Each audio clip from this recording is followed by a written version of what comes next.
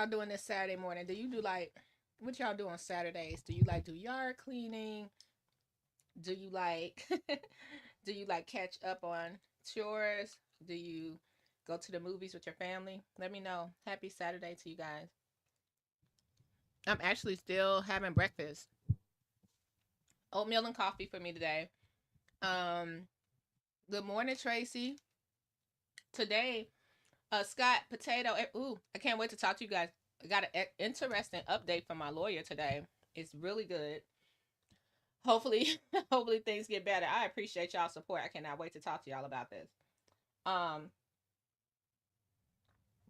Dalton related, of course. Dalton related.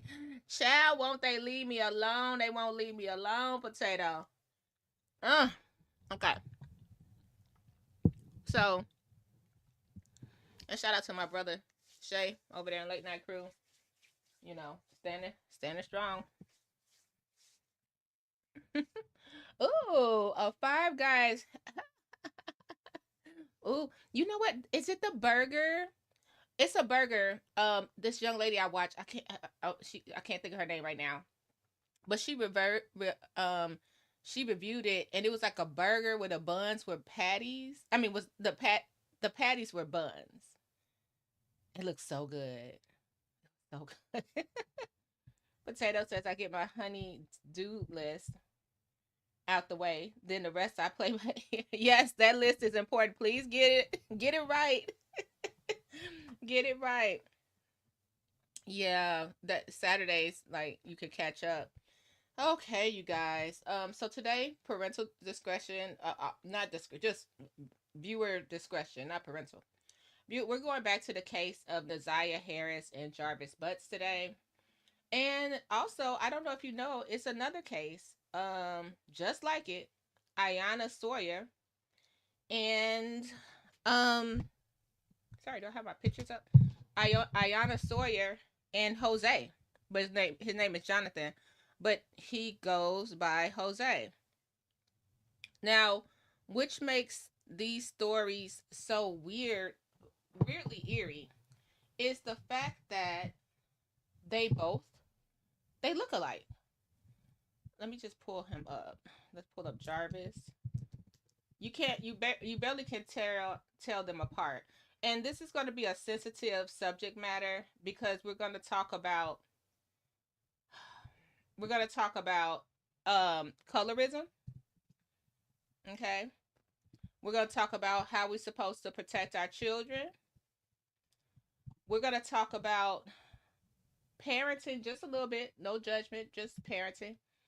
And letting your kids spend the night at people's house, okay? All right, I'm going to say that.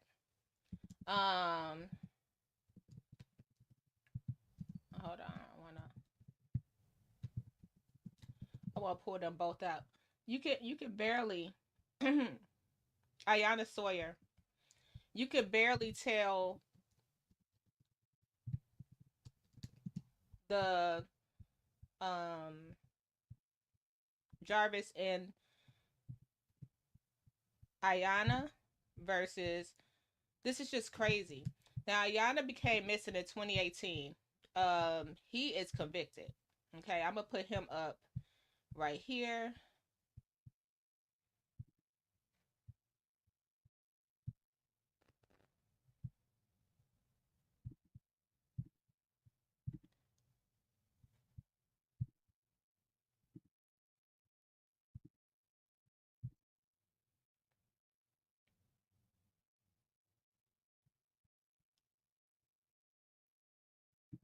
So this is Jose, aka Jonathan. Jonathan, okay, that's Jonathan. Now let's put up Jarvis and Na'Ziyah. This is eerie how now Jarvis hair is down right here, but let's put them up. Both quote unquote uncles. Okay? They could be brothers. Uncles. Look at that. Isn't that eerie? So Iyana, she was in a relationship with her uncle. So not biological uncle. And we don't say step and stuff where I'm from. But it's just really trippy how in this case, Jonathan was married to Iyana's aunt. Okay. And Iyana would frequent her aunt's home a lot. Okay, like I said, sensitive subject matter. Iyana became pregnant. We're gonna go over that case. And in both stories, it's like the family failed these girls. You know, I know people can be sneaky with technology and things of that nature, but like they found out this, excuse me, this baby was pregnant, and the mama accepted it, but she didn't. She thought she wouldn't mention who the daddy was. That's a red flag. Like she would not tell them who the daddy was. But they accepted the baby and said we're gonna go ahead and go through this pregnancy. She was only 16. Um, Here in this case with Na'Ziyah, they're saying that they didn't know she was pregnant. They had no idea, but according to the text messages and the testimony, um, this is her uncle too, but her uncle was not married to the auntie, and that's where colorism. I've been following a lot of TikToks, and we'll go over it. Colorisms, colorism. Sorry, does it's something in the community, in the black community. A lot of people talk about, don't talk about, aren't really comfortable talking about it. But they were saying how this could have played a part in what was going on. This was Jarvis, and let me just pull this up. This was Jarvis and Auntie Shannon. Okay? She had 5 babies by him. Let me pull them up for you. She had 5 babies by this man. He never married her. For somehow, some way, he was engaged as well. He allegedly had 13 kids. They're saying more. He claimed 20 something. But this was Miss Shannon. And people are saying that she was very much so jealous of Na'Ziyah, because she was the sister of, which she's the sister of Na'Ziyah's mom. We'll get to that part too. Who the grandmother didn't like. So her mother didn't like Na'Ziyah's mom. But Na'Ziyah ended up in the grandmother's custody. Very strange story, guys. Very, but not unheard of. Not unheard of. So people are saying in both cases, because we'll get to Mr. Jose's wife, colorism could have been an issue. Where anybody ever saw Precious? Okay, y'all ever saw the movie Precious? Remember when Precious was in school? If you saw it, it's a Lee Daniels film. Breakout star Gabourey Sidibe and Monique won an Oscar for Precious.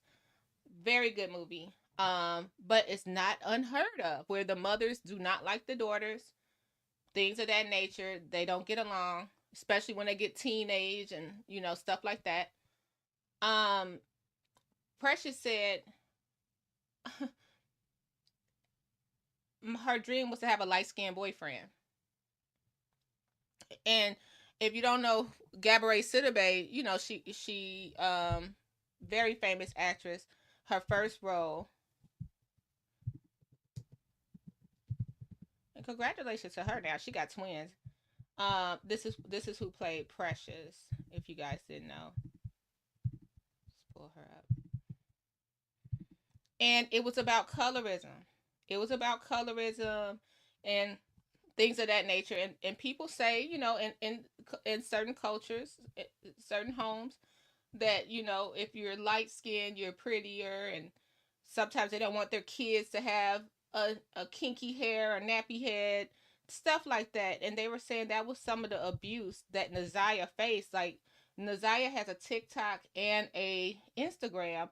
And on the Instagram, you can hear people calling her nappy headed, skinny. And just think, this grown man who's 42, he's telling her she's the bee's knees. He love her. He'll protect her. And she was getting all that abuse from the women in her family. It's disgraceful. Love on your kids, guys. Love on your kids. So even in the video, Auntie Shannon here, in one of Na'Ziyah's videos, we'll go over that later, the refrigerator had a padlock on it.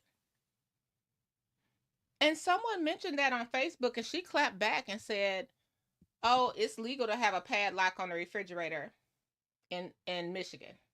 as long as the kids get like 3 meals or whatever. What? Padlock in the refrigerator? I mean, she had a chain and a padlock on the refrigerator. So unless everybody got a key, I just don't see that being okay. Scott, that's a movie you only need to see once. You do not. That's not a movie you replay over and over and over like a classic. No. Yeah, I agree. It was very sad. So, we're gonna listen to some of the things that happened. Like I said, this is a viewer discretion advised.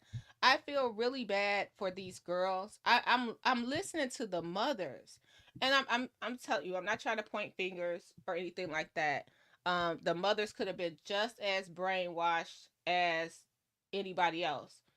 But when we get to Ayanna case, the mother of Ayanna. Now I don't know why the mother would let her still go over there, but we're gonna go through that.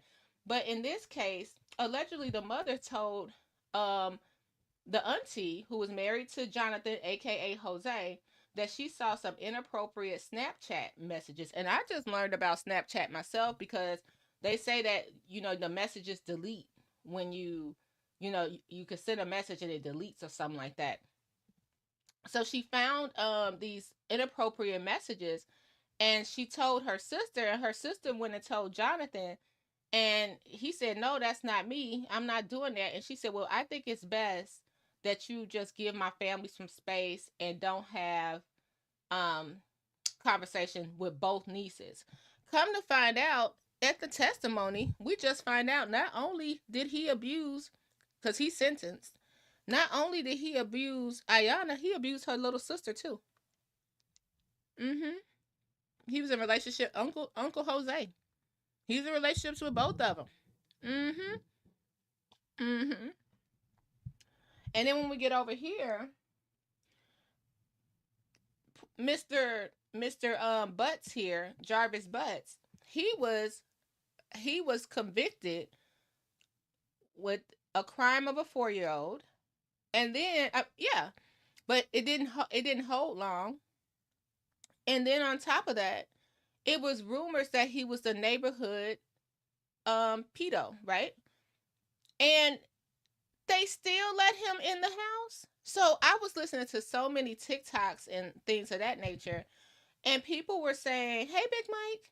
People were saying, "Yeah, everyone knew he was a neighborhood pedo, right?"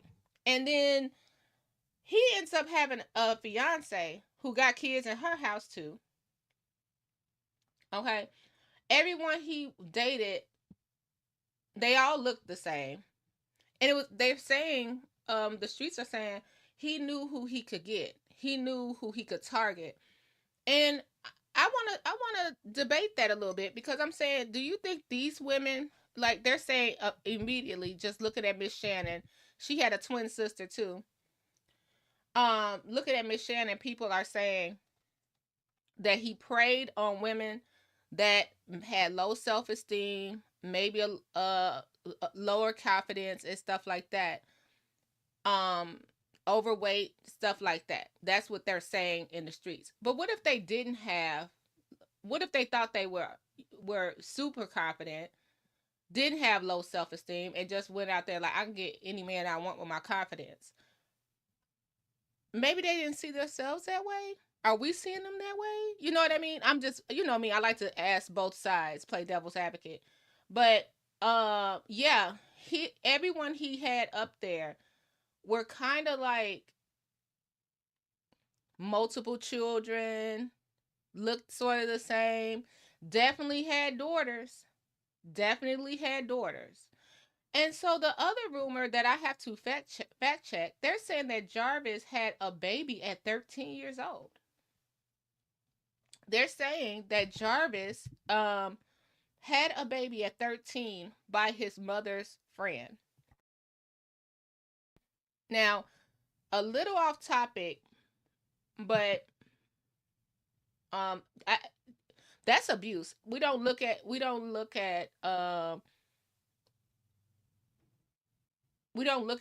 men or boys the same when it comes to SA, in my opinion. Side note, like what's that guy name? Remember the Boondocks did that? My friend shared a video with me last night.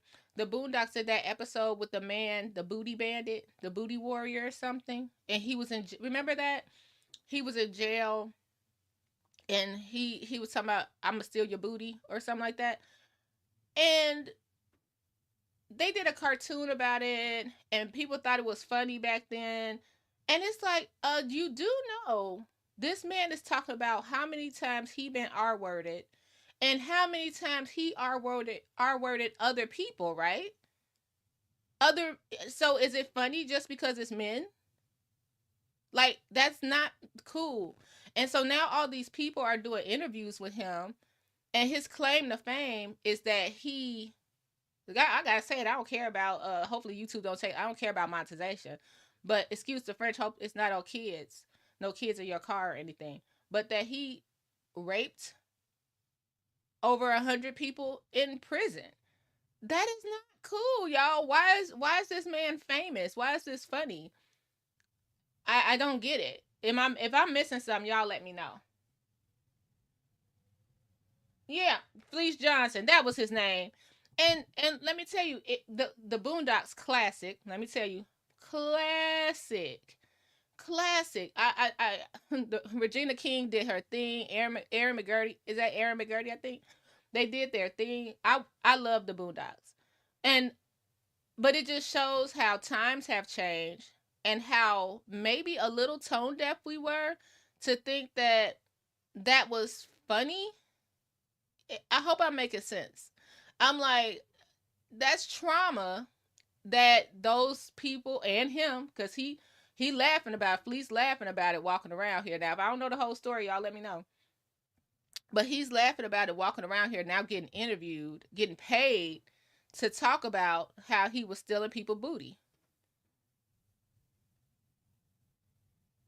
What, Mike? Mike, I am very disappointed. Anton, very disappointed. I didn't know he had interviewed with him until for this morning somebody sent that to me, and I was like, "What?" I'm like, "You do know?" I mean, it's a sick society. Yeah, it is. Like, I'm not gonna say I didn't think the Boondocks episode was not funny, right? Because it was like, what is this and what's this? My favorite Boondocks episode is when Martin Luther King come back. Which, when Martin Luther King come back and said, "What will you niggas?" Love that. That was it, because I could see that today. Like, is this what all of these people sacrifice for us to be acting like this, for our freedoms, for us to be acting a fool like this? Lord, I get it, but it was almost like the Scared Straight. Remember that the Scared Straights episodes and stuff like that. That's that's trauma. So imagine these people getting back to this. Imagine these people getting out of jail, right? Mike, I can't believe I gotta watch it. I didn't watch it. I didn't even watch it because I just couldn't believe people were interviewing Fleece Johnson for what? Oh yeah, that was funny. Oh, but I could watch the Boondocks all day. Um, but back to Jarvis. A baby at 13 went to prison, and you know what we hear people do to those that mess with kids in prison, right? He went to prison, a long, pretty hair. Just we don't know what happened, but we hear about those stories all the time. Then he gets out of prison, and now he gotta feel like, and this is just an assumption, he gotta feel like he the man now. He the man now. So now he's out abusing others. And it's just a cycle. It's a cycle that goes on. And I'm like, sometimes we don't give the men the same, anybody, no matter your gender. He, she, they. He, she, they, trans, whatever. It's this little book that I saw online. Where do hands go? People need to learn. We need to tell that now, grown people. Where do hands go? Hands do not go here, okay? So yeah, it's a repeated cycle. So he gets abused. They said that he was abused even as a baby. That's what they're saying in the streets. But now, allegedly, I was listening to a podcast last night. They and some of the relatives came on a podcast, and they're saying allegedly, because I can't fact check this. This is, you know how people just know people in the area. So they were coming on a podcast and they said, no, no, no. Us on the internet, we got the story wrong. They said that Jarvis allegedly came out of jail, right? And took up with the grandmother and was her little boo thing. And then the grandmother, he met Shannon through the grandmother, had 5 babies by her, and now he's moved on to the nieces. The whole time this is his residence, but he can't tell nobody this is his residence because the grandmother has custody of minors, right? And he's registered SO. I'm gonna just say everything. Registered sex offender. So he's a registered sex offender. So he can't say that's his address, but the grandma letting him live there anyway. And that's where Na'Ziyah lived. Are you kidding me? Are you kidding me? So many people failed this little baby. Why did he need to be around? And as I listen to the testimony in court, I'm listening to this testimony, and they're like, "Oh yeah, he owned a shop and all that stuff. Like he owned a shop. Um, he had an Escalade sometime. Like little man, some I don't mean to say it. Some little hood trap stuff. Like what? He got pretty hair. That's why they kept him away around. It's like season 4 of The Wire and Michael's. Oh, Michael. Side note, love him. Michael's story where he was trying to protect his little brother from the boyfriend of his mother who SA'd him when he was younger. I remember that. Yeah, yeah. Hey, Mike Rule. So, we're gonna go through both these stories. You'll probably get them confused. This is Jose and his niece in high school. This is Jarvis and his niece in high school. Man, I don't have anywhere. I if I could jump through the screen. If I could jump through the screen. Okay. Let's start with what happened with recently. So the trial is underway right now for Jarvis. That's Na'Ziyah and Jarvis here. She is still missing. What? Let me give you a quick thing. So basically, they had some nasty texts back and forth. We went over it a while ago, and he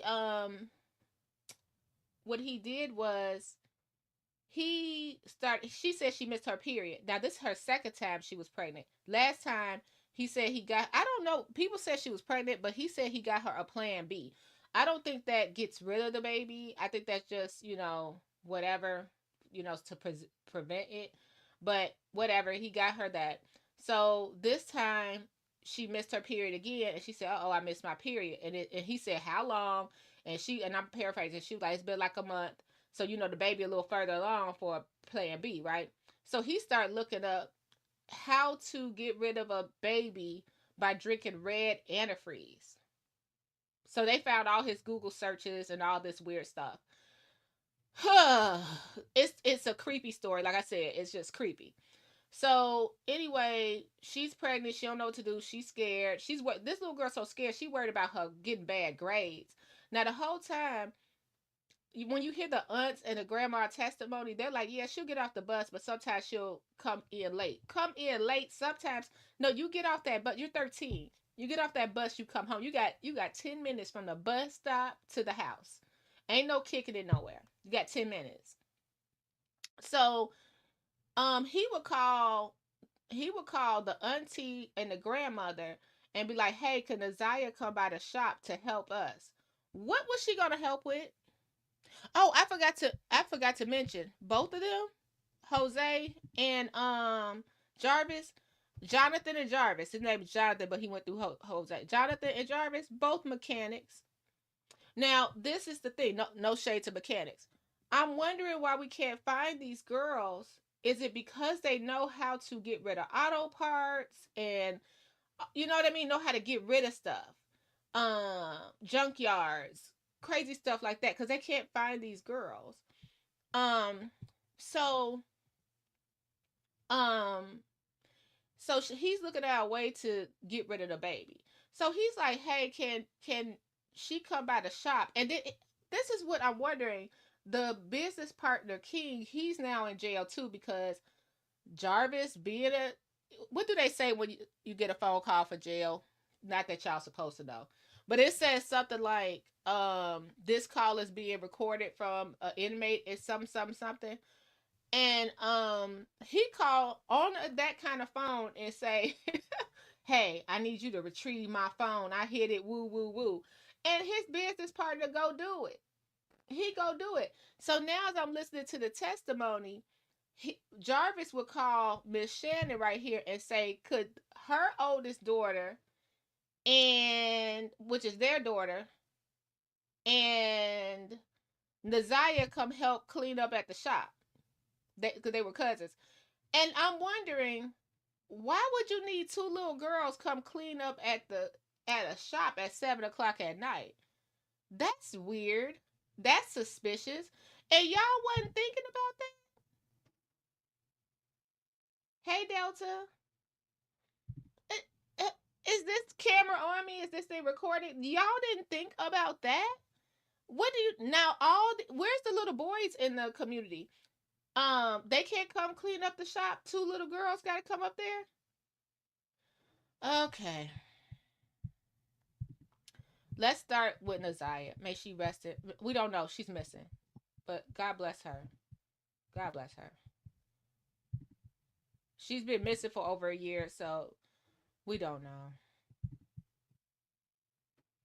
Today, alleging sexual abuse by the same man accused of killing 13-year-old Na'Ziyah Harris. And we're learning of new DNA analysis that could determine whether Jarvis BUTTS goes on trial for murder. Sean Lay following today's hearing for us. And Sean, this chilling case, it just keeps getting worse and worse as we learn more. Chilling is a good way of putting it. Stomach turning also. Every witness, every hour here at the court. Here's what's new about this today. This is the first time we're hearing the voice of Jarvis BUTTS. He is 41 years old. He is accused of the sexual abuse and murder of a 13-year-old girl named Na'Ziyah Harris. She was related to one of BUTTS' many girlfriends, and he called Na'Ziyah his niece. The teen was last seen with BUTTS after school last January 9th. Then Na'Ziyah Harris went missing. Police brought BUTTS in for this interrogation during a search for her, where BUTTS told police everything he knew about the girl was on his cell phone that police seized during a search warrant. You have to listen very closely to pick up what BUTTS is saying, but he says he has nothing to hide. Everything is in my phone. Y'all have possession of my phone. Take a look at it, go through it. So I don't know what that's about. I don't know why she said. A co-worker of BUTTS testified that BUTTS and Na'Ziyah Harris were at their auto repair shop the evening Na'Ziyah Harris vanished. But BUTTS told investigators the last time he saw Na'Ziyah was weeks before. Yes, he stated to me that he had last seen her at the end of December or early January sometime at the grandmother's house getting her hair done. Okay. And did he say anything about knowing where Na'Ziyah's bus stop was? Yes. Okay. What did he say about that? He said that the bus stop, her bus stop was at a 3-mile drive in Cornwall. Back here live outside 36th District Court. Keep in mind, everyone, this is not a trial. It's a preliminary examination to see if a judge will move BUTTS on to face a murder and sexual assault trial. It's going to continue tomorrow. What's happening here is that there's no body to point to. Na'Ziyah Harris's remains have never been found, so prosecutors are taking their time to link every dot they can to this defendant. We'll be here tomorrow. We'll also be streaming live. And you know what? Hey, Janice. I think a lot of people, and I like to look for. This is just hearsay, but a lot of more people are saying that. They're saying that allegedly that's how Jarvis even got to hang around him. And then this was the other thing. I don't know if you're following this, Janice. I'm sure you are, but they were saying every time did you hear the testimony of all the women? Every time he saw a woman, he met them at that shop. And I'm wondering what was his game? Like, oh, you a single mother, you can't get your car fixed, you got 3 daughters. I don't know. It's so strange. But they're saying allegedly he was with the grandmother first. And oh, we're gonna hear a video of Na'Ziyah grandmother going off on her. It's crazy. All this stuff is on video, on Facebook, on TikTok. The TikTokers, they found it. And I linked some descriptions in the description box, you guys. And as we'll play, I'll link more. We'll try to claim fair use and go from there.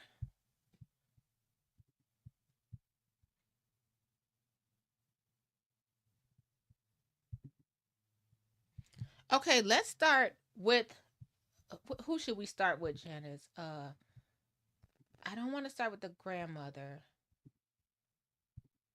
Let's start with, and you guys, if you're just tuning in, we're talking about Na'Ziyah Harris, and we're talking about Iyana Sawyer.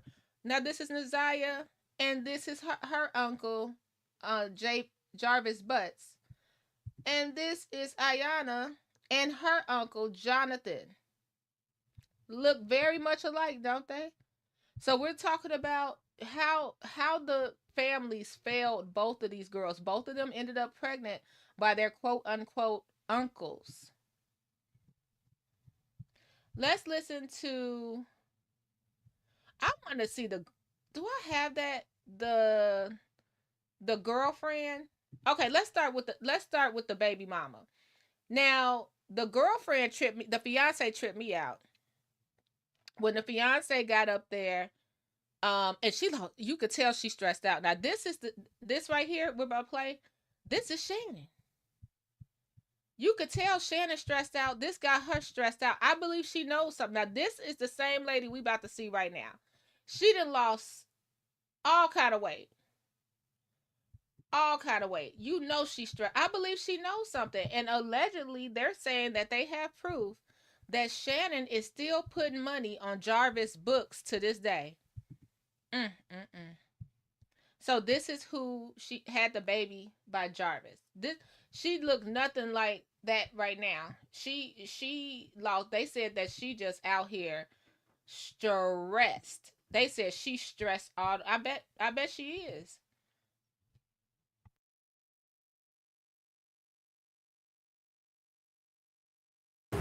Raise your right hand. Do you swear to tell the truth, the whole truth, and nothing but the truth? Yes. Watch your step, please. Have a seat. You want to speak into this mic, you can also pick it up and hold it in your lap.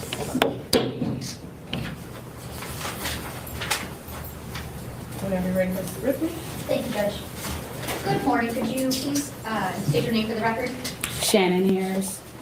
Wait a minute, I got And Ms. Harris, how old are you? 31. We're gonna talk about it. We're gonna talk about it. Just listen. So he's 42, she 31, right? She had 5 kids by this man. 5 kids. Delta, and that's what they're saying. And I'm not trying to be rude.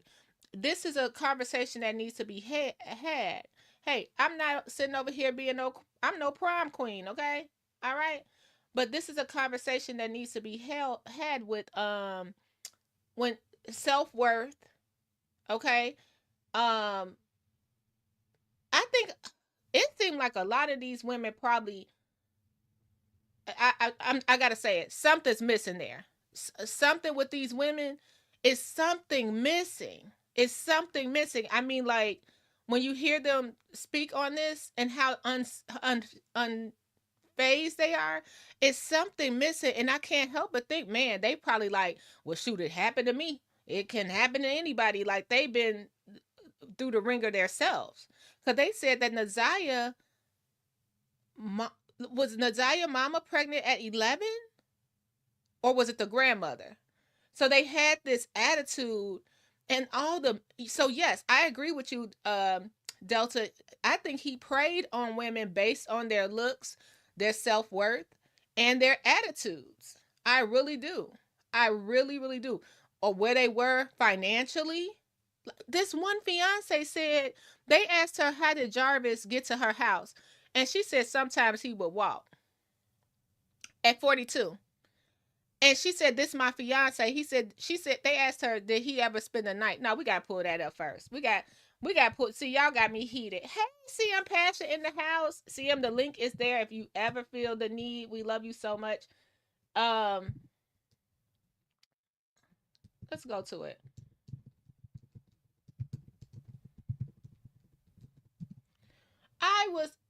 Okay, we got to watch. Shout out to Justice. It's a process. We thank you for having this. First of all, you try to be kind, but in this situation, it is sort of like a judgment of public opinion when you see what's happening. Let's start with the fiance. Okay. I think he preyed on women and I brought this up when me and CM Passion was talking the other day on live. We talked about it, and I wasn't trying to be rude either, Delta. I was like, we were talking about the Precious syndrome. Remember Precious, the movie? When she was like, my dream is to have a light-skinned boyfriend with good hair, and how colorism plays in this. Like, it's video, we'll get to it, where the aunt or the grandmother is calling Na'Ziyah nappy-headed. They calling her skinny and nappy-headed. She's only 13. And we have to watch our words with our kids, because that leaves wounds for years. So imagine what they were doing to the twins. You know, Shannon got a twin. Yeah, hey, Conscious. Yeah, he should have never been left out of jail. The mama got pregnant. Yep. Grandmother was pregnant at 11. The generational curse, generational trauma. Listen to the girlfriend. How many kids? They said he had 13, but technically he had more than 13. 13 biological was mentioned for sure, but some people are saying he had 20 kids. 13 is a lot. 13 is a lot. How many women? He's not an ugly guy. He's not. And look at Jonathan, not an ugly man. Jarvis, not an ugly man. Look like he been through the ringer, but not ugly. And they got away. They're saying how colorism and looks, and I was listening to this young lady. I found her podcast last night. I gotta find it. She was going off, but she was right on point. She was saying the things that we trying to tiptoe around saying. And I was like, yeah, and only certain people from certain backgrounds will understand that. You know how people like, we don't see color. We don't see color. I see people all the time, grown people now talking about with it. Oh, you African booty scratcher, you black as coal and all. Why do people do that? And people grow up with that for years, hating the skin they're in. You know what I mean? Or vice versa. Just because you're fair skinned, you're pretty. That's just the thing. Oh, because she light, she's pretty automatically. Not always the case. You know, and people grow up feeling entitled or depressed because of their skin color.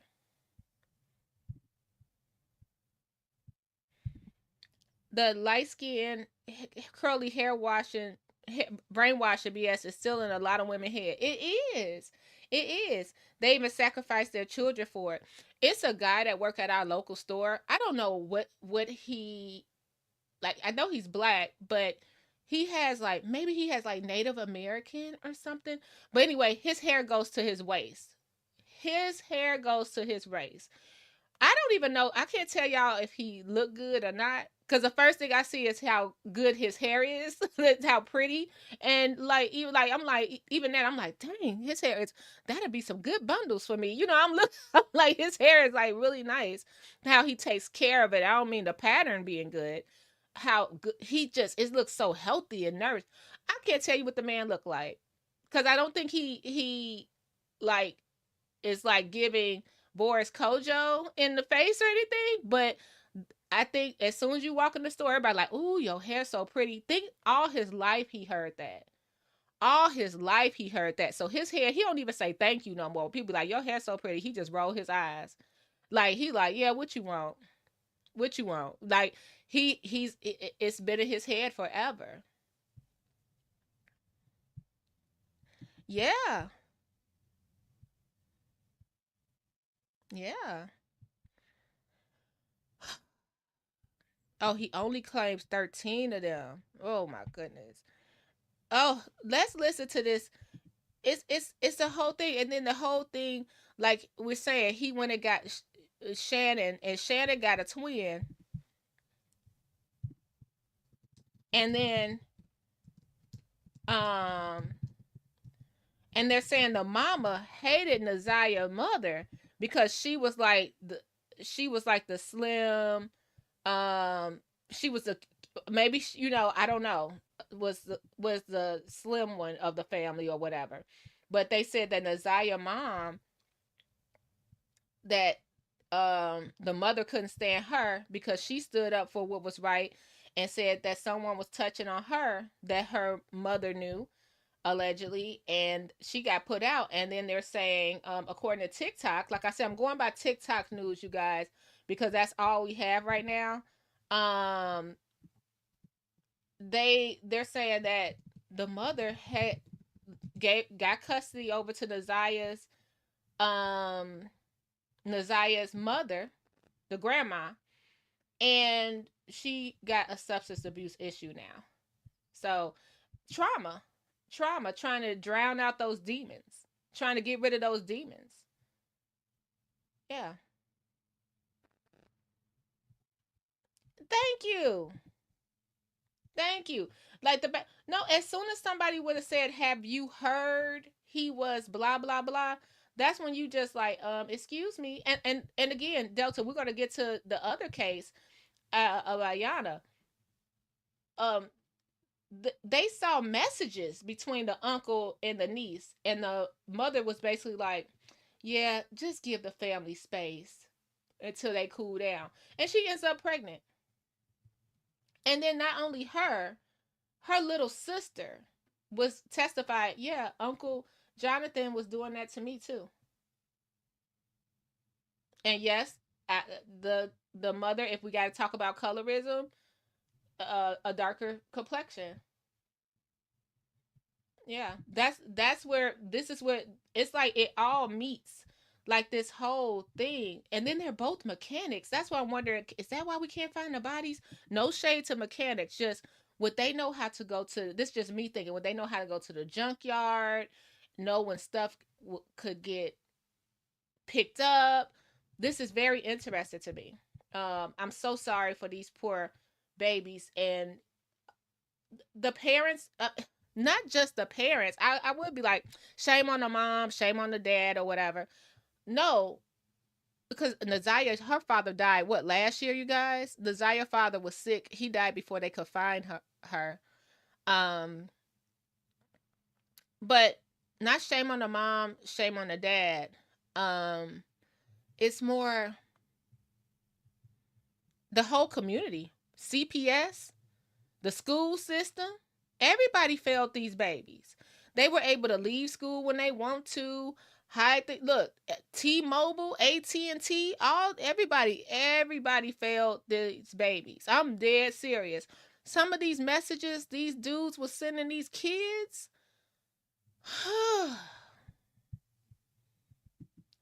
I can't wait to get to Jonathan. Hit the like button, you guys. And let's go. Let's listen to the fiance. Okay, this is the fiance. And you guys, we'll be on for a while. And if you have something to say, we do have the StreamYard link there, just as long as we keep it respectful, because we are talking about children. And yeah, let's go. And back on January 2024, Where did you live? But my mom resides with my mother. With your mother? Okay, who's your mom? Oh, I'm sorry, I had the wrong one. I wanted to go to the girlfriend first. Hold on, got the wrong one. The fiance. She got the nerve to say she's this man's fiance. Oh no.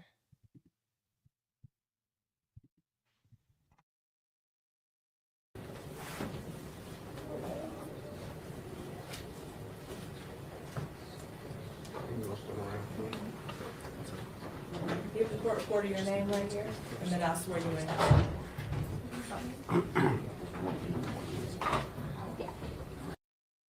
Okay, we can't help but you know how we say we listen and we don't judge. This just showed me, I'm sorry, the outfit alone, that's all I need. That we're here to testify against Jarvis, your ex-fiancé. It's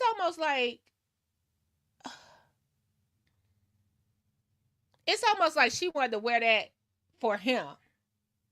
Like, oh yeah, I look good in this outfit. This is not an outfit you wear to court. Cheetah print or whatever kind of print that is. Skin tight to testify. Like, oh yeah, we're gonna get to that. Thanks to him, Passion. First, I went to live with my mother. Yeah, grow. Yeah. Now this is Jarvis's fiance, ex-fiance. No, she would have been better with jeans and a t-shirt. Like this is about a little girl who got pregnant by your fiance allegedly. It is no time to be wearing a club dress. It's just not. It's just not. Just that's what I'm trying to say. Like like Delta was saying, we're trying to be nice about it. When you're looking at where people mentality is right there. Like, no, this is not what you do. Order your name right here, and then I'll swear you in.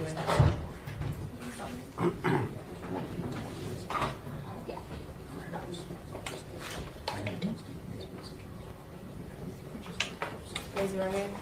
You swear to tell the truth, the whole truth, and nothing but the truth. Yes. Watch your step.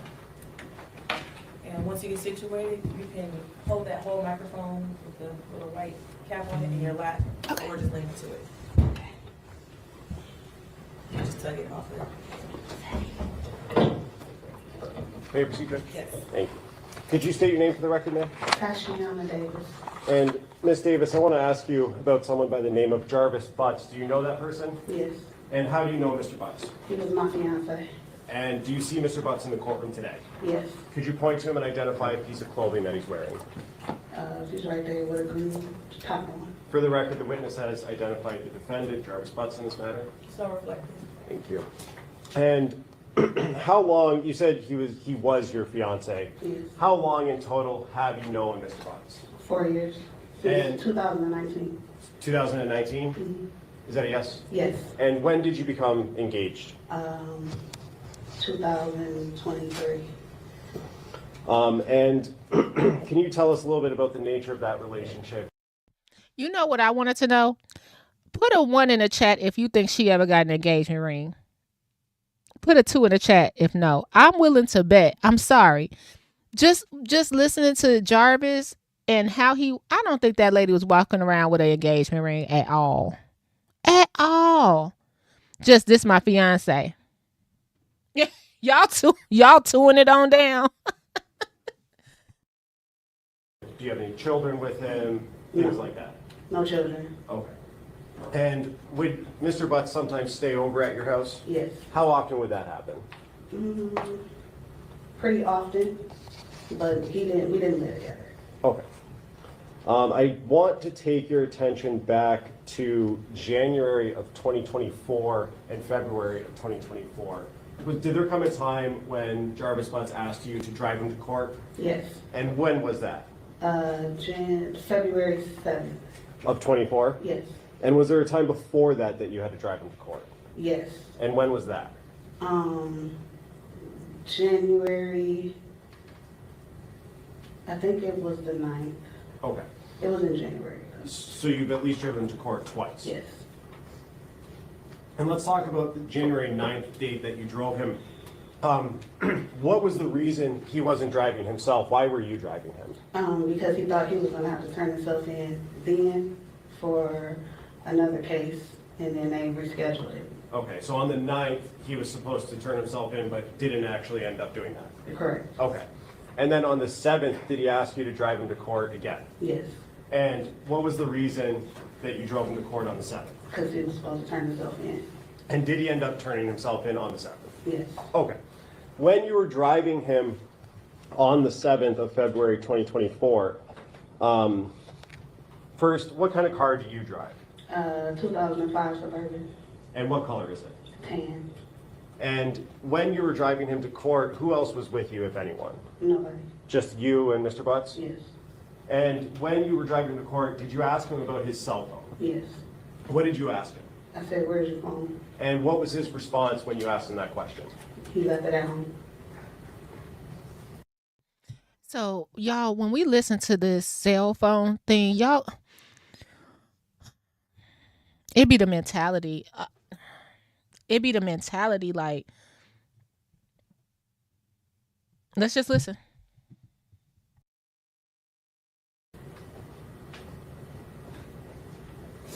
And did you have any other conversation regarding his phone on the 7th when you were driving him to court? No.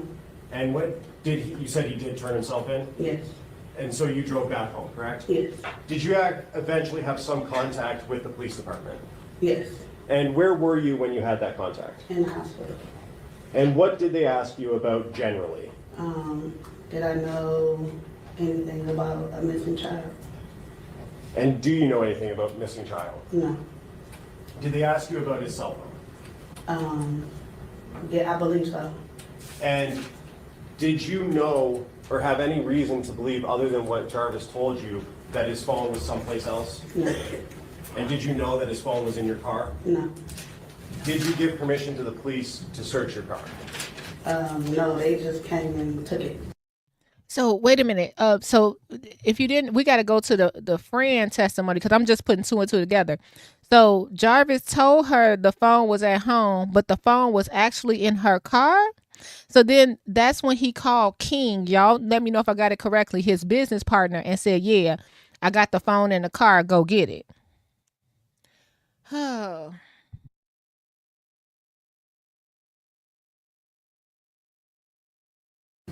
They had a search warrant? Yeah, Okay.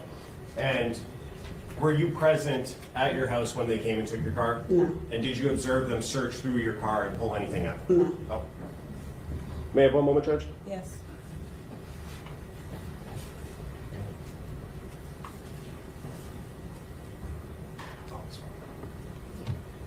And you said you knew Jarvis Butts for 4 years? Yes, And would you communicate with him via cell phone? yes. And do you know the last 4 digits of his phone number, if you remember? 9, If you don't remember? I don't remember. Okay. With looking at text messages, refresh your memory? Yes,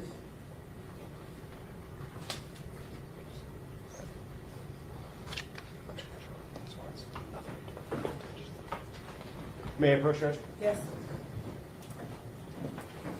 If you could just look at the phone numbers on it. the first one. And does that refresh your memory? Yes, And what were the last 4 digits of Jarvis Butts' phone number? 8719.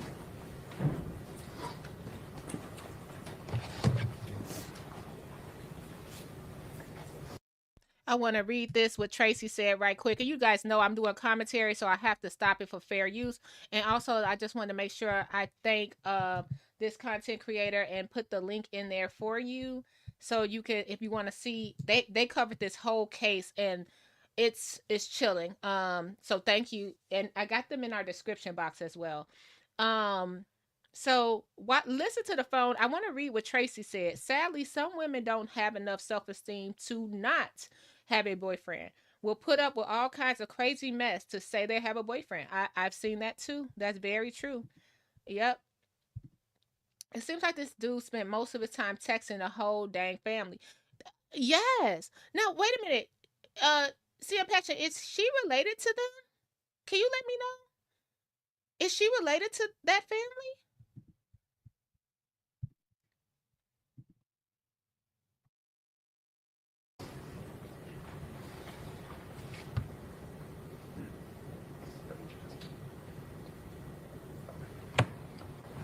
At some point after you dropped Jarvis Butts off at the courthouse and he turned himself in, did you go to his place of employment on at 9000 Connors? No.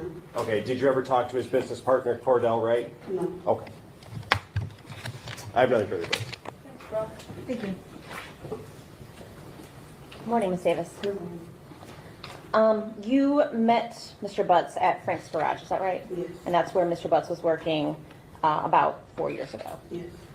You were taking your car there? Yes. And I think in your words you said you kind of never left after you met him. Is that Right. fair to say? Yes. You guys got along really well? Yes. And you just kind of started a relationship from there? Yes. Would you go up to the garage after that relationship started, Yes. kind of just to drop in? Yes. At any point in time while you were at Frank's Garage, did you ever see any children there? No. Is it fair to say that Mr. Butts was very protective of his phone around you? Yes. He would never let you see his phone screen, No. wouldn't give you access, No. certainly didn't give you his passcode or anything. In fact, you've actually actively tried to get into his phone, right? Yes. I think you had mentioned that when he was sleeping, you tried to kind of wave it in front of him to see if Yes. that would unlock it. Mm-hmm. You took a picture of his face once and tried to Yes. put the screens together. So you wanted to know what was in his phone. Yes. And he did not want you to know what was in his phone, No. as far as you know? Mm-hmm. Is that a yes? Yes. Did you ever talk to him about why he was so secretive with his phone? Yes. And does it have something to do with the fact that he was seeing other ladies? Yes. And you suspected that at the time? Yes. And so that's why you were looking for proof? Correct. Okay. Hold on. No, it's not Shannon, but it looks like Shannon, right? No, that's not Shannon. That's the fiance, Taisha, I believe her name is. So no, but this is crazy. She's like obsessed about his phone. She is obsessed. You know, just keep on listening. She's like, he went to sleep and she was still trying to get this phone. So maybe she had a feeling.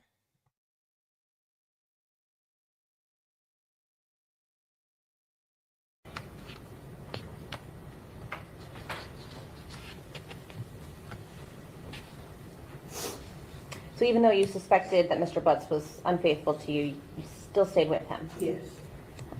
One reason for that is because he was good with the kids? Yes. He cared for your kids? Yes. He took them places? Yes. He took your son up to the shop? Yes. Now he has 20 kids and he's good with her kids. And that was, I wonder how many daughters she had. I don't recall hearing how many daughters she had. But isn't that something? Isn't that something? He knew what he was doing.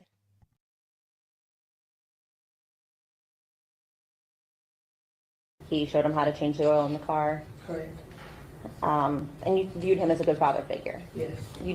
Did you ever see anything inappropriate or that would cause you to see a red flag with regard to him and your children? No. Did you ever see him acting inappropriately with any other children? No. Certainly if you had, you would not have allowed him in your house. Oh, fair to say? absolutely not. You knew that Mr. Butts had other children, right? Yes. With a woman named Angel? Yes. And a woman named Shannon? Yes. He talked about his children with you? Yes. Did he ever talk to you about his niece? No.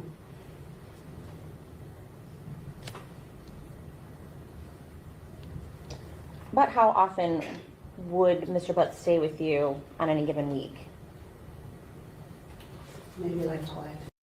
And, you know, we put a lot of this on the women, but fathers, check on your children and just check on your children often if you're separated.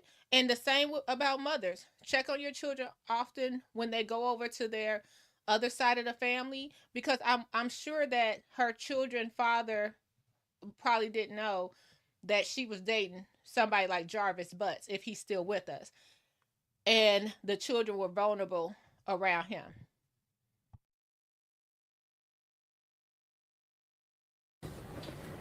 Were they like the same days, or was it random? Random. Okay. About what time would he come over? After his work hours. After like 6 o'clock. Okay, so you think he would come kind of straight from work? No, he would probably do something else and then be there later on in the night. Okay, so closer to like 9, 10? Yes.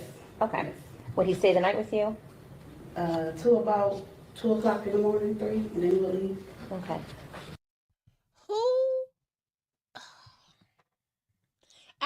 I'm not perfect, y'all. I am not perfect. I am not perfect, especially in my younger days. But even in my younger days, you getting up out my house at 3 in the morning, 2 in the morning, stay gone. You came over from 10 to 2 to do what? That is not, no restaurants are open. The only thing open is Legs and White Castle after midnight. What are you doing coming over here at 10 to 2? That ain't even a full work shift.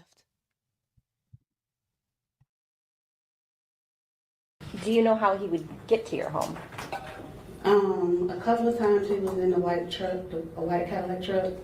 Sometime I think he would walk. If he was coming straight from the shop, he would walk. Or if he had my truck, that's how we would get back and forth. And that's the Suburban? Yes. Did you know Mr. Butts to ever have his own vehicle? Yes. He had a white Chrysler truck, van like. Okay. And when did you know him to drive that? Like maybe the first 2 years when we were together.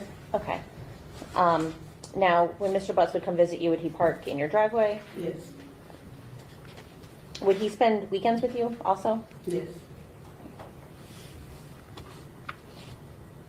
1 second.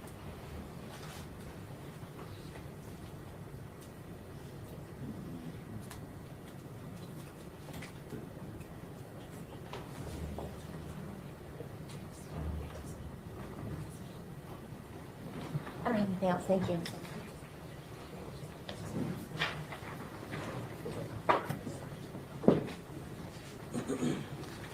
Ms. Davis, I just have a couple more questions for you. Ms. Quick asked you about Mr. Butts being secretive with his phone. Can you tell me about a time that you had a conversation with him about him being secretive or something like that? He would never really say anything. He talked in circles. So if you try to ask him a question, it's just always, you can never get a straight answer out of him. But fair enough, you had multiple conversations about his phone and your access to it, I guess, or, Yes. or lack thereof. Yes. And Ms. Quick also asked you about Mr. Butts staying over the night, or staying the night at your house. You said that he would leave around 2 a.m. Mm-hmm. Is that a yes? Yes. Do you know where he would go when he would leave? No. Did he ever tell you where he was going? Home. Did you know where he himself called home? Yes. Where was that at? Wilshire.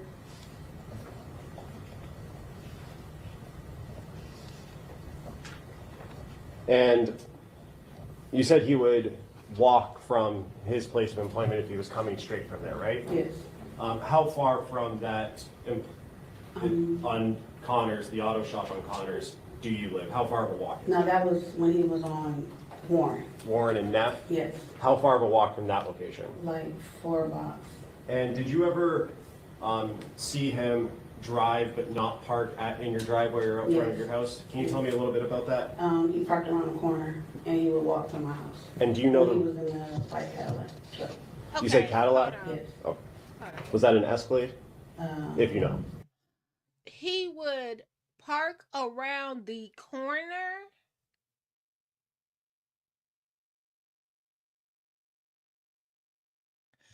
and walk to my house. Okay. Okay. And do you know the reason why he would park around the corner? I don't know. I asked and he would just be like, I didn't drive.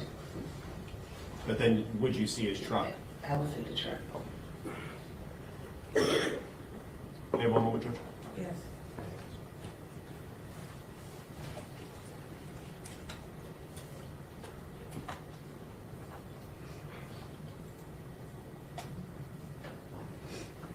One last question. You said he lived or called home on Wilshire? Yes. Have you ever been to that house? Yes. Have you ever been inside that house? No. Nothing further, Judge. Thank you.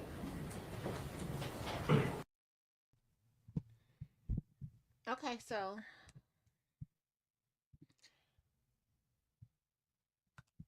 this your fiance. You trying to get in his phone. He parked around the corner. You found out he was parked around the corner walking to your house. You knew where his home was, but you never been inside his home. Y'all, I'm trying to give her some grace. I'm trying to give her some grace, y'all. I'm trying to... He leaving at 2 in the morning, seeing Passion. Yeah, Keefus. Janet says, it's men in this chat.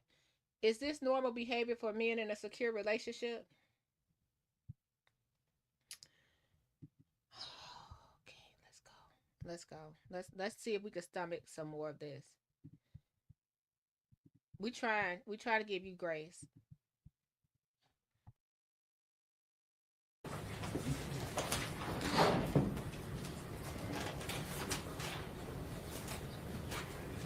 Okay, Ms. Davis, we're done testifying. Watch your step. I'm not going to inbox.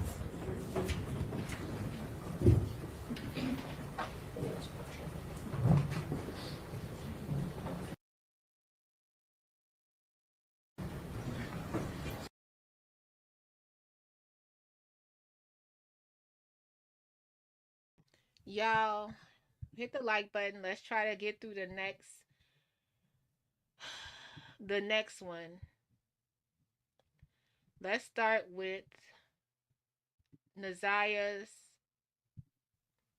Now this is Auntie Shannon. Now, like I said, Auntie Shannon then lost all kind of weight. They said she out here stressed out, y'all. I was listening to a podcast the other day. They said Auntie Shannon, she can't eat, she can't sleep. All she do is like basically, I guess, chain smoke. That's what they were saying in the podcast. I don't know, allegedly. Thank you. You right. You right, Janice. Thank you for setting me straight, Janice. Thumbs up. Too much grace. Nobody told them. Nobody told them, nah, girl. Don't do it. Okay. Now, this is Auntie Shannon. This is Auntie Shannon. This is who had 5 babies. Look, didn't even have a fiance. He wasn't this the baby mama. They said Auntie Shannon just stressed out right now, child. So let's see. This Na'Ziyah's auntie, her blood auntie. Iyana Harris. And without telling me the exact address, what street did you live on? Detriot. And do you have any children? Yes. How many kids do you have? 5. And do all your kids have the same dad? Yes. Who's their dad? JARVIS BUTTS. And do you see JARVIS BUTTS in the courtroom today? Yes. And can you point to him and tell me the color of the clothing that he's wearing? Green. Well, whatever. Green. Green. Your Honor, would the record reflect the witnesses identified the defendant in this case? So reflected. Thank you, Judge. And you said your mom's name is Netta. Do you have any sisters? Yes, 2. What are their names? Iyana Harris and Marquita Harris. Are they older, younger, something else? Oh, there. Marquita is a twin. She's my twin, same age. Okay. And Kenyatta's older? Yes. Okay. Do you have any nieces or nephews? Yes. Okay. Do you know someone named Na'Ziyah Harris? Yes. What's your relationship to her? My relationship to her, she is my niece. I'm her aunt. Okay. And whose daughter is she? My older sister is Iyana Harris. Okay. And did you have any nicknames for Na'Ziyah? Yes. We all called her Netta. And is that TUDDA? Yes. And did Na'Ziyah ever know Jarvis through you? Yes. Okay. And when did Na'Ziyah and Jarvis first meet? When she was little, like age 2. And can you kind of describe the relationship between Na'Ziyah and Jarvis? Should be just the uncle and the niece relationship, no more than that. How often would Jarvis be around, like at your house with you? He will call or say, can he come see the kids, or the kids will ask, can he see their dad? And he will come, pull up either to my house where I used to live or at my mother's house. Would Na'Ziyah ever be around? All the kids would be around. So that's not right, because as we know, Jarvis is a registered sex offender, right? So why was, I guess they were giving him a play since he had 5 kids with Auntie Shannon. Let's see.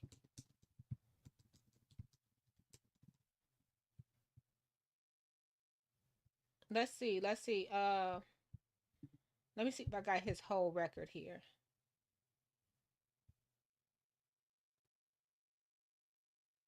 Because it was something with a 4-year-old. Okay, he has been charged with reportedly abusing. Okay, let's go. Let's make sure, because he had a 20-year-old that stepped forward. But the first victim, Butts, allegedly sexually assaulted a now 20-year-old Highland Park woman between April of 2012 and April of 2014 at a residence on LaSalle Boulevard in Detroit. The victim would have been around 8 to 10 years old at the time of the assaults. Butts was charged with the following assaults.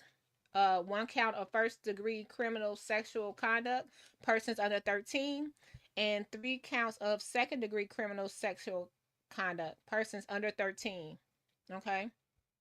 The second victim, a now 13-year-old girl, was allegedly sexually assaulted by Butts at a residence on Stout Street in Detroit between July of 2015 and July of 2017. The victim would have been around 4 to 6 years old at the time of the assaults. Now look, we're in 2024. Na'Ziyah came up missing in 2023. Now they had plenty. This is not old news. This is 5 kids they should have known. Butts was charged with second-degree criminal sexual assault.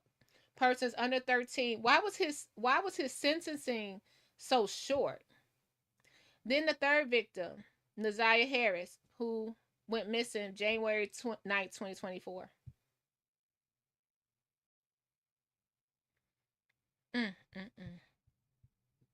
Let's listen back to Auntie Shannon. So everyone knew he had this kind of record, and he was still around all the kids.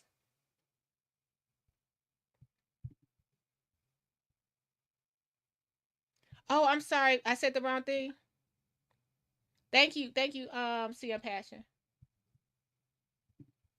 Text me what I said wrong so I know. Thank you.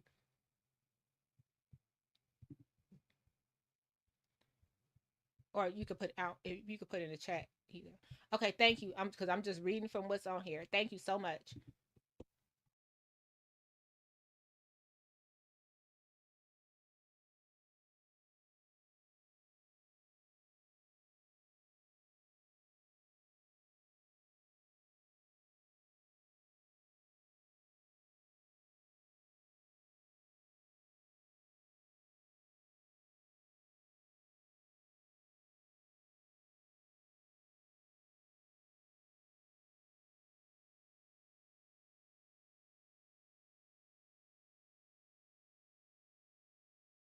Okay, is anyone like aunties in the chat?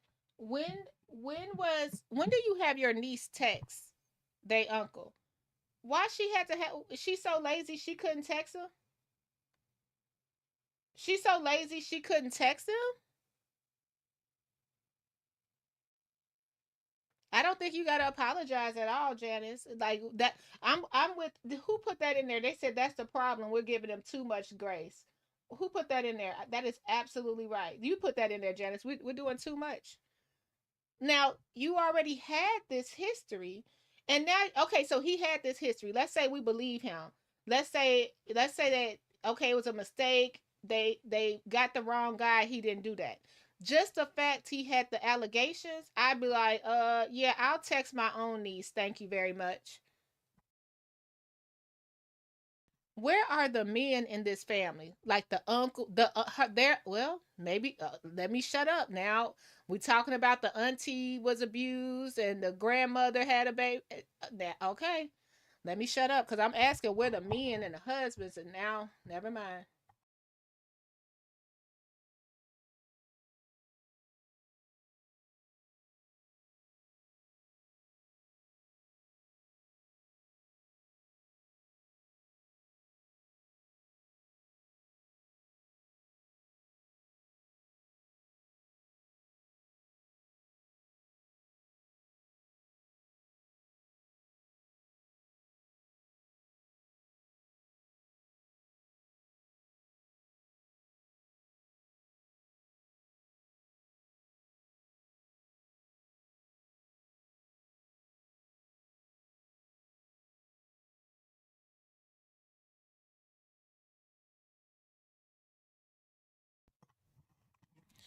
Now I did take auto shop in high school. Shout out to the Falcons. Shout out to Thornridge. But excuse me. What were they doing in what were two little girls going to the shop for to work on?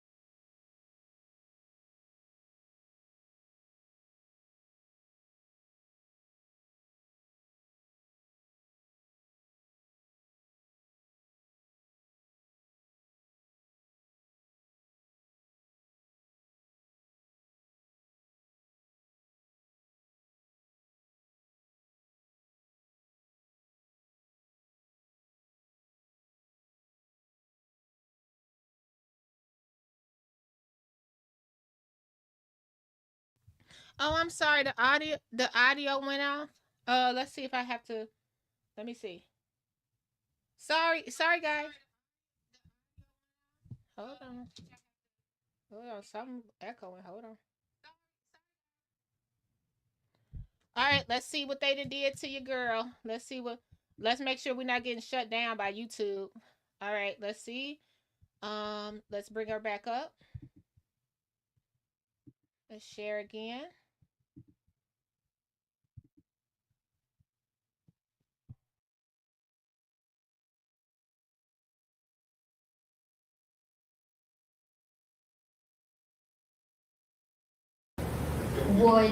Does a 586-510-5161 sound familiar? Yes, And what number is that? that used to be my old number. And is that number that you would text Jarvis from? Yes. Okay. And what about a 586-842-4504? That was the number before this number. Before the 510 number? Correct. Okay, and is that a number you would also text Jarvis from? Correct. And what number did you have for Jarvis Butts? The 313-585-8719. And did you have any numbers for Na'Ziyah? It was a funny looking area code. The area code was a 231. Okay.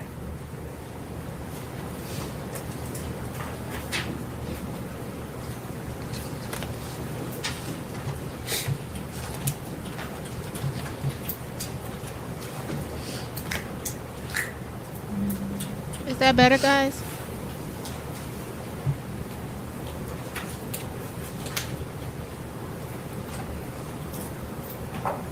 I want to show you some messages from People's Exhibit 16 and ask you some questions about them, okay? Okay. Brandon, may I approach? Yes.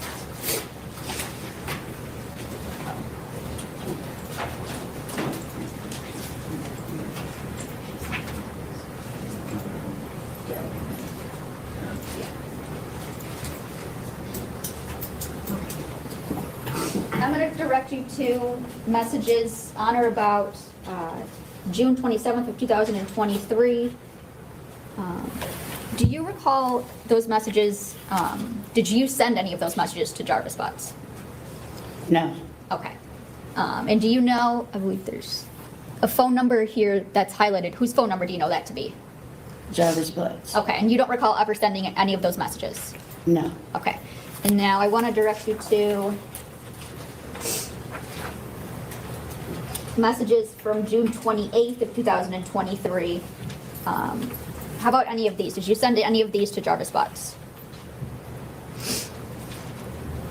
No.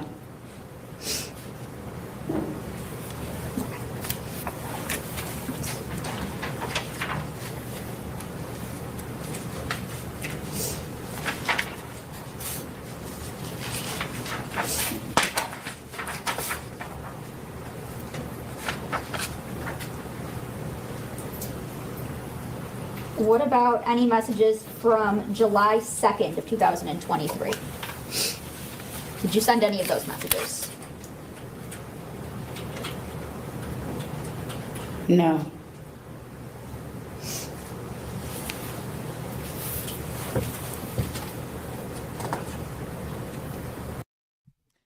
It's like she's almost emotionless. Is that a word, you guys? Like her emotions are just, she's just like, no, whatever. You know, it's like it's the attitude.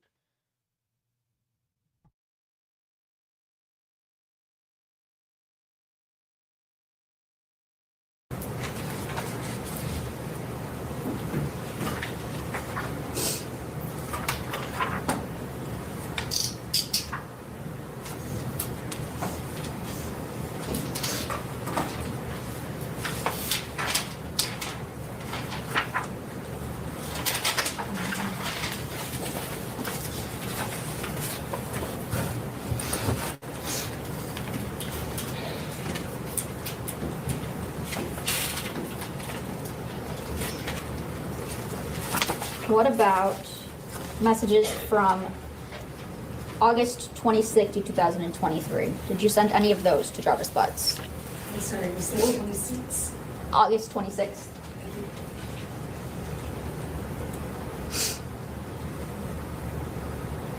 No.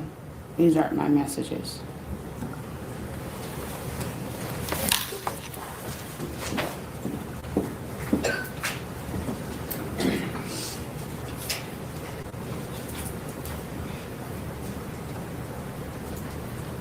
Did Jarvis Butts ever tell you that Na'Ziyah texted him to meet up on January 9th, 2024?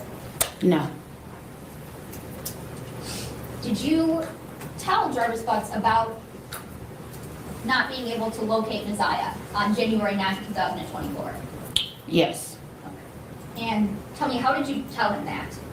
I called him. He didn't answer. I sent him a message asking him, have he seen Tuda, any whereabouts? And I said no Tuda, and he responded back, oh wow. I didn't hear what you said, the last part. Last part, I texted him. Well, at first I called him. He didn't answer. The second time, I sent him a message. Still no Tuda. He replied back, oh wow. Okay, thank you. Okay. And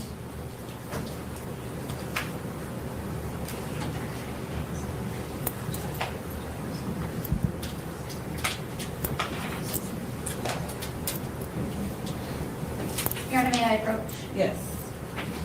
And just for record references, I'm showing her what's going to be proposed, People's Exhibit 48. Ms. Harris, those text messages that you just referenced, do you see those on this page?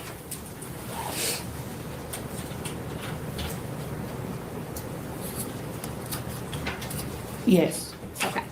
And so it's fair to say you stated to Mr. Butts, well, first of all, whose phone number is this at the top?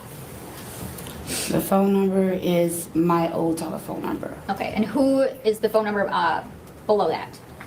Jarvis Butts. Okay. And is this, I guess, do these fairly and accurately represent these two messages? 3, 4, 5, 6 messages sent between you and Mr. Butts on January 9th, 2024 through January 11th, 2024.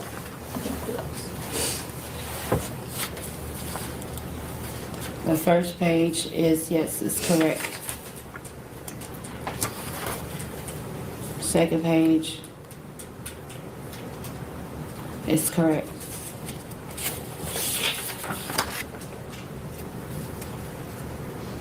Yes. Okay. And so on January 9th, like you had indicated before, you had stated that you told him that there was still no Tutta. Correct. Okay. And you said he responded, oh, wow. Correct. Okay. And on January 11th, was Na'Ziyah still missing? Yes. Okay. And did you ask Mr. Butts to do something? At this point, I just asked that if she's going to read from the text message, just admit the exhibit. I You have can. an issue with moving to admit? No, Judge. Okay.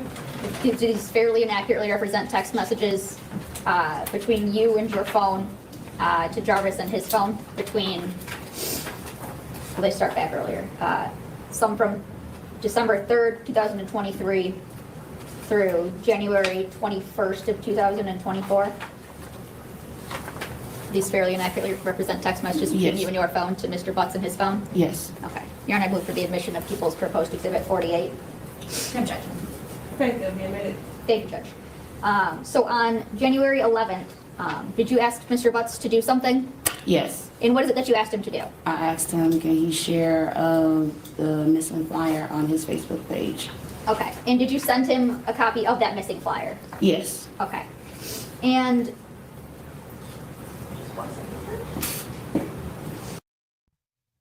Hey, everybody that's entering the chat. How do y'all feel about this? Isn't it interesting that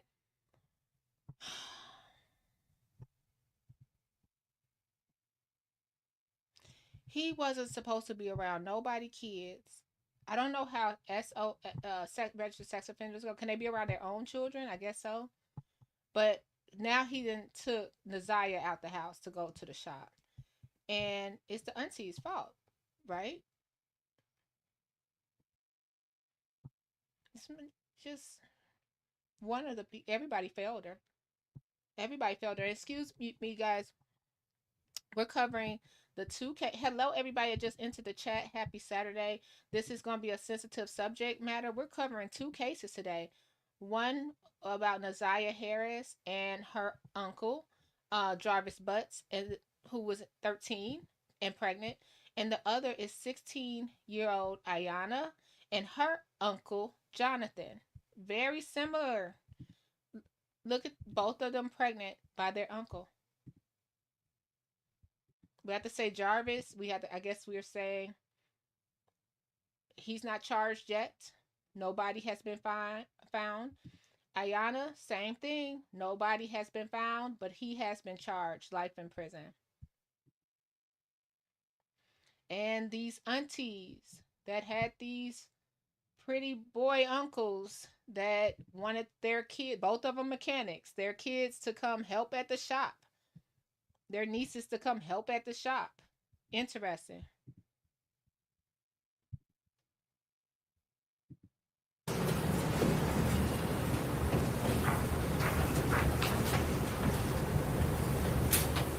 To backtrack just a little bit, on December 3rd, 2023, do you recall sending messages asking Mr. Butts if he needed Na'Ziyah for anything? Oh, yes, I do remember. Okay. So do you remember this text on the first page of People's Exhibit 48? Yes, I do remember this message. Okay. And did you send that message? Yes. Okay. And what did the message say? Tilla said, do you still need her too? Okay. And do you know what is that referring to? It was, Tilla had asked me to contact Jarvis and see if he still needed them to clean up. Okay. And that would be to clean up his shop? Yes. Okay. And to fast forward, on January 21st of 2024, you sent some messages to Mr. Butts. Is that fair to say? Yes. Okay. And can you read these last 3 messages? These last 3 messages is, to be honest, these messages I seen into the inbox to you, I really don't know what to believe anymore. Stay away, Ramon, I mean it. The next message is, I don't know what to say, or Tilla is on. Says, this shit doesn't sit right with me. Call it what you want, I'm good, period. It says, this for life. Nigga, I thought about it, and you can pass it.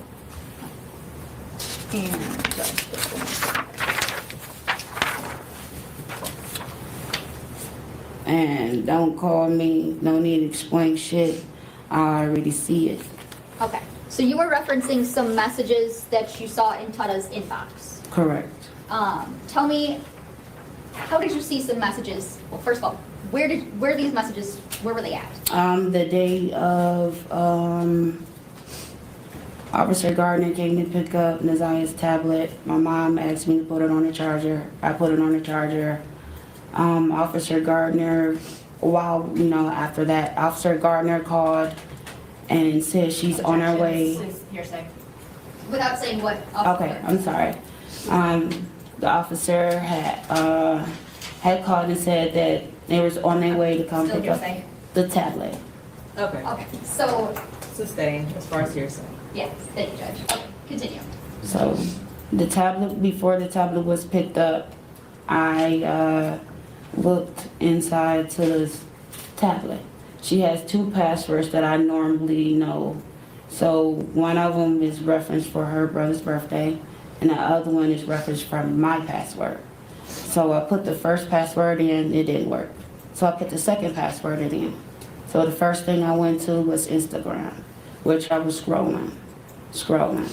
And I seen Jarvis Butts' Instagram page. I clicked on his page, and I seen 2 messages. Okay, and what were the messages that you saw? Well, who were they between, first of all? Na'Ziyah, my niece, and Jarvis. Okay, and what were the messages that you seen? It was roughly 2 messages that I have seen that I can recall. States. I'm going to object to this as hearsay. They have not been admitted, and the messages themselves would be the evidence. Were they of any? Were the messages of a sexual nature? No. Okay, and you said you saw 2 messages. Yes. Okay, did you see anything else? It was. I don't believe her. You know what? I'm not here to judge. I'm not a judge or a jury. I don't believe her. I do not believe that when she said where the messages reference sexually, I think she did see something sexual. Because why would she say something like that? Just if it was a message saying, hey, come clean the shop. Hey, what your auntie want for her birthday? No, I think she saw some inappropriate messages for sure.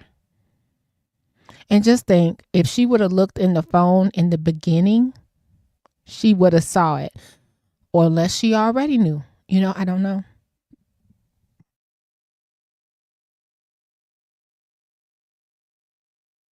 It was two set pictures, but you can't really make anything out. It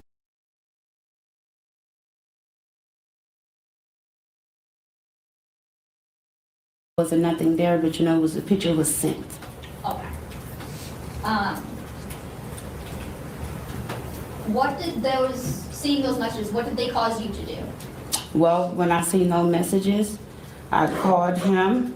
Who's and Jarvis BUTTS. Okay. Called him while he was at work, asked him, what is these messages I seen between you and my niece? And he said, what messages? Said it's two particular messages that states out and it's a picture. And he stated that, I don't know, these messages, I told him what the messages were, and he said it was probably our children was messaging him. And I stated no, because I know how our children will text. Okay. And reading those messages, is that what caused you to text Mr. Butts, yes. Mr. Butts, in that you've seen the messages in the inbox and you don't really know what to believe anymore? Correct. Okay.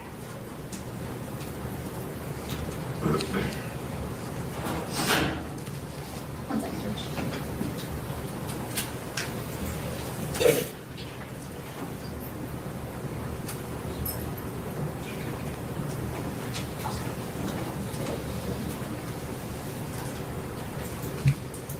So, Shannon, I want to take you back to January 9th. Were you home that day? Yes. Okay. And did you see Na'Ziyah that day? My senior did that morning, correct. Okay. And do you remember what she was wearing at all? Her coat and her uniform at the time, she had on some blue jeans. I don't really recall the outfit. I just know the coat she had on. And what was the coat that she had on? She had on, it was a 90s coat with all the characters on it. Okay. And you recall seeing her wearing that the morning of January 9th? Correct. And Your Honor, may I approach people's already admitted Exhibit 2? Yes. I'm going to show you people's Exhibit 2. Can you tell me, do you recognize a coat in this photo? Yes. And whose coat do you recognize that to be? Na'Ziyah's. Okay.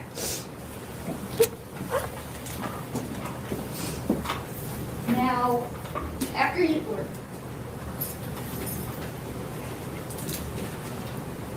when you saw Na'Ziyah that morning, what did you do the rest of the morning? Nothing, I was at home with my mom and my two children. And do you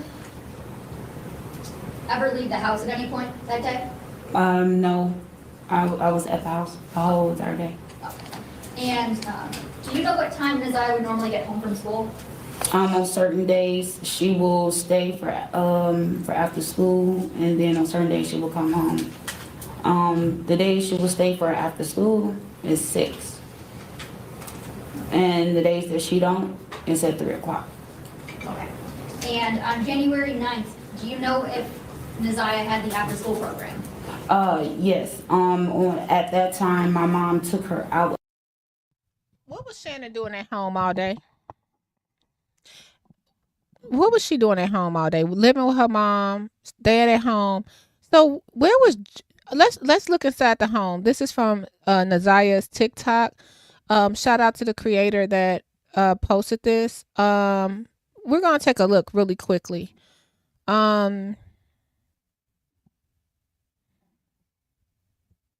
This is Na'Ziyah dancing to a TikTok in her house. Let's look.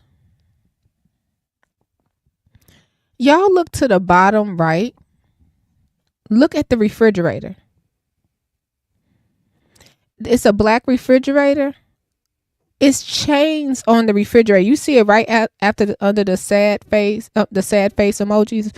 It's to Na'Ziyah's left thigh. You see the chained up refrigerator?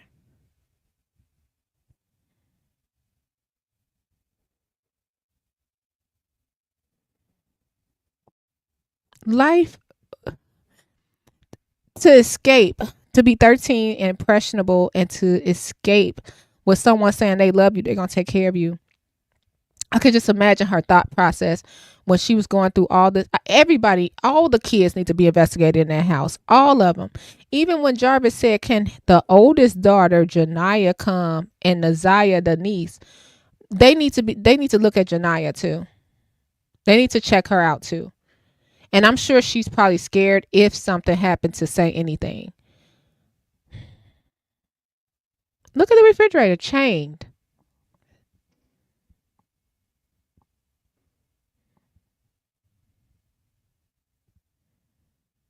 Look at that, y'all.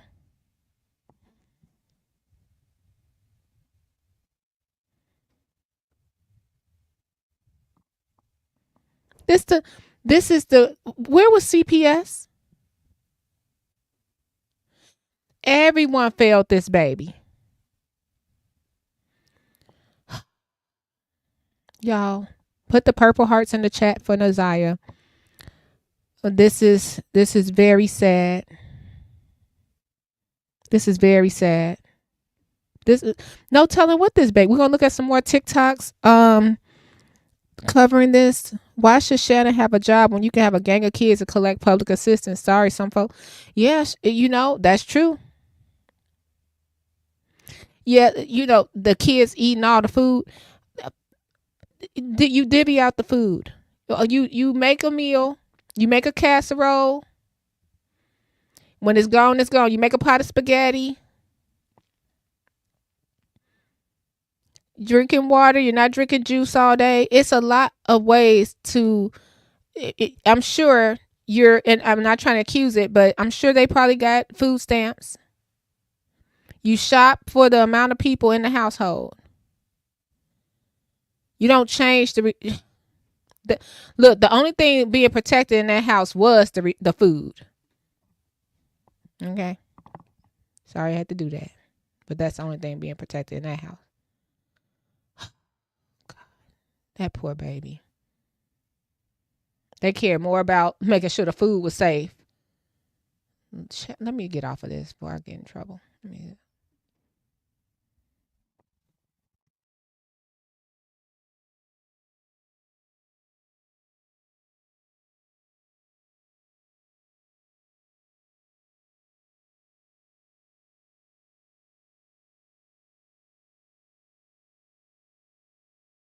Oh, now I see what StreamYard did again. Kick me out 1 second.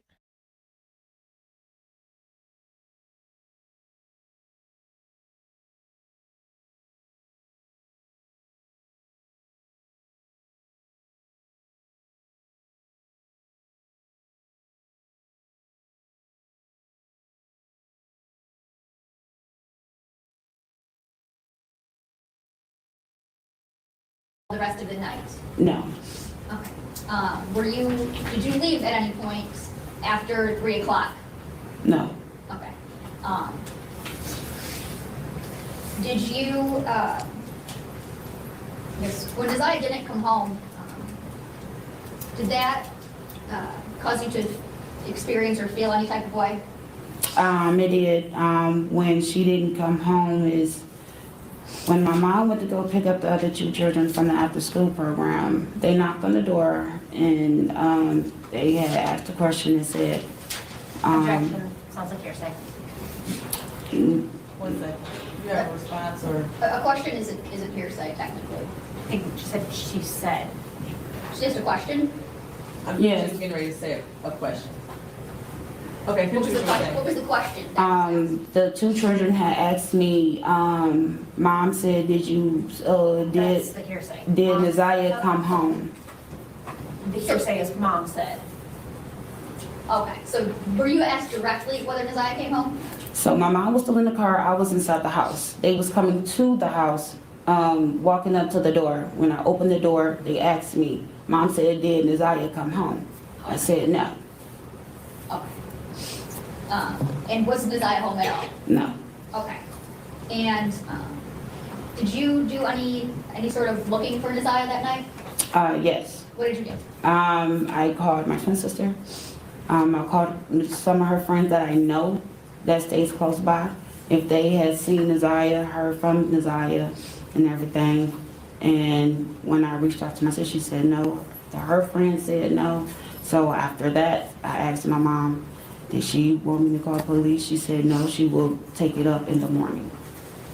Okay.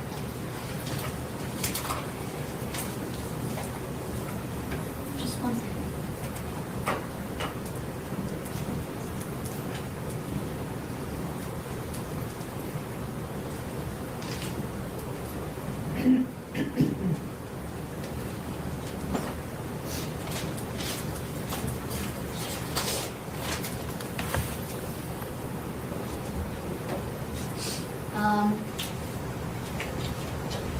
Shannon, did you know Na'Ziyah to have a pair of red and black Nike shoes? Yes. Okay. And if I showed you a picture of them, would you be able to identify them? Yes. Okay.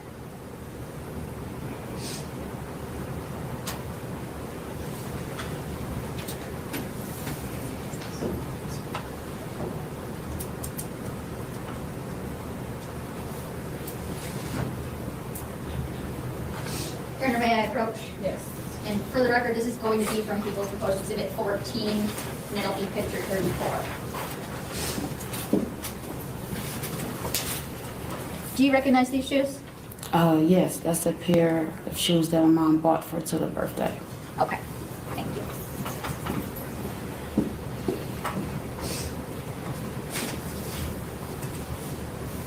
Now, back on the 9th, you said your mom was going to file a police report in the morning. Correct. Okay. Did you go with her to file a police report in the morning? No, it was my older sister. Okay. Did you do anything on the 10th as it relates to trying to find Na'Ziyah? Yes. We went out, I and some others went out to go get some pictures, made copies.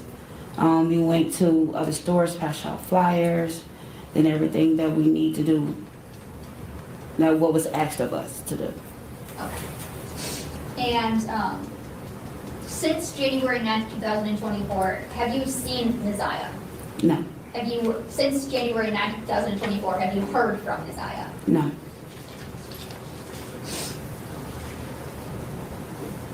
Nothing further at this time, Judge. Thank you, Judge. Ms. Harris, I also have some questions for you. You and Mr. Butts have been, or you've known him for about 12 years? Correct. And fair to say that you were in a dating relationship with him for most of that time? Correct. But towards the end, like last year, it was more off and on, fair to say? No, it was on and off for years. For years, okay. But you have 5 children with him? Correct. And this relationship that you had with him, even towards the end when it was on, it was a sexual relationship, right? Correct. Sometimes you go to a hotel to have sex with him? Correct. Yes. And that hotel was the Park Rest? Baby, no. No. See, I didn't watch all this all the way through. Did y'all finish this lady testimony? Because we got to get to the other baby mama too, because she was on the stand too. So he got 2 baby mamas on the stand and a fiance. Everybody got kids just running loose, running amok. And you going to a motel. Okay. You would have got me the first time. Okay. You would have got me the first time. 12 years, 5 children later, you still taking me to a motel. once again, this is what I'm trying to say. He knew how to get people. It's no way she should have. Let me stop. Hello to everybody that entered the chat. Why didn't they go to the police? Tracy, that's what they're saying. He was with the mama. Why didn't they call the police? She's 13 years old. She's not missing overnight.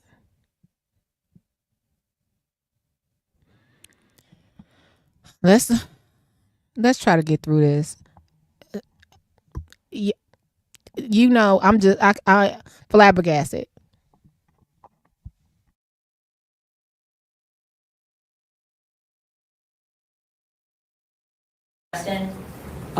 Or the SharePoint. There's more than one. Multiples, yes. Okay. But one of them was the Park Rest. Said yes. Correct. And it said in Harper Woods? Correct. On Harper? Correct. Okay. Do you know if Mr. Butts, or do you suspect that Mr. Butts has taken other women to those motels also? Correct. You do? Mm-hmm. I believe you said that you have, of your 5 children with him, 2 are girls? Yes. And 3 are boys? Correct. And in January of this time, well, January 2023, you were living with your mother on Bedford, correct? Correct. Prior to that, were you living in Clinton Township? Correct. When did you leave the Clinton Township home and move to the Bedford home? October 23.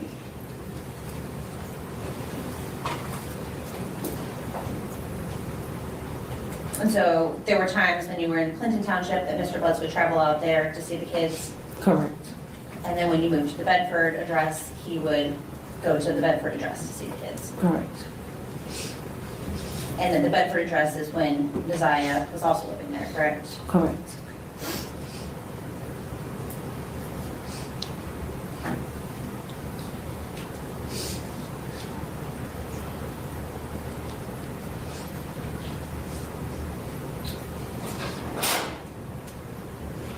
And I believe you just testified that on January the 9th, you were living at that house? Correct. Bedford, and you were there during the day? Correct.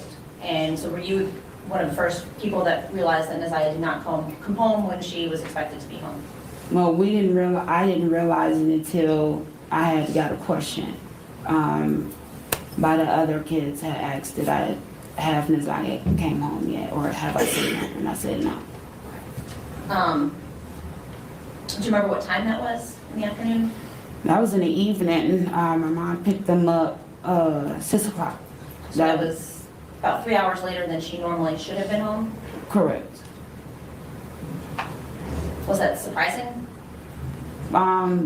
Yes, it was. One, we thought that she was at the after-school program, but it didn't dawn on no one until my mom came back to the house, and she wasn't here, or she wasn't in the car when they had got in the car. And so when you all realized that she wasn't at school and she wasn't at home, was that surprising? Yes. But you didn't go to the police that night? No. She ever not returned home previously? No, this is her first time ever doing this. Did she have friends in the neighborhood that she would go visit? Yes. And you said, are those the folks that you contacted to ask? Yes.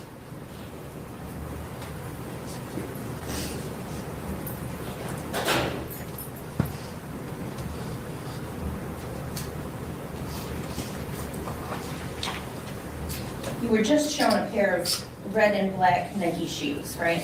Correct. And you identified those shoes as being Na'Ziyah's shoe. Is that correct? Correct. It's a shoe that looks like the shoe that Na'Ziyah is wearing, correct? Correct. Correct. You can't say for sure that that exact Yes, shoe came from Na'Ziyah, is that fair to say? Correct.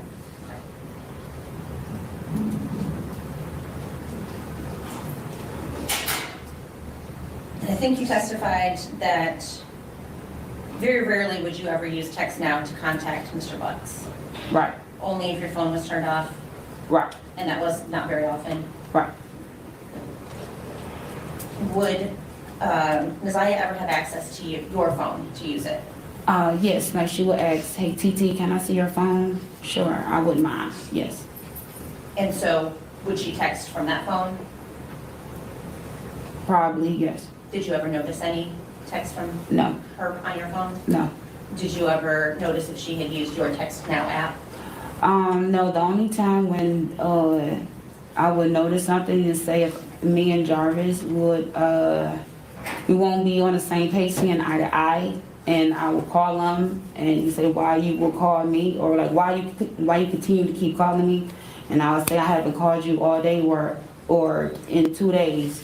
Then I will go ask my kids like, hey, are y'all calling your dad because I haven't called him.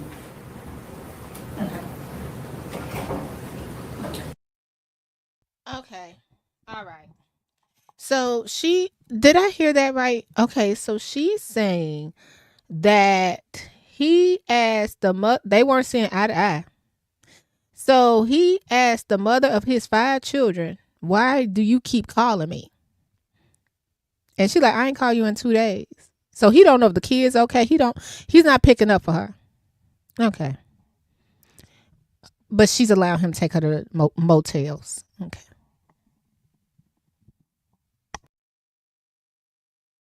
And until you looked in Na'Ziyah's Instagram account, did you ever notice anything on your phone that caused you to be concerned? No. Between Na'Ziyah and Mr. Butts? No.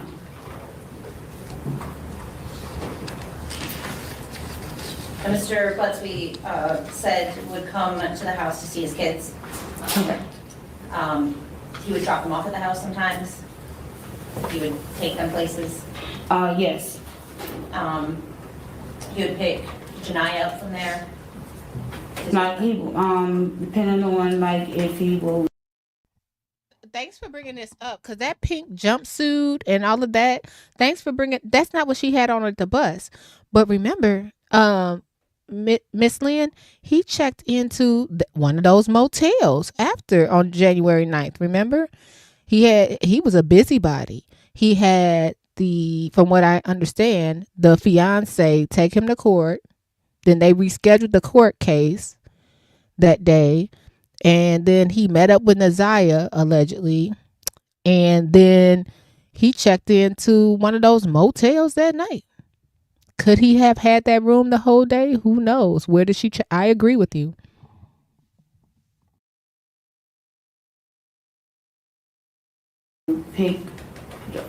Pick up the kids if I need him to pick up the kids from the pickup or drop off spot. For school, he will do that. Yeah. And then take them either to Clinton Township when you live there or to the Bedford Street address? Correct. Okay. But most times he wouldn't even come to the house, right? He will come to the house. He will call me first before he will come. Would he come into the house physically, or would he sit in his truck outside? 50%. He will sit in the car and wait till the kids come outside, or he will knock on the door. I want to read this. Delta, exactly. He claimed as a defense that he thought those texts from Na'Ziyah were from Shannon. And she's validating that. Look at the judge face. The judge just like, y'all, this case can't be done fast enough. Hey, Brittany, good to see you. Hey, Critical. Everybody into the chat. We're covering the Na'Ziyah Harris case, and we're actually, if we have time today, because we've already been long-winded, we're going to talk about this other case. Did you hear of Iyana, who was in Jacksonville, and her uncle? Look at her uncle, guys. Look how close he looked, and he looks to Jarvis Butts, and this was his niece who was pregnant and came up missing, have not found the body, and he's also a mechanic, and she disappeared in 2018, and his trial took 5 years. He just now, I think it was last week, got convicted, or last month, and now we have Jarvis and Na'Ziyah, uncle, okay, mechanic, pregnant teen missing. everyone failed these girls. But look at it, the cases are so similar. So similar. The pretty uncle coming in to save the day, and the nieces get to go to the shop and hang with their uncle. Their play uncle, in both cases.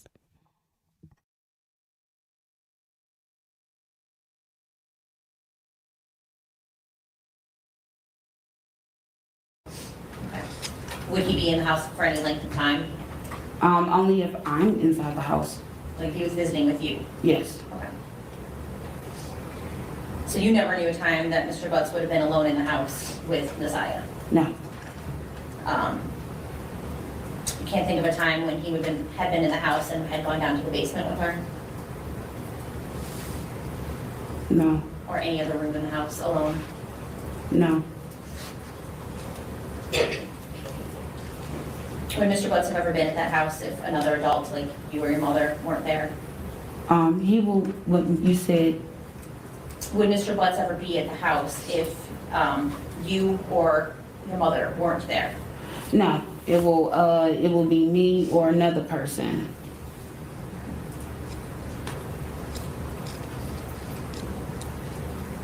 The idea that anything was going on between Mr. Butts and Na'Ziyah is shocking to you, right? Correct. You had no idea. No. You never noticed anything between Na'Ziyah and Mr. Butts that made you concerned? No. You never saw any inappropriate behavior? Not at all. You didn't notice Mr. Butts paying any special attention to her? No. Certainly if you had noticed that, that would have caused you concern. Yeah, it would have raised a whole bunch of red flags. Likely you wouldn't have invited him into the house, correct? Correct.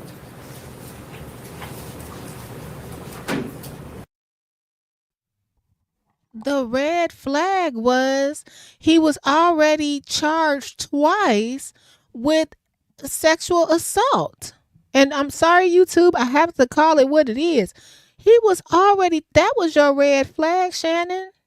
And I agree. Someone put in a comment and said he was a monster created. I think that was, I can't find it, but you are, I'm sorry, I gotta get my glasses. Yeah, they said that he had been abused most of his young life, and he had a baby by someone that an adult woman in the adult friend of the family of the mothers. And people are saying allegedly that the grandma to Na'Ziyah was in a relationship with Jarvis too. So that's why in this we're going to be covering colorism, sensitive topics like, is that how he was able to get away with everything? This pretty guy with this good hair coming around and going, I mean, he had relationships with cousins and all type of things in the family, and they still let him around children. And your red flag was him saying, hey, can I say check on Janiyah as well? Can our oldest daughter and Na'Ziyah come to the shop to work along with him and King? Now, King hasn't been found guilty of anything, but two 13-year-old girls going down to the shop, to an auto shop for what? At night for what? What were they doing?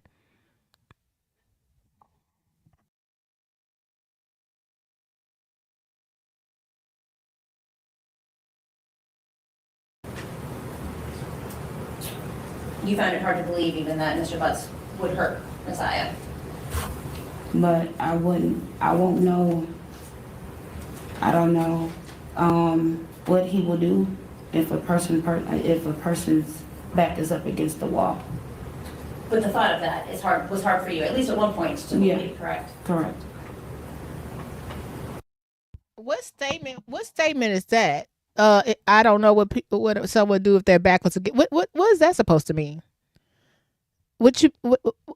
Like Na'Ziyah being pregnant or what? And I think it's hard to believe she saw nothing. Excuse me. Look at how he's treating her. Okay. Look at how she's being treated. 5 kids, nowhere to live. He won't answer the phone for her. Locked refrigerator in the house. living with her mama, being taken to motels. Look at how he's treating her. I'm sorry, he doesn't seem like a good person from the way she described. Now, if we listen to the fiance we heard earlier, he sound pretty good besides leaving at 2 a.m. He was taking care of her kids, but that's it. Interesting.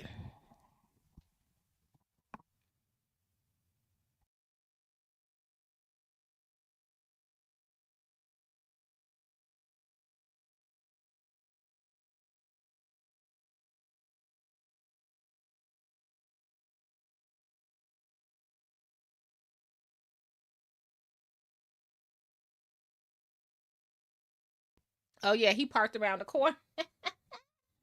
Okay, let's go. Forgot about that.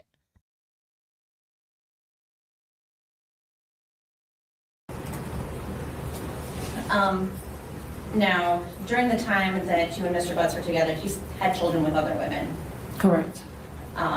pretty consistently with other women, Correct. more than one woman. Correct. Some of those women you actually knew about, correct? Correct. They lived kind of even in the same neighborhood on the east side. Correct. But you suspect that there were women that you didn't know about? Correct. Even one that lived, or more than one that lived over on the west side? Correct. You believe he was going out there to see somebody around the end of 2023, January 2024? Correct.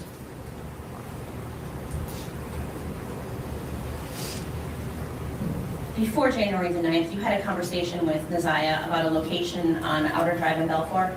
Yes. And that was surprising to you, right? Correct. That's on the east side of Detroit? Yes. Did you end up giving her directions on how to get to that location? Yes. Why did you give her directions? I was just getting out the shower and just getting myself together. She asked me, she said, "Hey, Titi," she said, "where is Belfort and Outer Drive?" And I told her, I said, "You know exactly where Belfort and Outer Drive at." I said, "Outer Drive is right where the wine basket at." And I said, "You know where Belfort at?" And she was like, "I get Balfour and Bedford mixed up." So I said, "You already know Belfort is before Bedford." So she said, "Okay." She said, "Because we are in school and we are learning about our surroundings." So I said, "Okay." But that was the only two things that she had asked, was where was Outer Drive and Balfour at. Does that location have any special significance to you?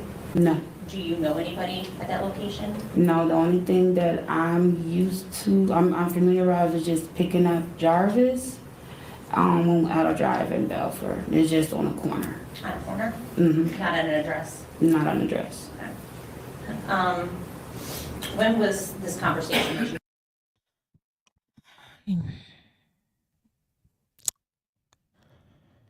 Jarvis is parking around. Y'all, Jarvis is parking around corners, okay, and walking to people's house. Then he tells his baby mama to come pick me up off a corner. Red flags all over the place. Has anyone said where Jarvis lived technically? Did he live in the auto shop? Like, what? Keith is saying, dude piping down the entire community. I swear.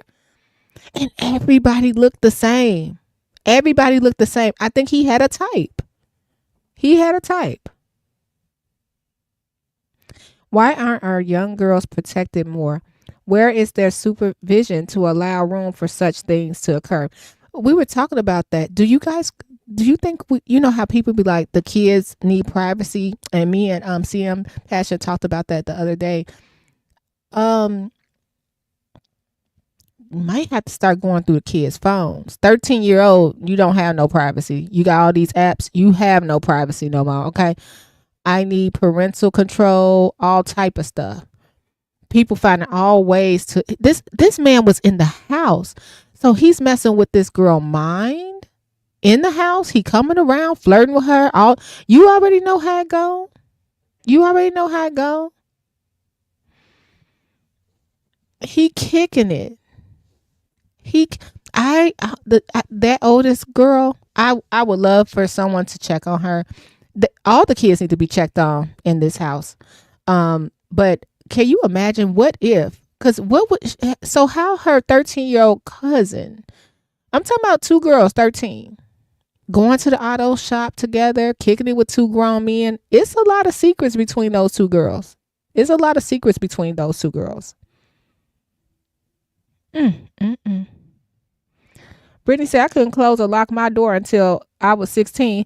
Oh, please. You know what? My mom used to do those. I'm gonna help you clean your room, and that was really to go through my stuff. And I was still slick. I was still being slick because she was a little older. And that's another thing. Like grandparents raising children, sometimes they not as. I don't know about the Roblox. I'm a grandmother. I don't know about the Roblox and all that stuff. And people putting headsets on and talking to people on the Nintendo or whatever that's. Look, I'm saying Nintendo. What's that called? When they put that on the Atari, they on the Sega Genesis playing games. What's that game called? They put their headphone on. You don't know who they talking to, and they playing a video game. I don't know who these kids be talking to. Opens my eyes. 13-year-olds, 14, check on your nieces, nephews, cousins. You don't know. You know when you a certain age and she didn't already raise her kids and now she's supposed to be raising. So all you basically doing is saying, I'm making sure they clean, they fed, they go to school, they get their vitamins. But you have to take more time and talk to them about the world and stop having these weird people hanging around. Oh, this your uncle. No, it's not. And like I said, we don't use step and stuff like that in my family. But your uncle that has been, let's just be real, abusing your okay, so I'm thinking from a grandmother perspective. He's abusing my daughter, Shannon. 5 babies, having babies on him, won't help move her out, won't make an honest woman. That's abuse. So he's nobody uncle. This is your auntie baby daddy. This your cousin's daddy.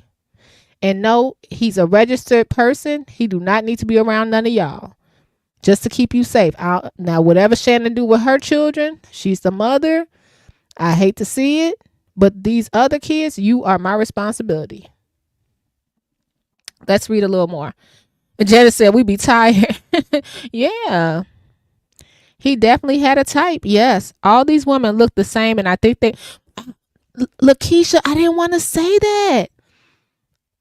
I didn't want to say that. They were mentally challenged to allow such things to occur.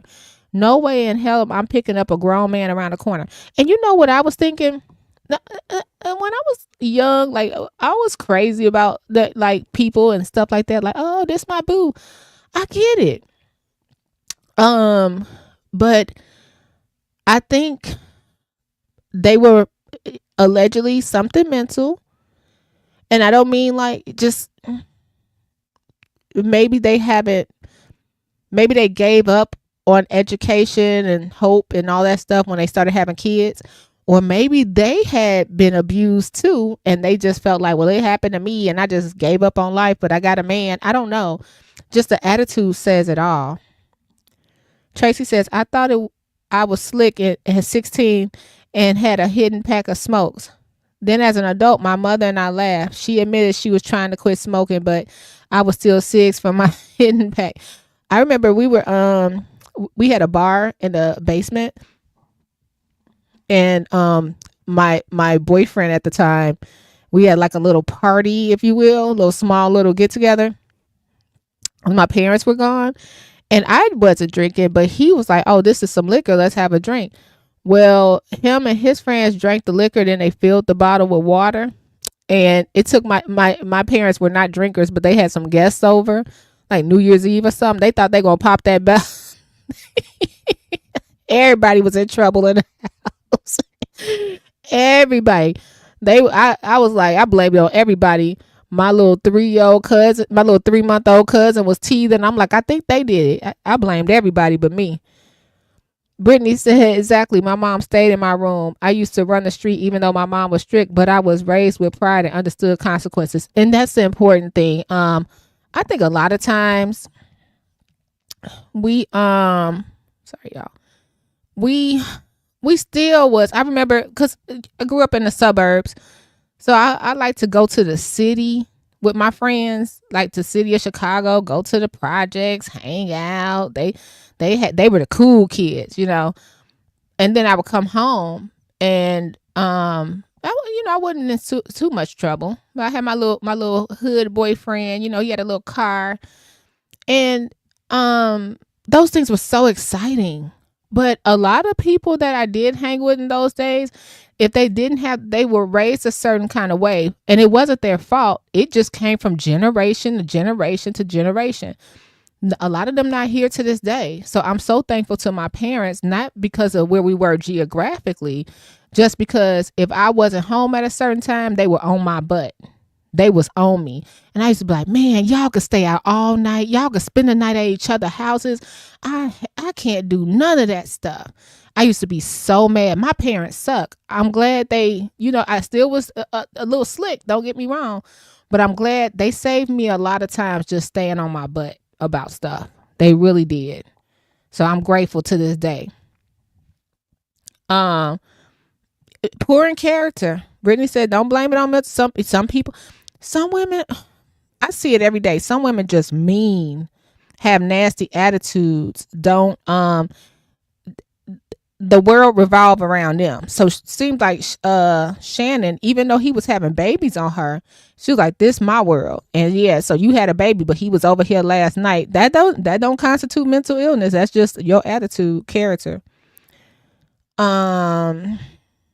It's someone from a family cousin, I think, that said everybody in the family were abused. I believe it. I believe it. Yeah. And then sometimes you rebel. You rebel from your parents. Of course, that's just natural. But right here, 2 years she was being abused.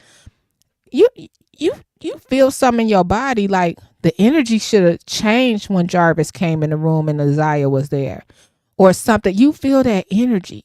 Now, not to say you would think it was something sexual, just like that spirit of discernment.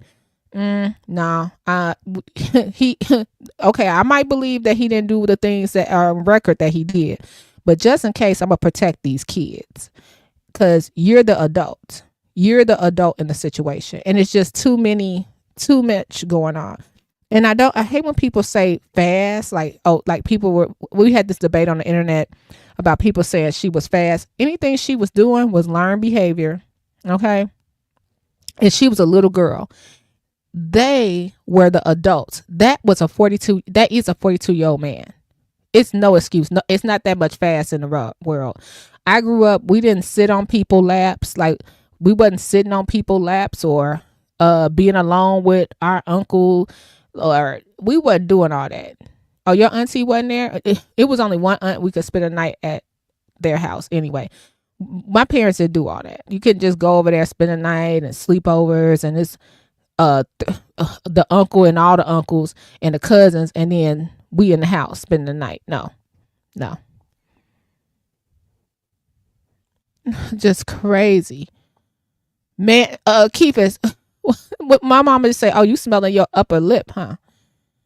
Yeah. All right, let's go.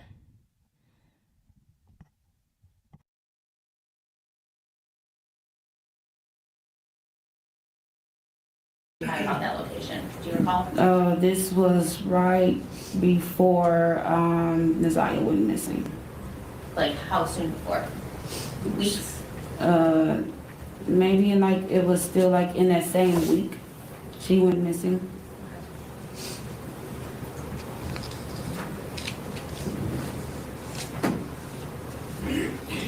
Mr. Butts didn't have his own vehicle, fair to say? No, he didn't. He generally used his female's vehicles. Did you know Mr.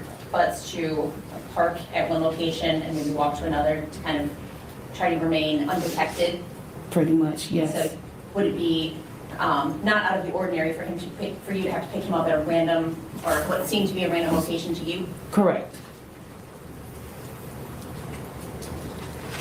you lived with Na'Ziyah for, you said from about October until January the 9th. Correct. So you spent a lot of time around her? Yes. You knew her mannerisms? Yes. Her demeanor? Yes. Her moods? Yes. Did anything strike you as out of the ordinary about how she was acting at any point in time in December or January before she disappeared? No, Na'Ziyah, nothing have changed. Her character, none of that. She was just the same old Na'Ziyah. Nothing was different. Na'Ziyah has a brother, right? Yes. Is it an older brother? Yes. Now, he had run away in 2023, is that right? Yes. Objection relevance. How was it relevant? If it's something that had bothered her or something that she was dealing with at the time, could cause a change in her demeanor. Okay. Overruled. So she did have a brother that ran away? Correct. And was that something that she struggled with? She didn't like the fact that her brother was running away. Yes, she didn't like it. Around the same time, around the time December, January, was her mother supposed to come visit, her biological mother? Yes. Did she end up coming?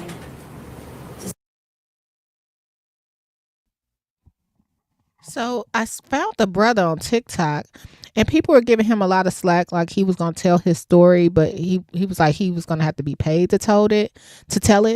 And people are like, oh, I think he's still a minor, but he ran away and he's still gone. And I think that's fair. Let me explain why I think that's fair. I don't know if you guys let me know if I missed something. He seemed like he's out there trying to survive, and it's sort of like a pay me for my pain situation. And he was going to describe the household and what was going on. And yeah, running away. The refrigerator had padlocks on it, guys. Yeah, running away.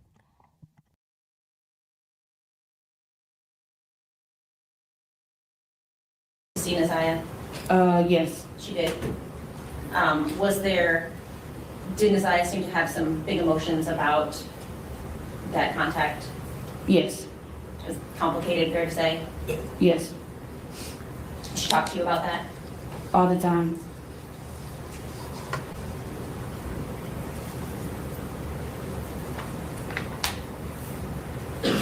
Did you notice anything? You said you didn't notice anything in a changing mood. So, No.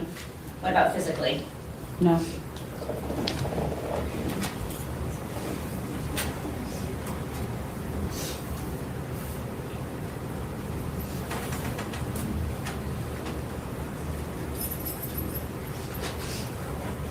I don't have anything else, thank you. Can you redirect? Yes. Did you go to the Park Crest Inn on January 9th, 2024, Mr. No. Butts? No.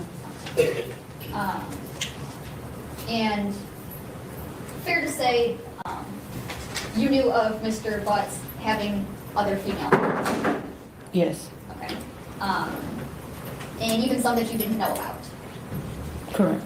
Okay. So would it be fair to say that you didn't always know what Mr. Butts was doing? No. You couldn't account for his whereabouts every minute of the day? No. Did you know him to, one of those cars that he would use, did you know him to have a white Escalade type truck? Correct. Yes. And you were asked some questions about Outer Drive and Balfour. Fair to say, from what I gathered, the only connection you have to that area is Jarvis Butts. Correct. Okay, so he's the only one you would associate with that area.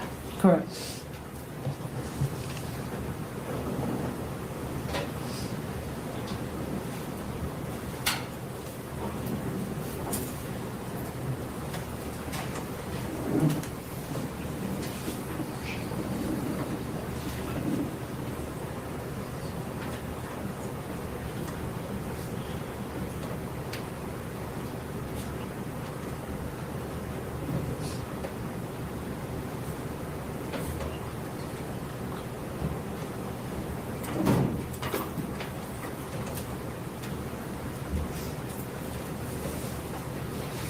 And you knew Mr. Butts to have other children? Correct. Okay, and you knew him to have clearly gotten other women pregnant? Correct. And to your knowledge, were all those women adults? To my knowledge, yes. Did he, to you, ever hide getting another woman pregnant? No.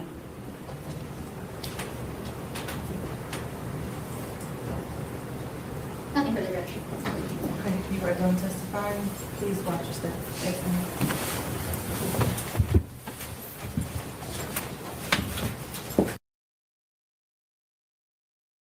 State your name for the record, ma'am. Valerie, excuse me, Valerie Louise Smith. And Miss.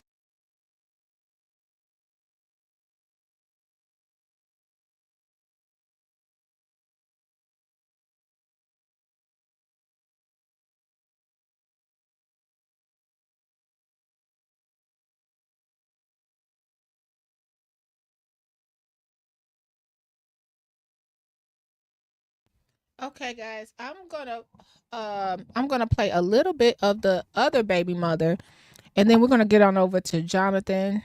And then we'll do a part 2 of this, because I want to talk about Jarvis's sister. Jarvis's sister is the only one that showed emotion during this whole trial.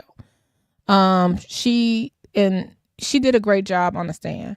But right now, this is the baby mother. Shout out to crime department. We're gonna go ahead and play a little. I think this is the second baby mama.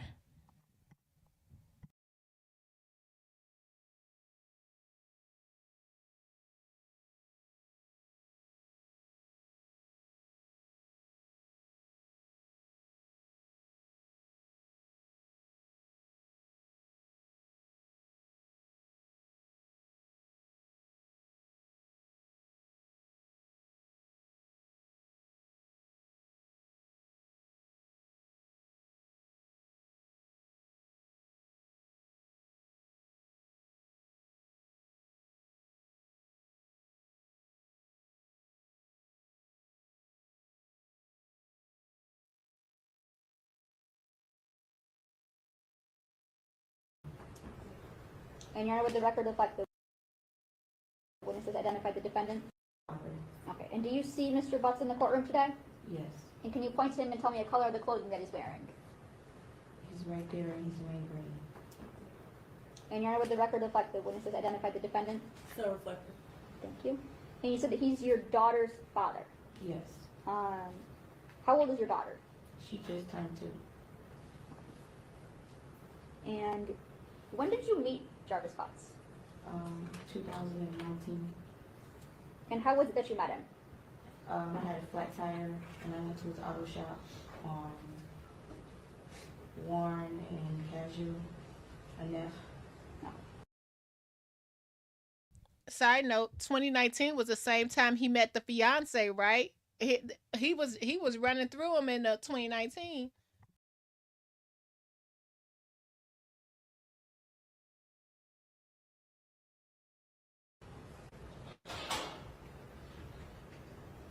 Now, you said you have one daughter with Mr. Butts. Do you have any other children? Yes. Okay. What other children do you have? I have a son. Okay. And how old is he? He's 7. And that is not a child by Mr. No. Butts? Okay.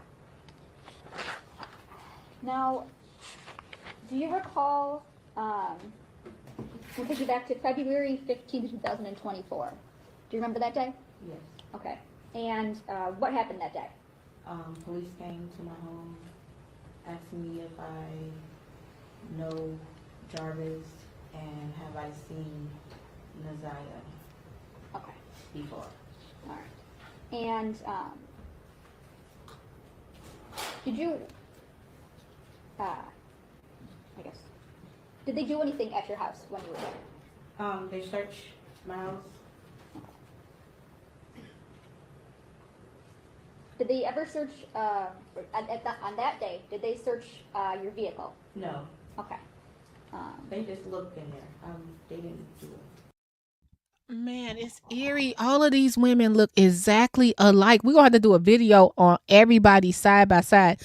I can't tell Shannon from Angel to, I forgot her name, the fiance. You can't tell none of them apart. And this is the worst part about it all. This is a man that didn't have a home of his own. So all of these women and their homes were searched because of Jarvis Butts.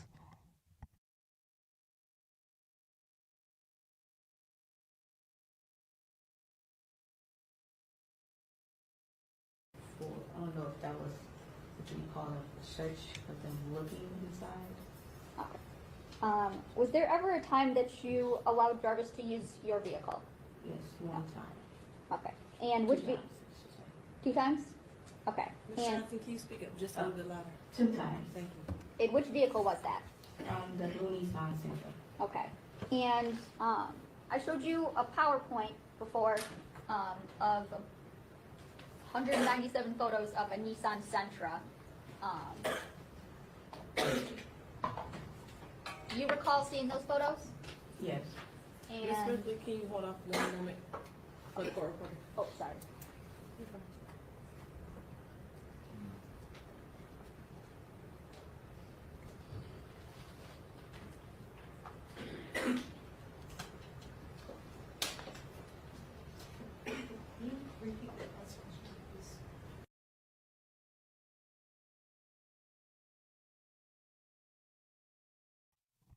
This is eerie how they all look alike. They all look alike. They all live in the same area. They're all single mothers. They all allow him to come and go as he pleased. Like, he did not have a stable relationship with anybody. He was just hopping from house to house, and not even their houses, their mother houses. Most of them, I think at least 2 was living with their mother. Yeah, the fiance was with her mom. Then Shannon was with her mom. I got to follow up on this one. But they're all right, let's get to the grandmother. We're gonna stomach as much as we can with the grandmother of Na'Ziyah. Okay. This is the maternal grandmother. You guys, what is happening to our families? And shout out to Justice is a Process. I'm going to put their YouTube link here. We're going to claim fair use, and we also give them a follow if you can, if you want to see the whole video without my commentary, because this is commentary over there. Shout out to CM Passion's 92-year-old grandmother. Go ahead. Okay, let's go.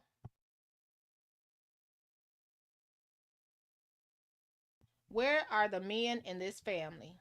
It's nothing but women actually lined up in support of Na'Ziyah as well. Up the stairs here.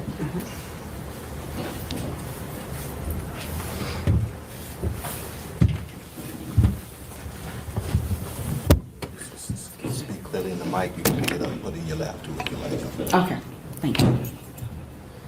Whenever ready, Mr. Makepeace. Thank you. Could you state your name for the record? And then Harris. And Ms. Harris, do you know someone or did you know someone by the name of Na'Ziyah Harris? Yes. And who is Na'Ziyah to you? My granddaughter. Are you her legal guardian? Yes, I am. When did you become her legal guardian? I adopted Na'Ziyah back in 2016. And that was court work or paperwork filed and all that to legally adopt her? Yes, it took a process. Oh. Yes. And back in January of 2024, did Na'Ziyah live with you? Yes. I don't want to know the specific address, but what street did you live on? Bedford. And is that in the city of Detroit, Wayne County? Yes, it is. How long had Na'Ziyah been living with you at that address on Bedford? Oh, wow. Basically, I mean, ever since I had her. I mean, since 2016? Well, we moved to another house. Okay. When did you move into the Bedford house? Let me see.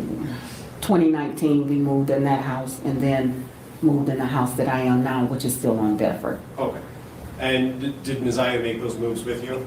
Yes. And in January of 2024, at that Bedford location, who else lived there? Just me, the kids. My other daughter lived with me at the other address. But it was just basically me and my kids and Shannon. And who is Shannon? My daughter. And what's her last name? Harris. And she lived with you and Na'Ziyah and the other kids at the Bedford location? At the first Bedford location. Okay. Yes. At that first Bedford location, how many other kids in addition to Na'Ziyah lived there? My other two, my grandson and my other grandchildren. Okay. So how many kids total in that house? 6. Should have been 6. And you and Shannon, correct? Well, Living there. Shannon, she was there, but she wasn't really like there all the time. How big was this house? 6 kids? She would spend most majority of her time at my house, but actually Shannon had her place out in Clinton Township. And when you were there in January of 24, how old was Na'Ziyah at that time? January 24th, she had 13. She had her birthday in September. And was she going to school? Yes, she was. What school did she attend? J.E. Clark Preparatory Academy. And is that also in Detroit? Yes, it is. Just generally, can you tell us about your morning routine with the kids, specifically Na'Ziyah, about getting them to school and things like that? Sure. Okay. 6 a.m. That's when I get the children up. They usually get up, get dressed, prepare themselves. About 7:15, 7:20, we're basically saying prayer and we're loading up in the car. I'm dropping them off at school at 7:30. Breakfast starts at 7:30, and they like to eat breakfast at school. And does that include Na'Ziyah? You would drop her off at J.E. Clark? All together, yes. Now, I want to talk about, well, let me ask it this way. Did you know someone by the name of Jarvis Butts? Yes. And do you see Mr. Butts in the courtroom today?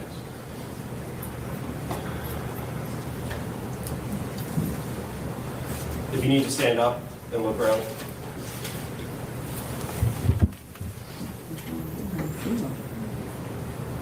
I got no glasses on. I don't see them.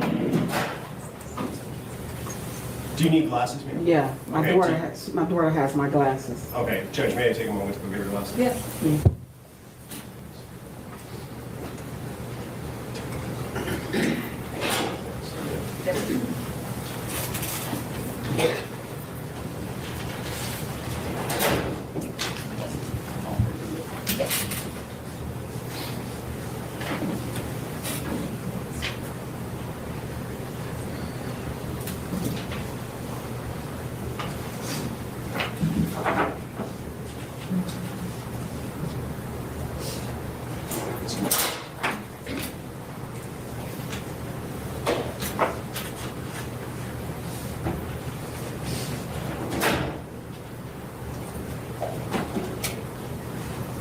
May I approach witness, Judge? Yes.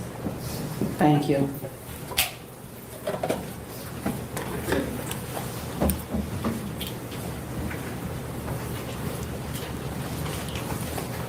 And if you could just stand up and take another look around. Okay. Yes. Do you see Mr. Butts in the courtroom today? Yes. Could you Yes. point to him and identify a piece of clothing that he's wearing? Blue uniform with the blue mask. For the record, the witness has identified Jarvis Butts, the defendant, in this matter. So reflected? And may I approach the witness again, Judge? Yes. I'm approaching with what's already been admitted as People's 9.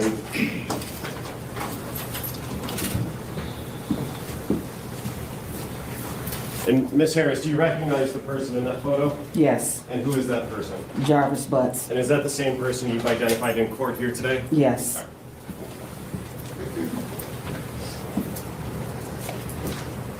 And Ms. Harris, how did you know Mr. Butts back in January of 2024?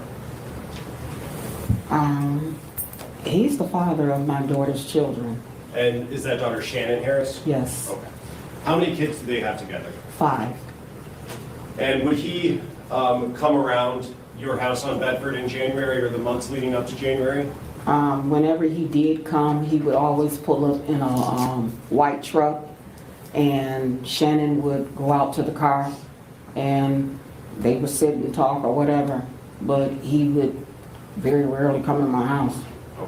And during that time when he would come around and sit in his car, was there any times that he would interact with Na'Ziyah that you saw? Not that I remember, no. Okay.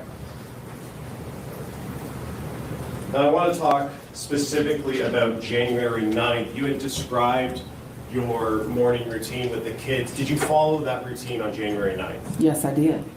And did that include dropping Na'Ziyah off at J.E. Clark 7:15 to 7:30? Yes.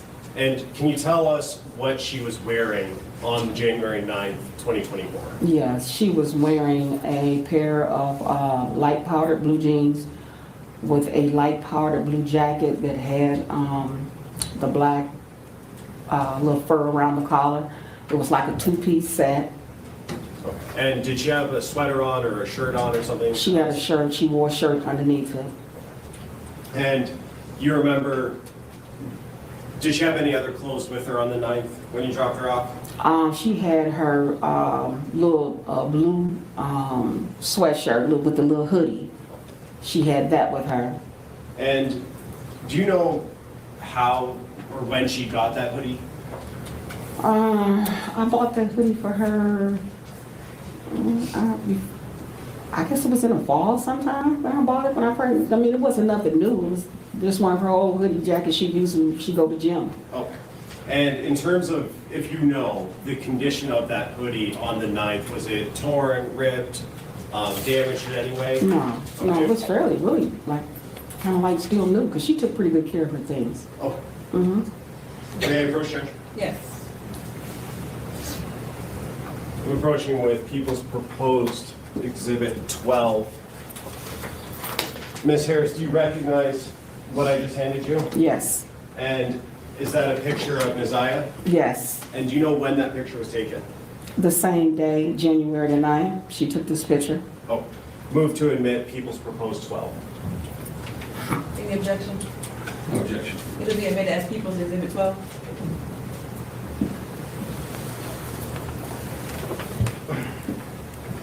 And when you dropped Na'Ziyah off at J.E. Clark, what was the routine supposed to be after school was over? Okay, well, school is over, the bell rings at 2:40. Na'Ziyah was due to come home. And normally when the bell rings, 2:40, 2:45, she's getting on the bus. And was that's what she normally did on other days? Mm-hmm. Is that a yes? Yes, I'm sorry, And yes. what time would she normally arrive back at home? The Na'Ziyah would be walking in through the door. Sorry, guys. I was looking for this audio on TikTok where they were saying sorry guys, where she was getting ready for school, and it's supposed to be Shannon and Annette. I'm gonna play it and see if we can recognize the voices. But I saw the video. I'm sorry, I thought I saved the video, but let's play it.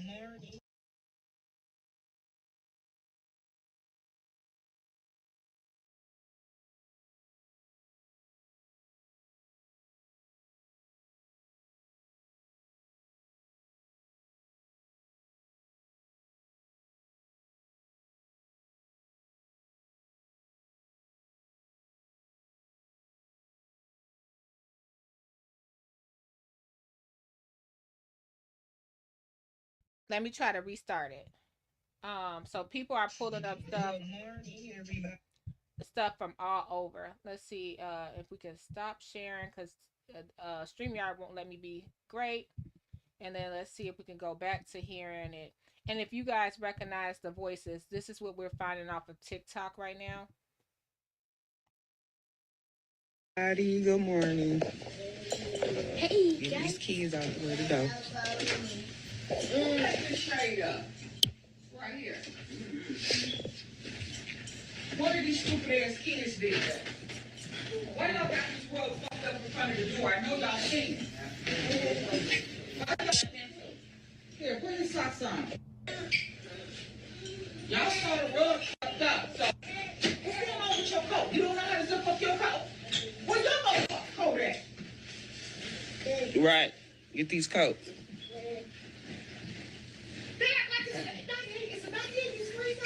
No. Come here. It's up under that shirt. It's up under that sweatshirt. Is you keeping that in school all day today? They gonna let you keep that on? Let me see it. This is thin as hell. You can't focus on it now. Boy, you pretty ready to get slapped. Right on your shoulders. 5 pounds. It's cold as hell outside. You, wear your coat. And then I can't finish this. If you don't take that hoodie off and put that motherfucking clothes, I don't give a fuck whether you can fit it or not. You're not walking out of here without a coat on. Let's go. You need a And that coat. coat that you wearing ain't yours nowhere. That's the one that was too, Ariel broke the zipper on. That's her. Why are you wearing a too small coat? Because she couldn't find her, so she went up there and put that beige, remember that beige coat that both of them got during Christmas time?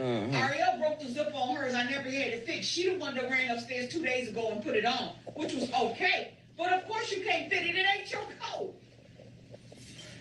But it's time for everybody to say prayer.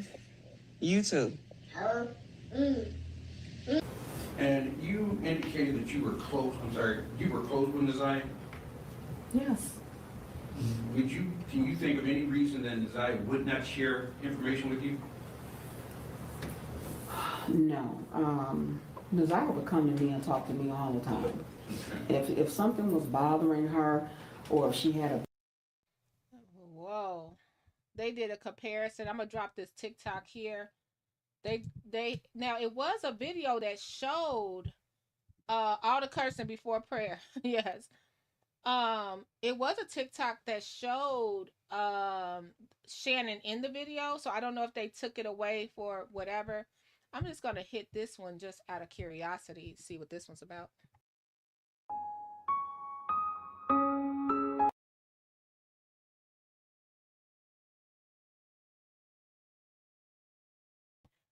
The house, you could tell. Now that's supposed to be him in the background, like walking in with the gray, allegedly. Man, house of horrors, probably. Nobody was being cared for. Okay, all this cussing before prayer. Yep. Oh my goodness. I saw someone said something about a bruise. I gotta look into it. This is the picture here, right there on her forehead. A lot of people were saying that. I didn't know if that was like a pimple or what was going on. Prayers for Na'Ziyah Harris. Like I said, you guys just tuning in. We're covering Jarvis Butts, as well as another case. We'll get on over to Jonathan, Uncle Jose, also married to the auntie, mechanic, need the little girl to come help at the house, all that stuff. And she's pregnant and she was missing, but he was charged with murder. Let's go to the news clip. Let me know if you heard of Uncle Jose, aka Jonathan. And yes, we're talking colorism, things of that nature. Aunts that, he was just running through them. Pretty hair. Running around.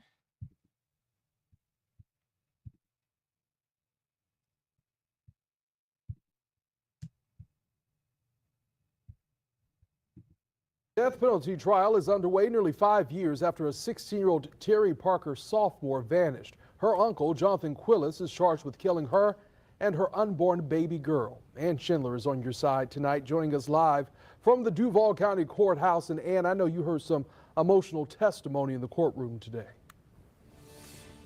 Yeah, we heard today from Iyana Sawyer's family members and friends talking about who she was, a straight-A student. They called her a homebody and said that she wanted to be a surgeon, even though everyone in the family called her their little lawyer.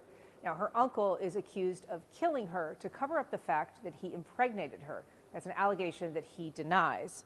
But his attorney today said there is no proof a crime even occurred, since there was no body or blood even ever found. Jurors heard testimony today from Iyana Sawyer's grandmother, who said her view of her son-in-law changed dramatically after she caught him and Iyana sharing an intimate moment.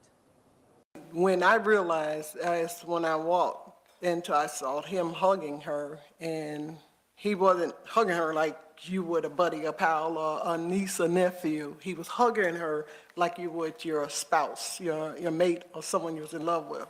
When I walked out and I seen him, he was hugging her. He jumped. I startled him.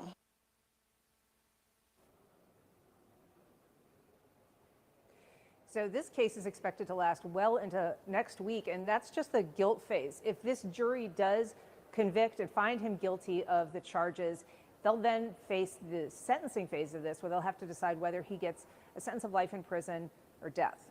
Live at the Duval County Courthouse, Ayan Schindler, first. Yeah, because Florida don't play that. Florida don't play that. All right. Again, we're talking about Uncle Jose. So this is Jarvis over here in Detroit, and now we got Uncle Jose over here in Jacksonville.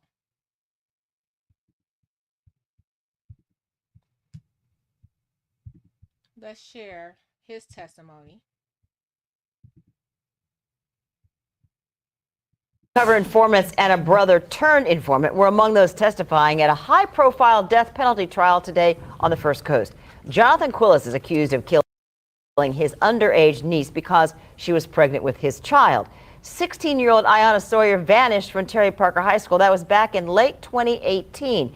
It's now day 5 of testimony, and Ayan Schindler joins us now to catch us up with what's been happening in the courtroom. Ann? Well, jurors had a later night than usual today. In fact, they're still there. They were listening to a lengthy recording of QUILES, secretly made by 2 jailhouse informants, as well as testimony from his brother. Now, in that recording, he confesses to killing his niece by shooting her and then dumping her body in a container at the automotive junkyard where he worked.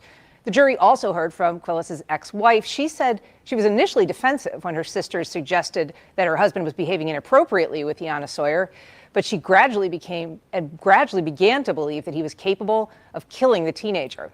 In comments pointedly directed at the defendant, she recalled his behavior before and after the crime. Prior to that, he was fidgety and nervous, restless. After she went missing, then he slept like a baby. And I'm aware of this because I was very pregnant and I was up every hour on the hour to go to the bathroom as he slept like a baby. As a powerful witness, the last witness of the day. Y'all, so this is the wife. She's pregnant. She was pregnant this 5 years ago. So about her baby should be about 7-ish. Can you imagine you have to raise your child, the child by your niece is gone. Technically, so your niece baby would be, I don't, my head hurts to even think about it. Her niece baby would be her great niece and her child's sibling.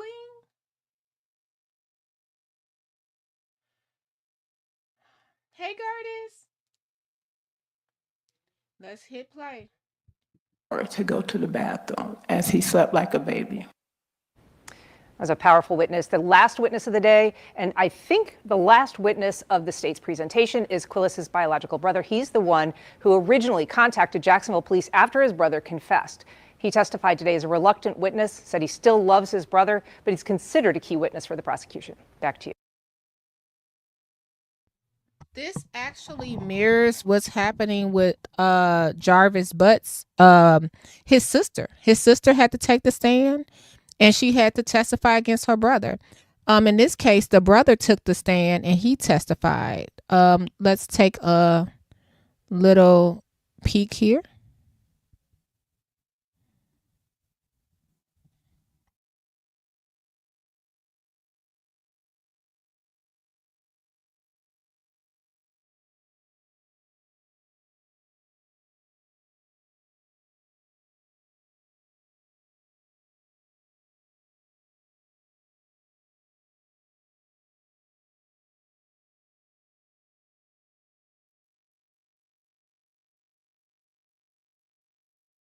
This day, as you sit here right now,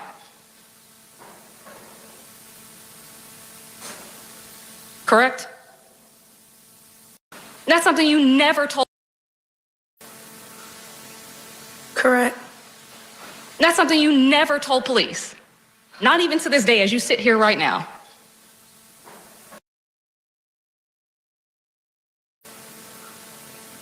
Correct. That's something you never told police. Not even to this day, as you sit here right now.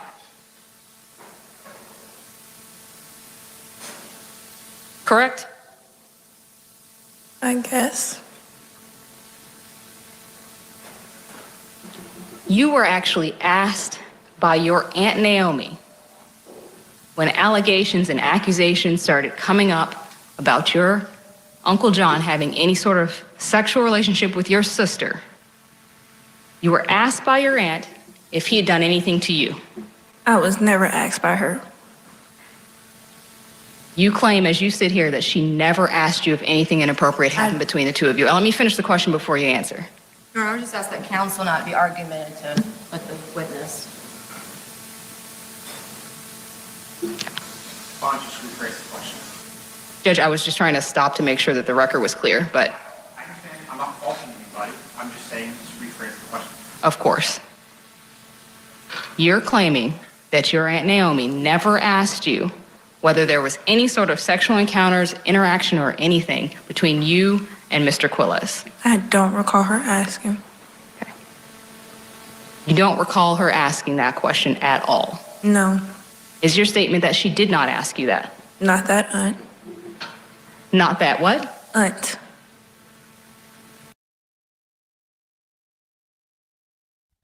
I'm not a lawyer, but this is a teen, right? They are really, is she a little aggressive or is it just me?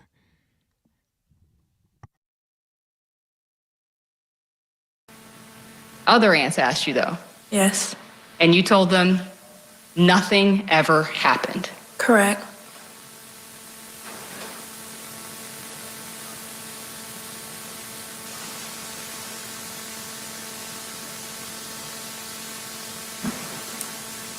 All right, let me talk about the first encounter that you described.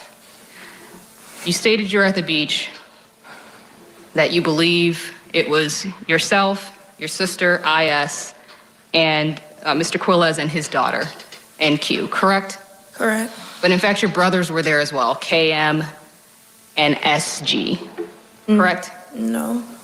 You don't recall telling police that your brothers were also present at that beach? I don't recall them being there. All of these people are on the beach, and you're claiming that just you were in the water when this sexual encounter occurred. In that area, yes. So they were all sitting on the beach, didn't notice anything going on in the water whatsoever. No. You never told any police officer about this beach incident. I don't recall.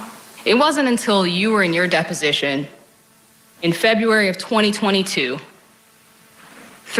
more than 3 years later, that you disclosed this beach incident, correct?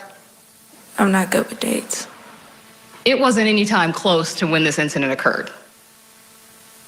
And it definitely wasn't in that 4 months after conversation that you had with Detective Newlywed where you came clean about everything that happened between you and Mr. QUILES, correct? Correct.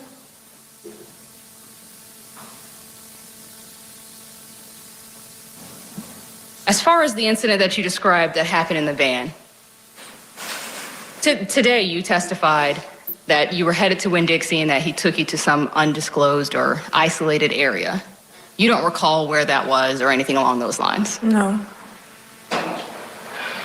You recall telling police that at one point It was in the abandoned parking lot near the Winn-Dixie. I don't recall. Do you recall telling police that at some point his daughter was in the car with you during some incident? I don't recall.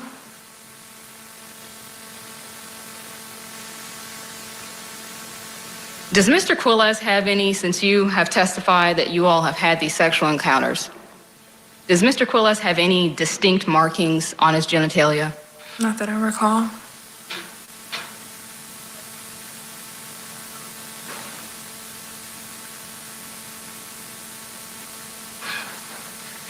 You've stated this throughout your testimony on direct, but I'm going to ask it to you again.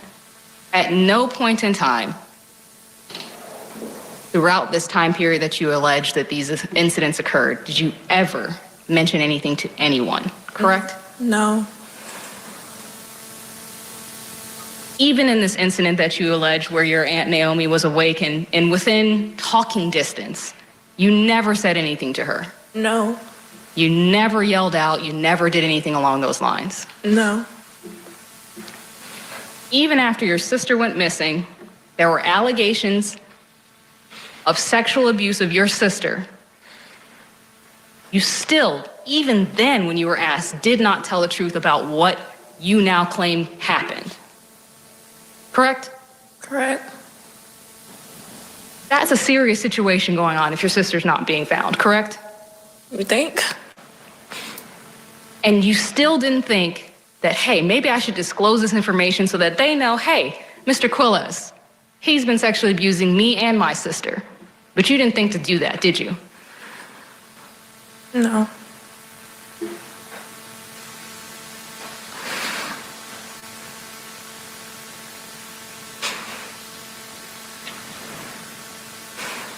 You would agree that there has been little to no consistency in what you allege to have happened between you and Mr. QUILES.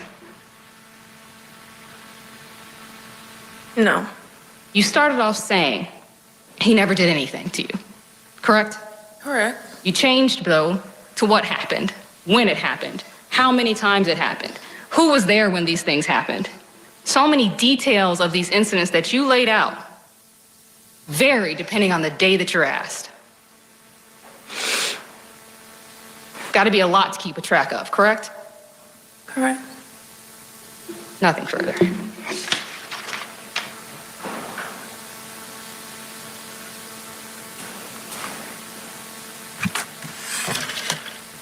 SS, do you go about your life wanting to think about the defendant sexually abusing you?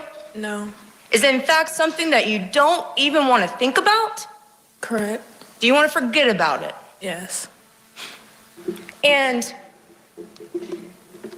did you ever tell anyone what the defendant did to you? No. Did you ever go to your mom and tell her? No. Were you in fact the one that got confronted about it? Yes. And was that because your mom had found something? Yes. And based upon that, did your mom then confront you? Yes. Had your mom not found something and had not confronted you, would you have told? No. Were you afraid to tell anything? Yes. So you did not freely tell this information, did you? No, I didn't.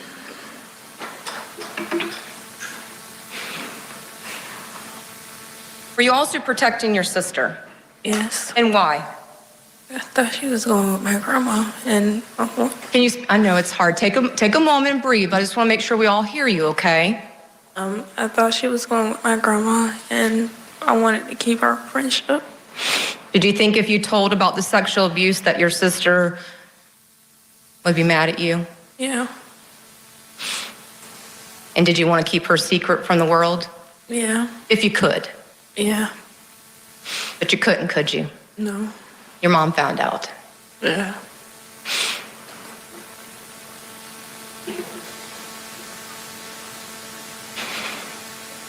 Did your mom ask you any details about the sexual abuse when this first came out, when your mom found out? Yes. Did you want to tell her much? No. And did your mom respect that? Yes. And this was Your mom finding out about the defendant sexually abusing you, that happened while your sister is missing. Is that fair to say? Yes.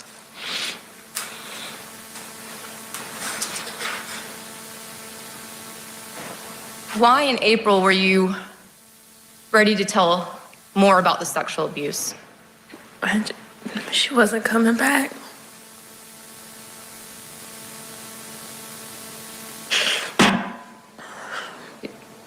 Do you need a moment? I'm okay. I'm almost done, I promise. Is that when you knew you could break the promise to your sister? Yeah. And is that why you're willing to tell all about the defendant sexually abusing you? Yeah. Nothing further.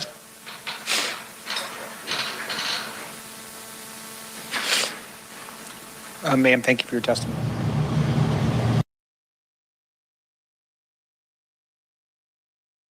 There was a sexual relationship is outside of the time period that she would have conceived, but we have always asked, did that relationship continue on? And we know it went on for months just based on the conversations that she had with friends. He's a viable suspect for the father of her child. So that the family finds out Iyana is pregnant, right? But she was dealing with a kid in a neighborhood. So they were assuming it was him. And that's how she kind of slid past that one. Child. Police ask Humphrey where he was the day Iyana went missing. When he shows proof he was out of town, investigators have to rule him out. But if he's not Jose, who is? That's when a new name comes into the mix: Jonathan QUILES. She confronts Ayana's sister, and Ayana's sister's the one who says, oh, that's Jose is Uncle John. So Iyana was John's niece by marriage. He was Uncle John to Iyana and to the other siblings as well. They were very close. His wife and him both took care of the kids on a regular basis. They would spend time at their house. John, really charismatic guy. He's very likable. He was a mechanic. He was a handyman. He had a good family life, was working, doing well, married, had a kid, another one on the way at the time. Ayana's mom knows the two are very close, but if Uncle John, aka Jonathan QUILES, is the Jose in Ayana's diary, did things go too far? Her mom is determined to get to the bottom of whatever is going on. She calls police, and they head over to his house. Hey, John, what's going on? This is crazy stuff. So look. So the mama, she find out what's going on. So they start to break, because remember, the wife, she was like, we're going to have to separate you and Iyana and, the kids over there just because the heat is on. Now, here go the body cam footage. Listen to what he has to say.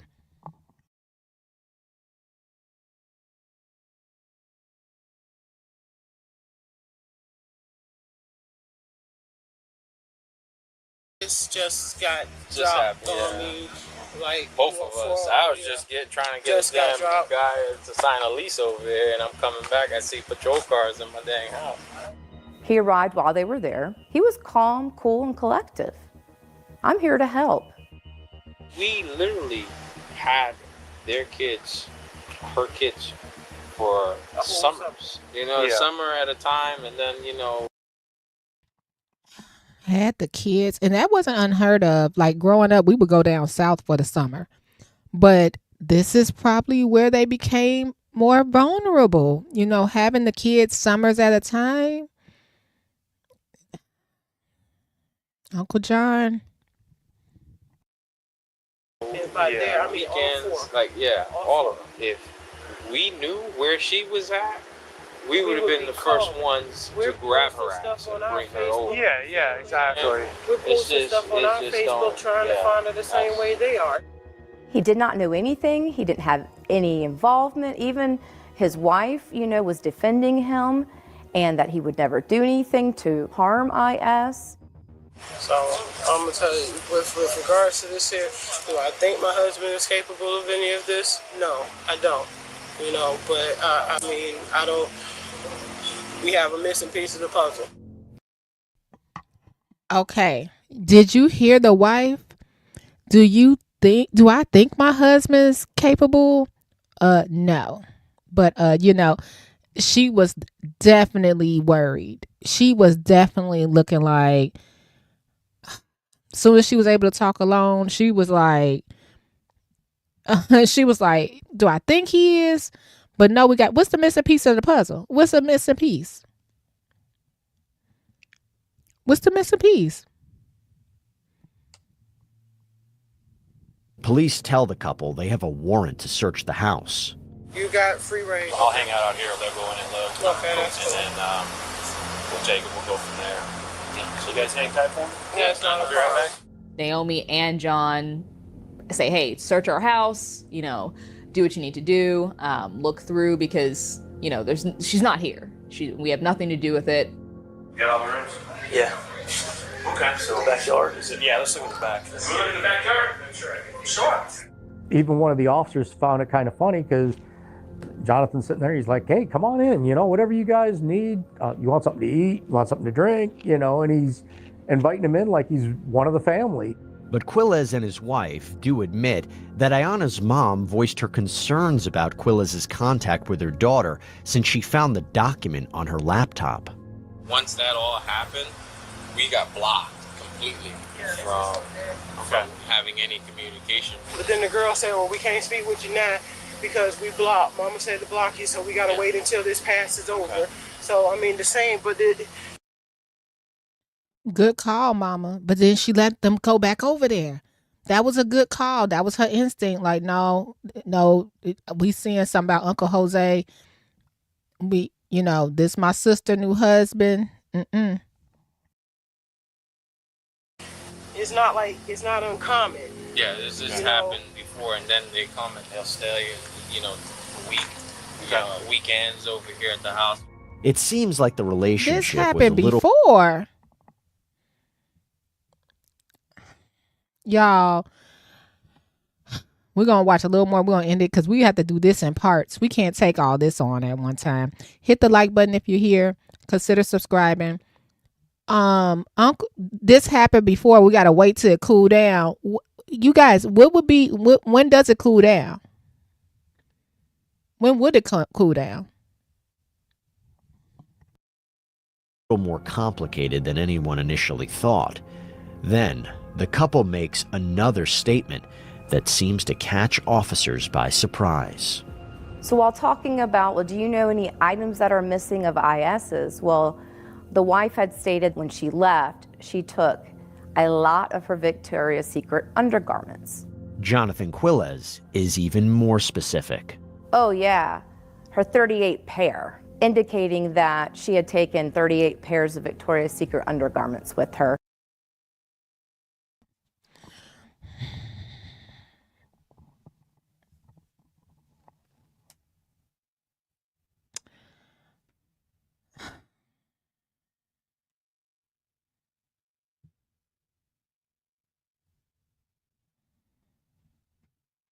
I'm just tapping my foot. So this child decided to steal her auntie 38 pair of drawers. Yeah, okay. Okay. These people are crazy. These people are crazy. Are you kidding me?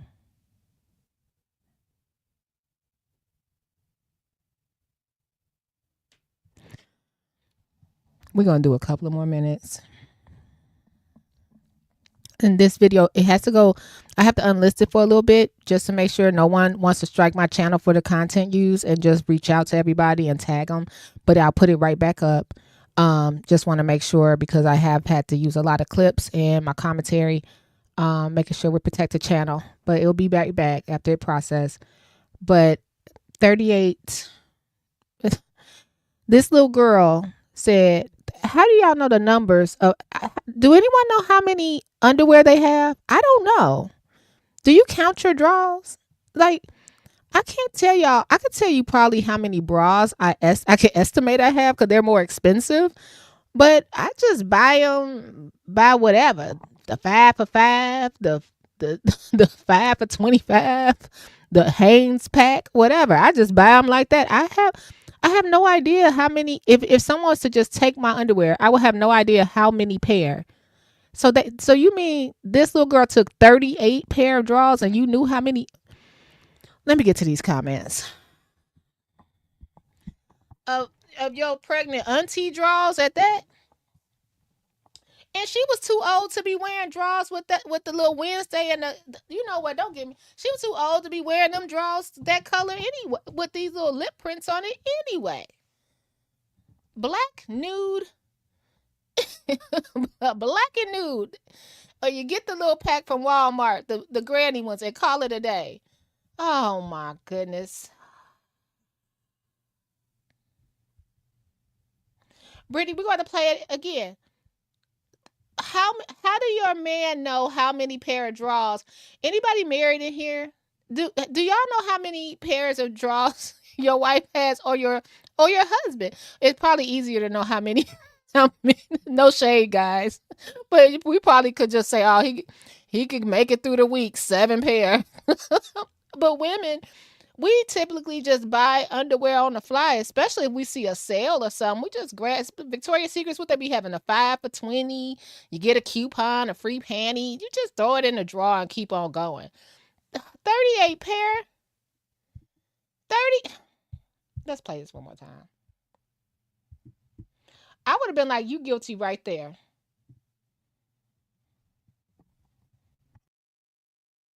Anyone initially thought. Then, the couple makes another statement that seems to catch officers by surprise.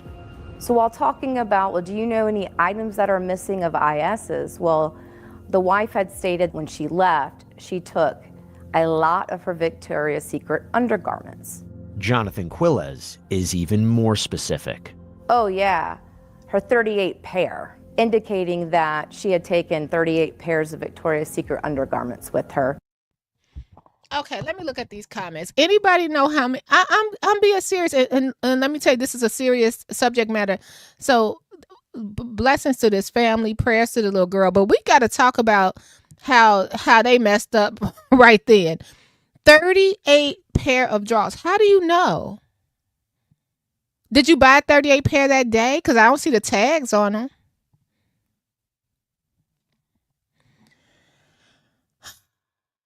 Y'all watch your children around these people. And I mean your girl children, boy children, trans children, whatever they identify. Watch your kids around these people. Look into people's backgrounds. Man.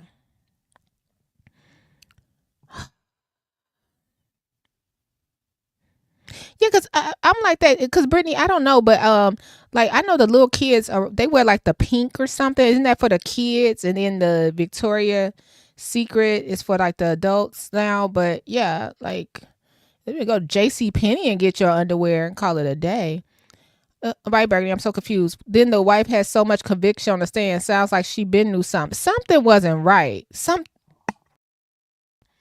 When we hear these stories, I think they ignored a lot of stuff until both sides. When we get to poor Na'Ziyah and poor Iyana, it was clues. It was clues. Like it was clues somewhere. And they probably didn't say anything until other people started questioning, and then the law got involved. And what do you mean? Just let it blow over, then we'll be back. No, Let what blow over? Oh my gosh. Let's watch a little more.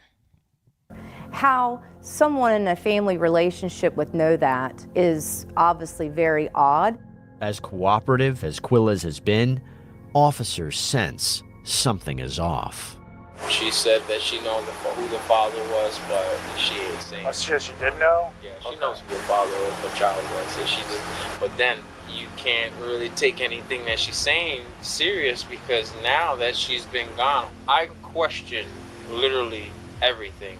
Police there wanting to talk to John about, have you had a sexual relationship with Iyana? And so it's just, they were investigating him, at least trying to find out. When we return, police decide to bring Jonathan Quiles in for more questioning. They're making some allegations that we got to do a thorough investigation. Okay. Okay. So we're gonna have to take you to get interviewed by a detective. Okay. Okay. And just They cuffed him and put him in the car because number one, and I agree, like she was at Pink, like we just was saying, she too grown to be wearing them childish underwear. Okay, and 38 pairs. Girl, that baby didn't take that lady underwear. No, she did not. I'm sorry. And I be like, I be trying to be riding the fence. That little girl did not take 38 pair. Like, okay, I'm gonna run away and take 38 pairs of drawers of my aunties. What? That did not happen. Let's skip up a little bit. So they take him in for questioning. Complete, utter shock. It only heightened that Jonathan Humphrey, which was expected since he and Iyana had a relationship. But the unknown DNA was, and a rush was put onto it because what we had learned that a few days later, police turned the investigation over to homicide detective Abbott, who immediately processes the DNA Quiles provided. It was submitted to the Florida Department of Law Enforcement here, and a rush was put onto it because what we had learned was that a sexual assault kit involving IS had been submitted back in March of 2018, and there was unknown DNA. The results showed DNA from neighbor Kamar Humphrey, which was expected since he and Iyana had a relationship. But the unknown DNA was additional. Could it be her Uncle John's? Well, on January 7th, 2019, a shock came. Jonathan Quiles' DNA was on IS's panties. Complete, utter shock. It only heightened that Jonathan. Now, can I ask y'all something? Now we hear that. This is what I was thinking. That's why y'all brought the drawers up. Because now all of a sudden she stole her auntie panties. So it was like a lie to, what, do you guys follow me? Oh yeah, by the way, she took 38 pair of her aunt panties. Now they found the panties and now it got the uncle DNA on it. You see what I'm saying? So they were lying together right then, in my opinion. They were lying together right then. Because I just didn't understand. How do you know how many pair of drawers? Now we done found the drawers and now, oops, Uncle John DNA is on there. Y'all get somebody else to do it. I'm sorry. Drawers. I'm serious. So the aunt knew. She knew. And you know what? I'm not gonna lie, Brittany. Me saying draws might be something I'm saying because just in case we got any, weirdos listening to this story, and you know what I mean. If I say panties, they might be like, ugh. So I'm like, the draws. All right. That's what they are over here. Cause people weird on the YouTube. Let's go, guys. We got people, people pop out anywhere like, ooh, what they covering over here? This is sick. And that proves to me, she knew. Now all of a sudden she on the stand standing up for righteousness. And then this whole time now all of a sudden they find a DNA on the panties. Oh, well, that's because she stole the auntie panties. And my husband, the DNA will be on there allegedly, but it's And Quiles was definitely a person of interest. Then a bombshell hit. A phone call comes in to the Jacksonville Sheriff's Office. That individual identified himself as Joseph Quiles, Jonathan Quiles' brother. And oh boy, did he have a story to tell. Jonathan Quiles had called his brother. He stated it was either December 19th, 2018 or December 20th, 2018, that his brother was frantic, stating that this girl might be pregnant, it might be mine, and I have to get rid of the body. Joseph Quiles then stated his brother hung up the... So let me tell you the tea on this, because I was listening. I was over there on TikTok. So allegedly, Jonathan thought he was all good because what allegedly that happened was they said that the brother, you know how the jail record we were talking about in the other case with Uncle, who's that Uncle BUTTS. I can never remember his first name. Jarvis. Uncle Jarvis BUTTS. He was on a recorded line with his dirt from jail. He would call it from jail. But Uncle Jose Jason over here, his brother was plugged in prison. So he had one of those cell phones. So they were communicating via the cell phone instead of the recorded line. And I said, oh my goodness. Because I'm like, why would he tell what he did on the recorded line? He didn't. He had like the hookup phone in jail. You guys know how you ever watch those YouTube videos and you be like, how is this man got a phone up in here?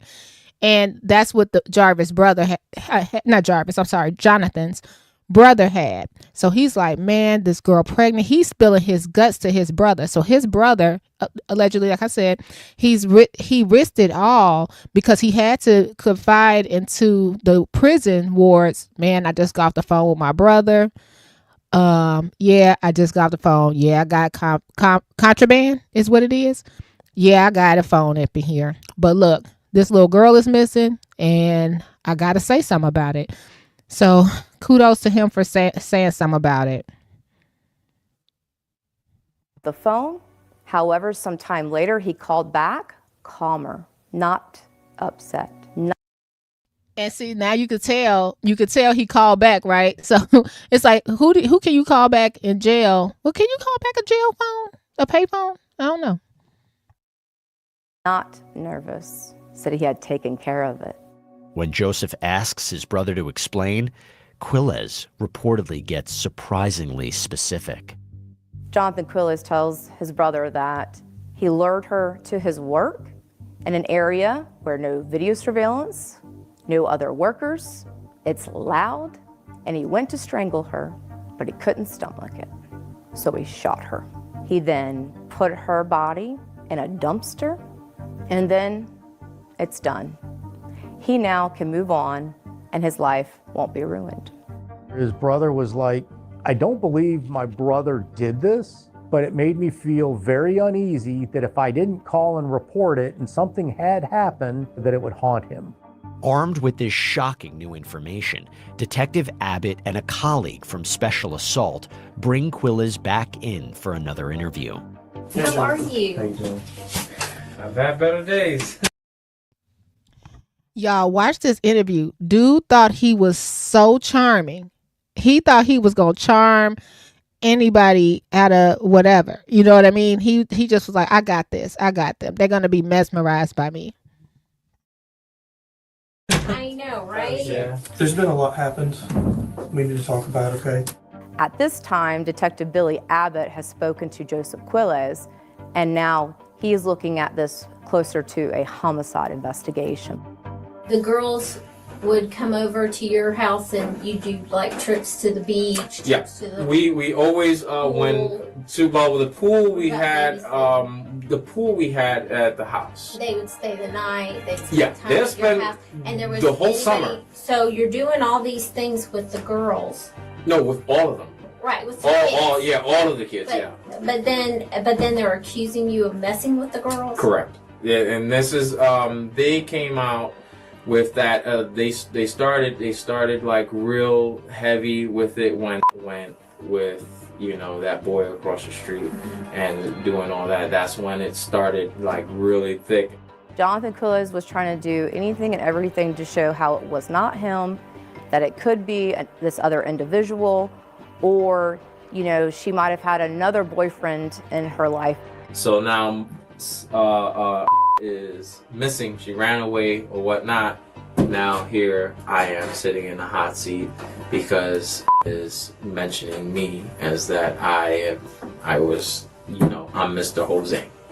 Okay. So Do you know who she ran away with? I don't. I've been. He said like I'm Mr. Jose. So he was saying SS, that was the little sister on the stand. That's who he's talking about. Expecting call me, text me, anything, Snapchat me, smoke signal. QUILES painted himself as the victim himself. He's being unfairly tarnished by this belief he had an inappropriate relationship with his niece. So if I were to tell you that I found some underwear that had your DNA in it, how would you explain that? I would say that is not, that there's no way in shape in any form. Okay. Yeah, there's no way. So with the case across the street, there was a kit done, Correct. and she was wearing specific clothes to include underwear. Mm-hmm. Yeah, she told me that was one of her biggest pet peeves, that they took underwear from her. Okay, so that's what he's talking. That's what I was referring to. That wasn't my DNA. That I didn't. 100%. No way. It's DNA. Yeah. I didn't want to pause on the draws, y'all. You know, creep alert.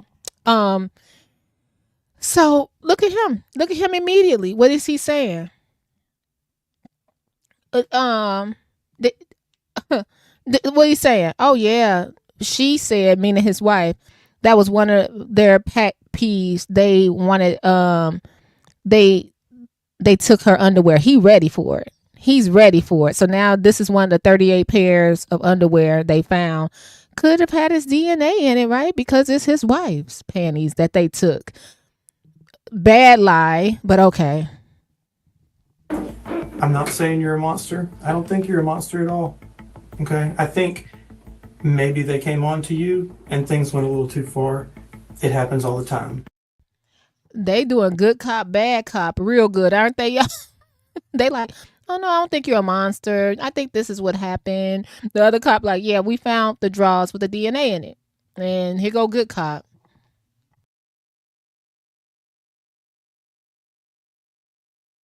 What exactly are they accusing me of? What exactly are they saying I did? Okay, well, now they're making suggestions that I'm having the sexual relationship or that I had something to do with her going missing, and I absolutely did not.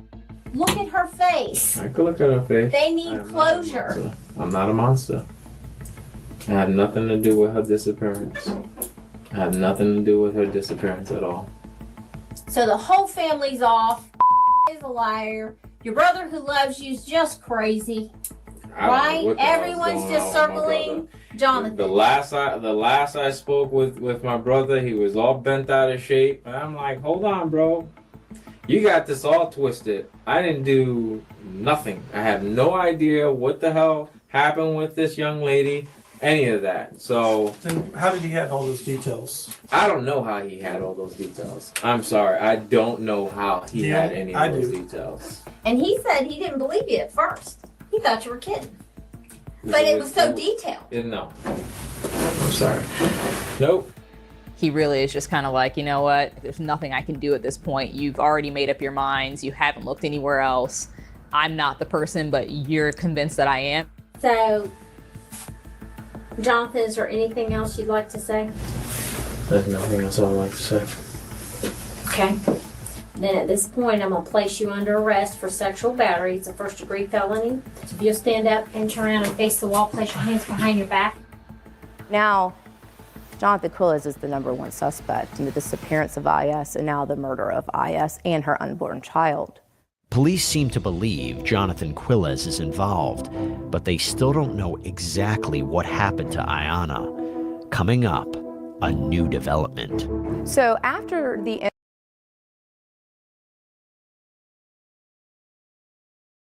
You know what I'm starting to see as a red flag? You guys let me know if you're in both these cases, how the uncles are always volunteering to pick the kids up or volunteering to take the kids with them.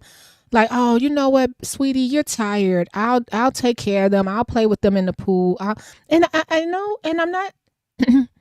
You guys, I just linked the whole video below just in case you guys want to check it out.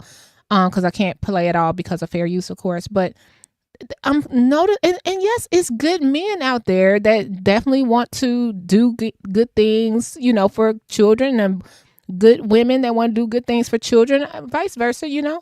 But I think that should be a red flag. Like, you jumping to pick up my niece, and there y'all went for ice cream. You went here and there. You're not back till 7 or 8. And I'm a sound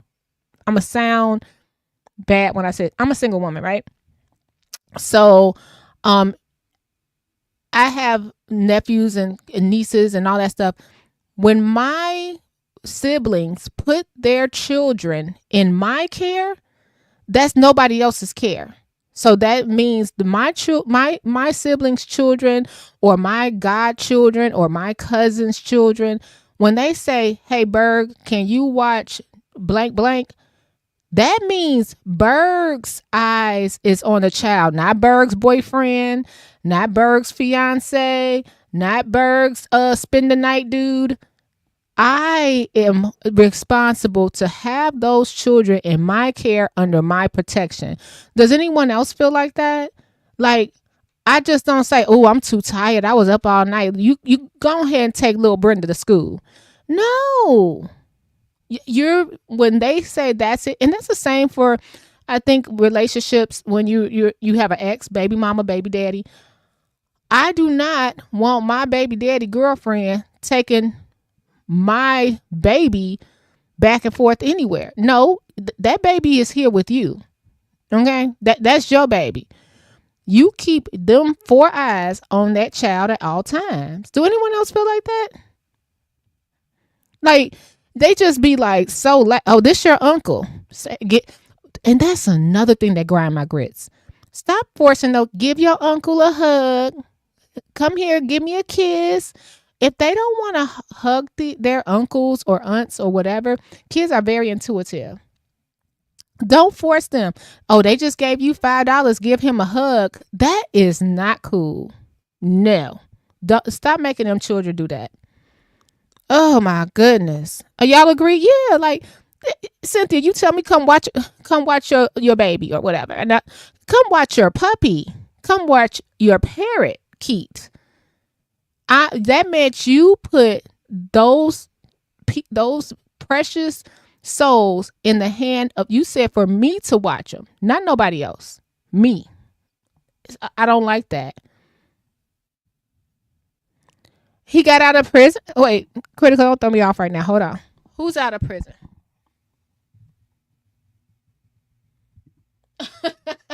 You can't even say, "Come watch my puppy." They'll take them.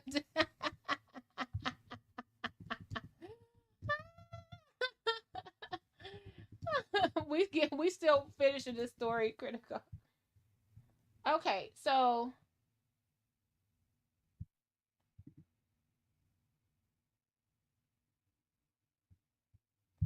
Critical, you know us. You have to give us, because I feel like you're throwing me off, not in a bad way, but I feel like you're throwing me off.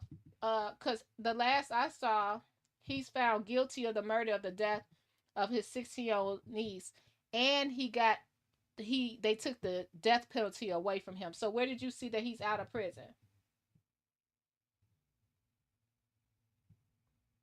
Can you send me that, Critical? Because he was given 3 consecutive life sentences. So if I miss some, let me know. Can you put that in the chat for me? Thank you. Yeah. Critical's going to have to give us where he got that information from. If you don't mind, Critical, I trust you, but if you saw something, I just don't want to be thrown off when we're talking about something so important. Can you send that to me? Can you send it to me? You got my number. Text me. Thank you. Text me. So Critical Smoker says he has information that he's out of jail. So I didn't see that, you guys. So we like to fact check. So let's see if we're doing that. Okay. So he did file a letter to the judge asking for a new trial, but as far as we see, it's those sentences. Okay. All right. Describe your relationship with the defendant while you were growing. Okay, let's head back over to Court TV while we wait on Critical to give us that information. Thank you, Critical. Go ahead and text it on to me, and then we'll get right back to talking about it. Yeah, never force a child to. I don't even like them making kids sit on Santa Claus laps. I don't even like that. Like, stand up, shake Santa Claus' hand, and call it a day. Like, this has got to stop. It's creeps everywhere. in all shapes and forms? Growing up. We grew up together, but we weren't. I did a lot of moving around, and so he mostly grew up with my mother and aunts and stuff. Was your relationship okay between the two of you as you grew up? As we grew up, yes, but we weren't always together. Did you become closer with him as you grew older? Yeah. Can you describe that a little bit, please?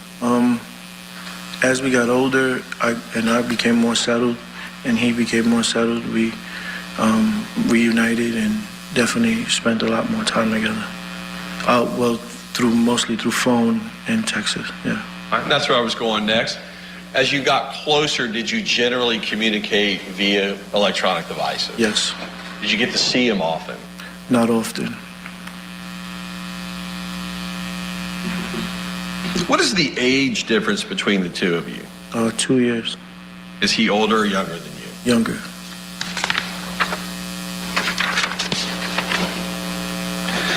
Now, directing your attention back to the latter part of 2018, would you describe your relationship with your brother, the defendant, as close at that time? Yes. Were you talking routinely? Yes. Were you texting with each other routinely? Yes. If the records show you and your brother talked and or texted some 200 plus times on your devices in December, would you agree with that? Yes. Would you consider yourself close as brothers could be in December? Yes, definitely. 2018? Yes. Would you say you spoke almost every single day? Just about. Okay. Hey, Critical, if you're still here, drop it in the chat, because I don't know if my phone is slow. I don't have nothing via text or email from you. So can you drop it in the chat, his out of prison video, and tell us what did he say when he got out of prison, or where we can find it, because I'm looking, I don't see it. And thank you. Oh, yes, every day. Did he share with you any details about his job at Ace Pick-A-Part at that time? Yes. Did he just give you sort of a description of what he did for a living there? Yes, but he transitioned from multiple jobs, so we always talk about how fast he would climb up the ranks in the job, so yeah. At different jobs? At different jobs. Did he ever show any video of himself on Facebook or anything like that with you, with him while working at Ace Pick-A-Part? No, not on social media. We would FaceTime. All right, even on FaceTime? Yeah, we would FaceTime while he's like doing his duties at the job. Did you guys engage in communication during this the FaceTime? Yeah, we could say. Man, you could see in his face how he's kind of super duper sad that he has to tell his brother, that he has to tell on his brother. Man.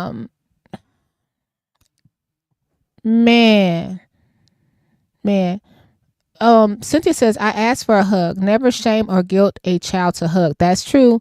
They need to know they have a right to control who touches their body. They're allowed to say no. And you know what? This goes on to adults. Ladies, the guys, can I get a hug? And then if you don't hug, they like, oh, I can't get no hug. But if you do that, you wrong, right? Anybody ever have that? Hey, girl, good to see you. Let me get a hug. And you like, oh, here he come. And then the guilt, it just makes you feel like, God, let me just give him this. Let me give him this little hug. And you make sure you give the church hug. Like, guys, stop doing that. Because that goes into adulthood too. That goes into adulthood. Okay. And then a lot of things, look at poor Na'Ziyah.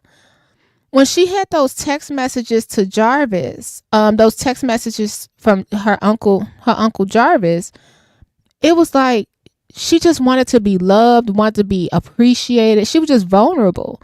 And he's making her feel like she's the 20 kids, guys, 20 kids later, she's the best thing smoking, while all the other people in her family is downing her. Her mom's out there on drugs at the time, you know, dealing with her life issues because she was abused as well.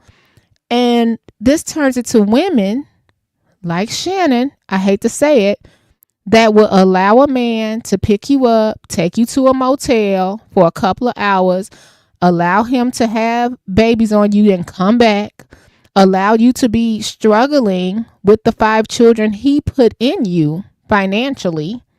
I mean, struggling financially, right? And living with your mom.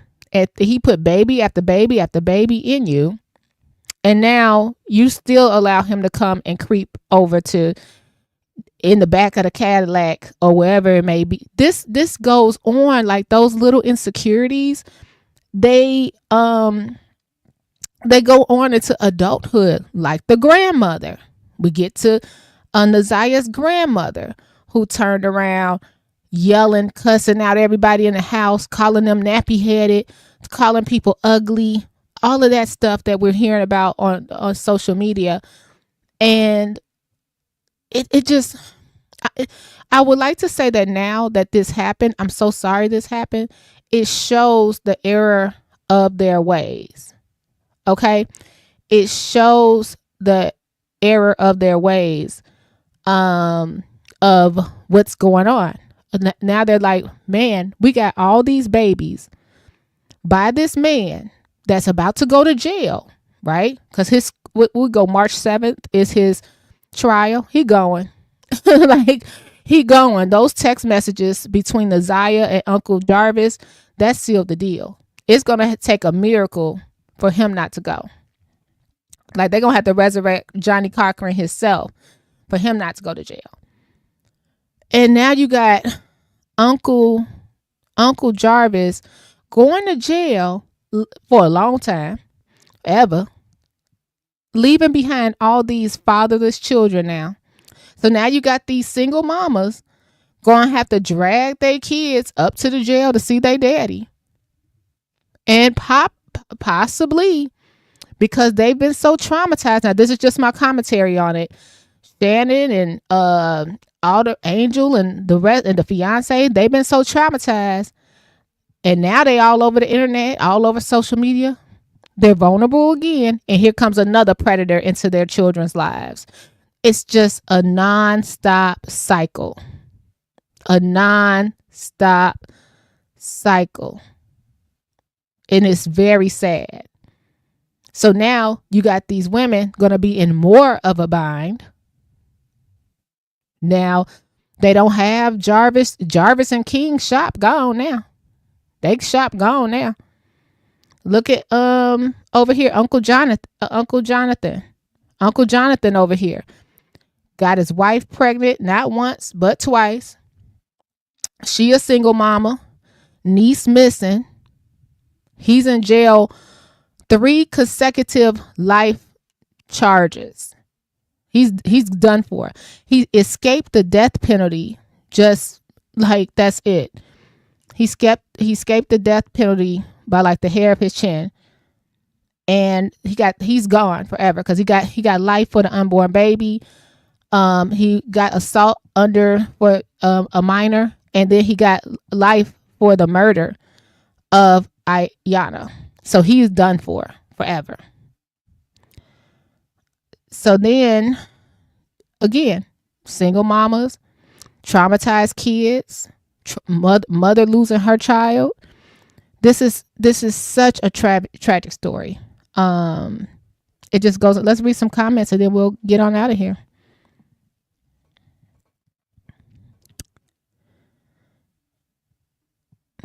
You are getting to the crust of it, Berg. Don't forget. Oh, I forgot. CPS knows about some of this family trauma as well, but let the children stay.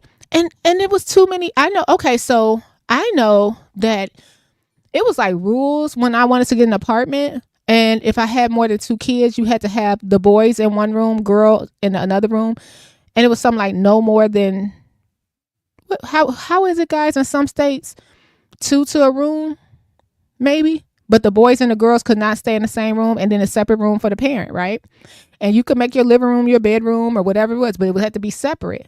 And And they had Jarvis around, which we do know Miss Annette, she had help with her income, and she was fostering children or the caretaker for children. So money coming in from the state. Yeah, CPS, they weren't even coming to look. The grandmother, the matriarch, is most at fault. She got some demons, right? Yep. He shouldn't have. He's on the S offenders list. He shouldn't have been around a baby without supervision. Yeah. These are two. Look how much they look alike. Both of them. Now, don't let Jarvis take this hair down. Jarvis looks just like Jonathan. Let me see.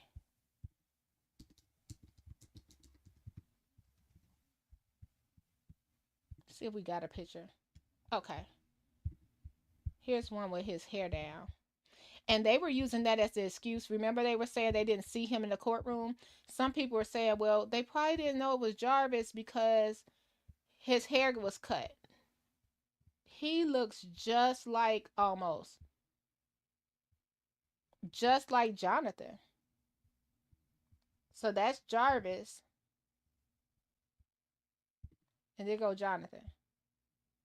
It's eerie. And both little girls. This is very eerie. That's Jarvis. This is Jonathan. Child. Both aunties.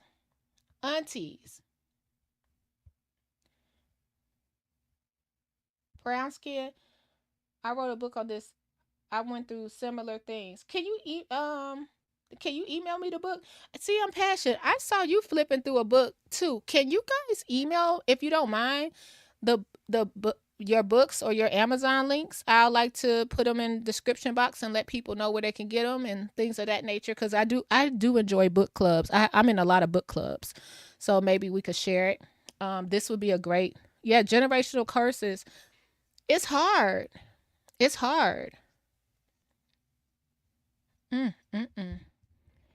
crazy how CPS will want to take kids away for something like smoking cannabis. Yes. Oh no, you can't do that. But don't have the same smoke for this kind of madness. Yeah. Oh no, we're not it's on everybody. We were talking about on TikTok, just so I was clear, Brittany. We were talking about colorism, period. Not like nobody's saying that anybody that look like this, they would do it. No, it was just eerie how these cases were so similar.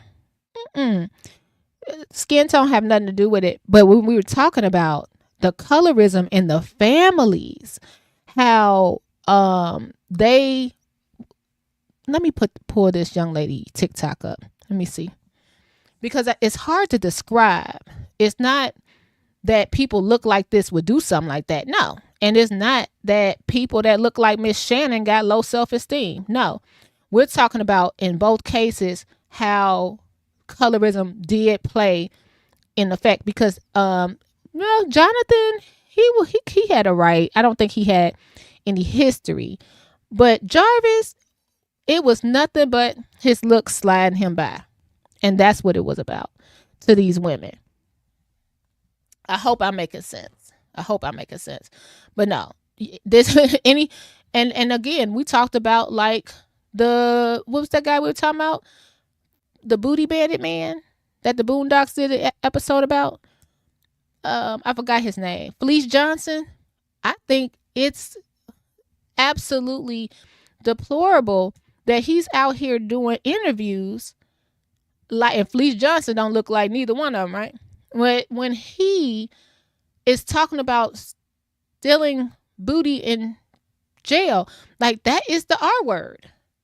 Like, so these people that have been, I could talk about the subject all day, possibly traumatized in jail, which could have been, when we get to Mr. Jarvis, his situation with having a baby by a grown woman at 13. No telling how long that woman was messing with him. We can go down the R. Kelly rabbit hole, right? When they were saying R. Kelly sister, allegedly it was.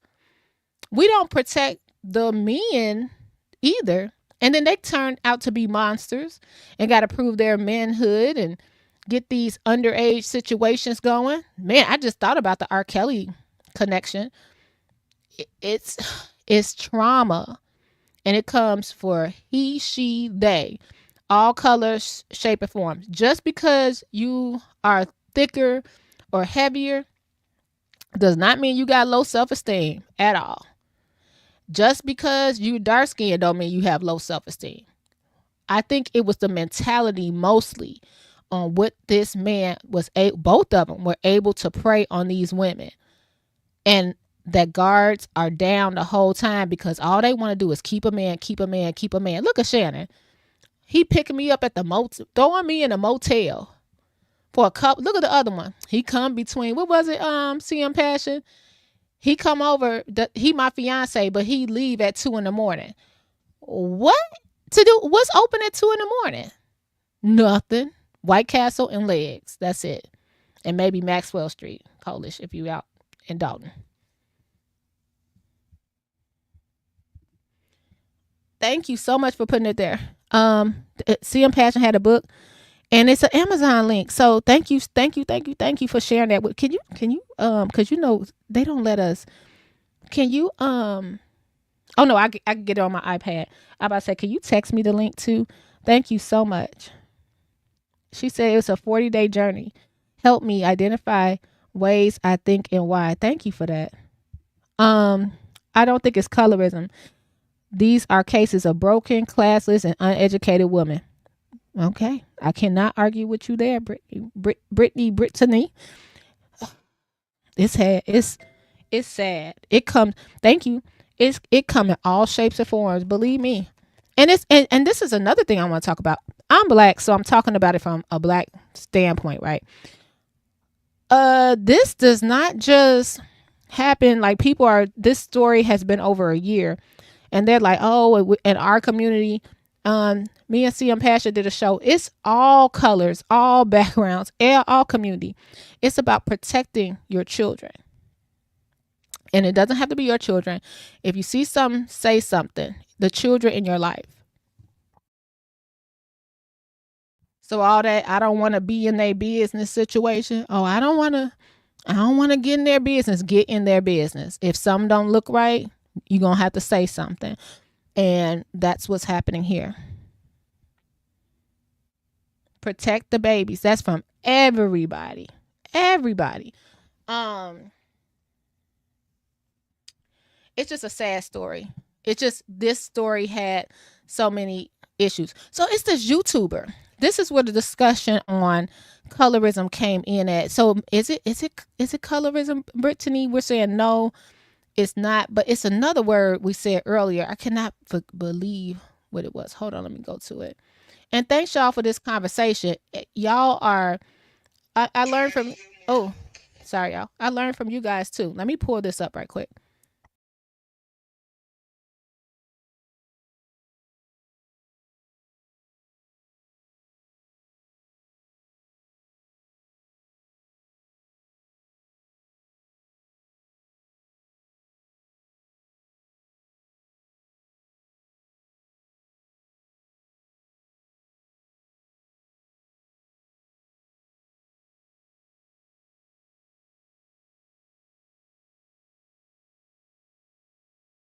So this TikToker, I'm going to share her in the box. She had a couple of TikToks about it, and it got a big conversation going. She is the one that I found out about, Iyana Sawyer, actually, and I had went down that rabbit hole, but let's go to it. And it's called, her TikTok is Knock It Off, Sam. Let's see. And let's discuss it. She opened up the conversation on this.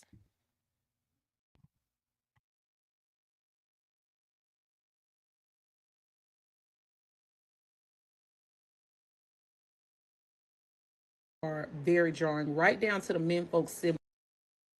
The similarities in the cases for Na'Ziyah Harris and Iyana Sawyer are very jarring, right down to the men folks siblings going to the police on them. I'm calling them men folks because I can't say what I want to say.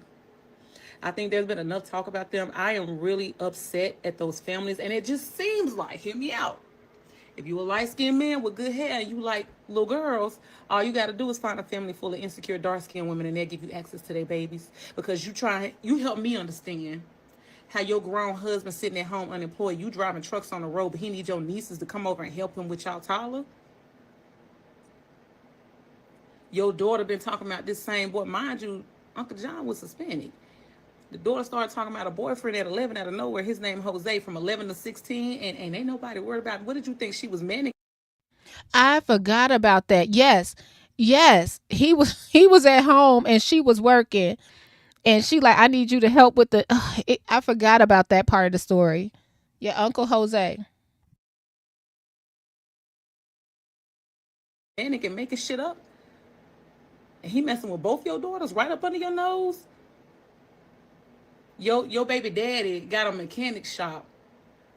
And he got your niece coming down there cleaning up instead of going around the neighborhood and getting these little boys. Come on. I hope them families never know peace. I don't care if they're suffering. Them babies was suffering while they were still here. And the fact that in both cases, we don't even know where their bodies at.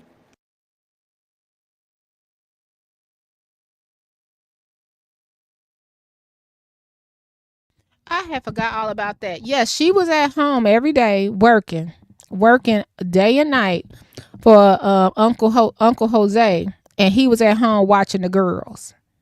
I forgot all about that story, that part of the story. And then his name is Jonathan, but all of a sudden his Jose came out of nowhere, and she in love.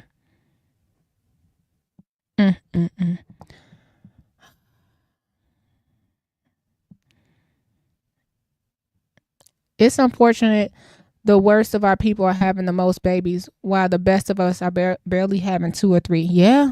And it'd be like people having 10 kids. Now I have another story I would like to talk about, but it's a content creator here. She just got to her. I'll talk about it. But if you know who I'm talking about, I try not to talk about her because I see both sides. And this has nothing to do with SAing or nothing like that. But she is having such a time, and she keeps having baby after baby after baby after baby, and stress after stress after stress after stress, and eviction after eviction. And I'm like, baby girl, and she makes so much money. And I'm like, it's the generational curse. Nothing to do with SA. I want to clear that up.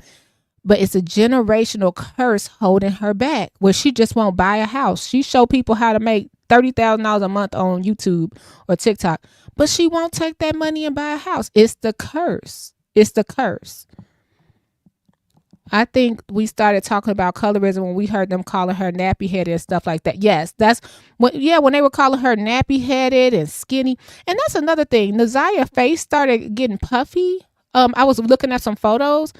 And I'm like, the first thing you notice about this could be an old wives' tale if it could, but it'd be like your nose spread. Her nose was spreading, and I could see that just on the picture. She looked totally different when you're pregnant. Your nose spread.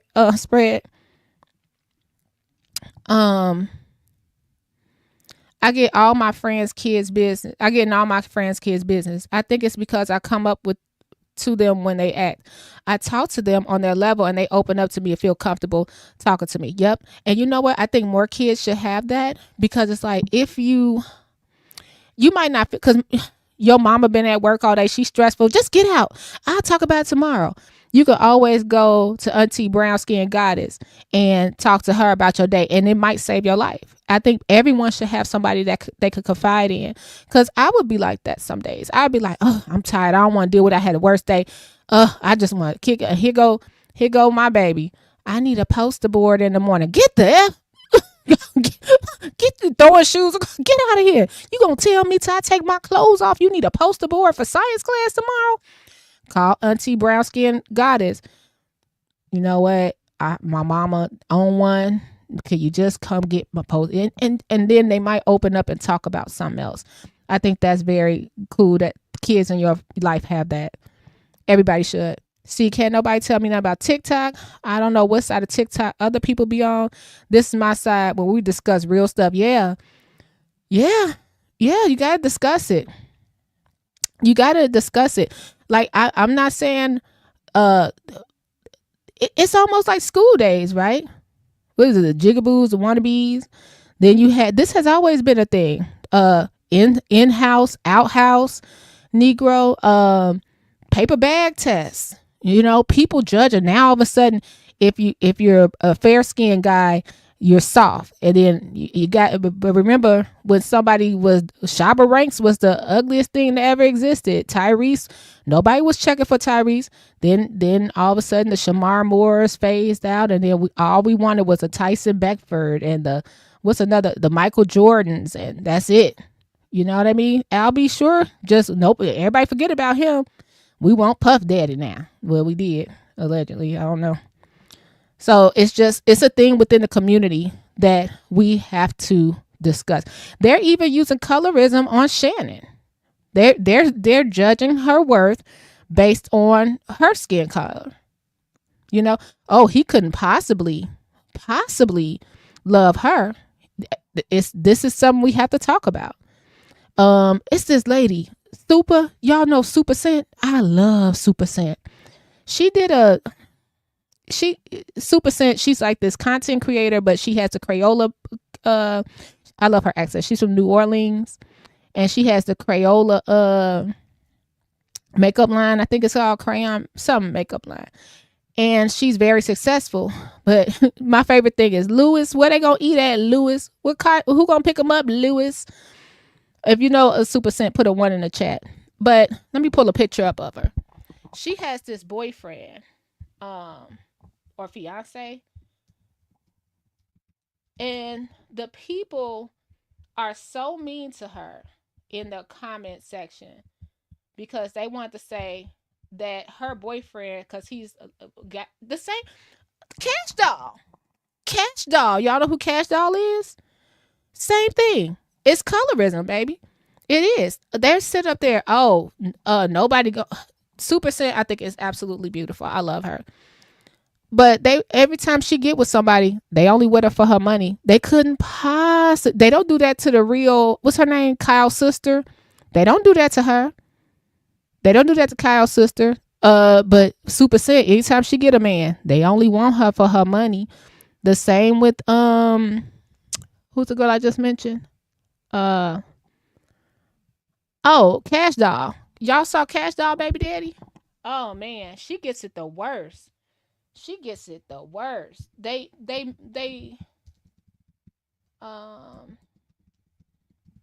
kind of make, when it's this kind of, some people in the community, they make this like this is Cash Doll and her baby daddy. They make it like they are like us as dark-skinned women, because I know y'all can't see me, but I'm dark-skinned. So they make us more masculine than even though he's lighter than her, but they make us more masculine immediately when we're dark-skinned. If I'm lying, I'm flying. Tell me I'm lying. They immediately make us more masculine. Oh, look, she Cash Doll, they eating her up. Oh, he wasn't with her for that. He was with her for her money. But let the real Kyle's sister, Miss Ari, let her. It's never about her money. Or where they gonna find another man and all that stuff. It's never. And I like Ari too. I love anybody from Chicago. But Miss Ari Fletcher, she don't deal with all that stuff. She can have her pick, and she be a little rougher than Super and Cash with her language. And I really like her. I really do. I like them all. But yeah, it's about it. It's in our community. It's just something we got to talk about. It's just something that's there. I appreciate y'all letting me know how you feel about it.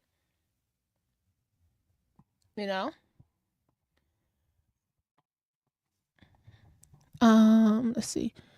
Let's go up. I'm sorry y'all missing y'all. And thanks for having this conversation, y'all. I'm getting some good y'all doing good feedback, pushback feedback, and it's all good. I like it. I agree it's a lot to do with colorism. It's been going on forever. People disrespect darker skin, and it's been going on, 50 years old. So it's been going on. Oh, you're 50? You look great. Um, yeah, I'm like, it's just it plays a part. Colorism plays a part in certain family dynamics, but ultimately it's about generational curses. I remember I was out and I had my little beanie on and I have natural hair. So some days I get a sew in, some days I get braids, some days I just have my natural hair. And me, I'm older, so I don't really do the baby hair because I really, it's whatever. You're going to get these edges, however they may come. I might put a little gel on it, I might not. So I had my hair in my natural state and I had a little beanie on. And the women that saw me without my sew-in, without the flat iron, they was like, ooh, you girl, you want me to braid your hair? No. Girl, you need me to flat iron your hair? No. This is, some days I like my hair just being natural. Some days I do. So I have natural hair. I just press it when I feel like it. Heat damage is a real thing, though. I'm mad I messed up my curl pattern. But I don't get relaxers. And some days you're going to get this tight 4C. And some days you're going to get the Remy Velvet. Whatever it may be. Whatever may come. Okay? Whatever I feel like. So it's like that with that good hair, bad hair situation. And I think that's where they were talking about Na'Ziyah opening up. She's nappy headed. Don't say that to that child. Oh, I'm old school. Your kids are not my kids. When they're at my house, they will be your kids are my kids when they're at my house, so they will be safe. I know that's right. How long are we going to blame it on generational curses? Black families were strong in the 50s and 60s. I think the feminist movement ruined us. Ooh, Brittany, that's a good, okay. We as mothers just had a thing when my older children were growing up. We checked to see where our teenage boys were. They said they're coming to your house. Are they there yet? I did the same with my son. It wasn't and see, I think nowadays they texting. We didn't have that. We was calling the house phone, landline to landline. Put Mikey on the phone right now. Is he home? Is he there? Okay. And then I would do a pop-up. Hey, just seeing if everybody good.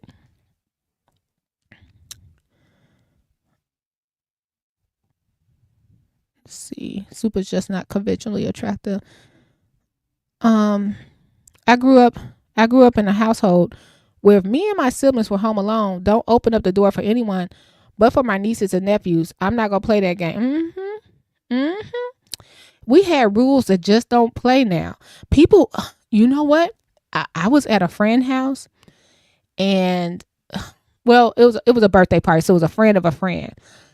And Amazon came. And Gemini, do you know that the little 6-year-old says Amazon and opened the door? I screamed like, wait, don't open the door. And she was like, oh, it's okay. It's Amazon. No. That's somebody in the Amazon vest. That is not Jeff Bezos. And even if it was Jeff Bezos, do not open the door. Whoa. I was like, this is too new age for me. In the 30s, 40s, and 50s, and 60s, possibly even before, there always been a secret thing in certain families, and I believe it continues. Yeah. Poor Ari. Ari, she was pretty before. I don't know why she did a lot of that stuff. My 92-year-old grandma had her mom and dad. Bad things done by her cousin. Had to be quiet. If you were loud about it, sometimes you weren't believed. And that continues. It's evolved into what we see now. I agree. Being loud about... I think back in those days, taking a man out the house, you know what I mean? I don't even know. Like, nobody believes you, but those people knew. Those people knew. Man, they knew. And when you do stuff, remember that a whole Jackson family, where were they living? Like in Gary, in like a 2-bedroom house or 3-bedroom house. Like Catherine knew those kids was getting beat day and night. You know what I mean? She had like you could hear. And then when your kids change their mannerisms, it's this picture of Jarvis floating around. Let's see. Did y'all see this picture? I don't know if I could put it up. Let me see. I think it's Na'Ziyah. That's why I think we can put it out, because I see so many people sharing it. Let's see. Is it out there? Let me see. Jarvis Butts. Cause I think it's Na'Ziyah. That's why they're let me see. It's a little girl on his. I want to make sure it's Na'Ziyah. I think that's the only way people been able to share that. It's a little girl sitting on his lap, and the little girl looks so uncomfortable. It's like her graduation or something like that. And no, I don't see a lot of people saying who it is, so I'm not gonna put it up there.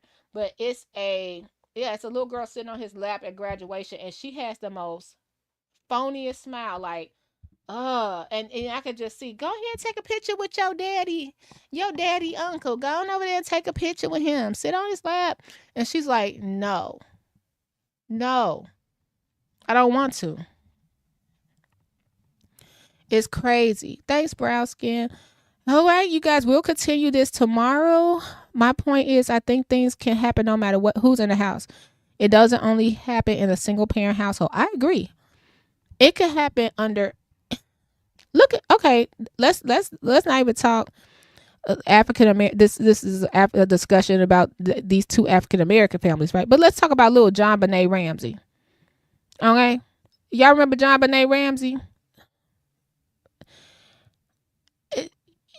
Somebody in that house did that. Somebody in that house did that. Somebody, either it was little Bert.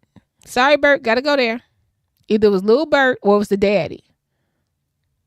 It was somebody in this. Somebody did some.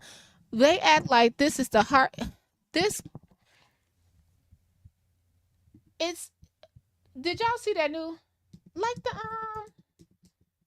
the Menendez brothers. They're about to get released possibly, because everybody in the family, thanks to Ryan Murphy, now everybody feel like they want to speak up a little more. But they had been spoke up.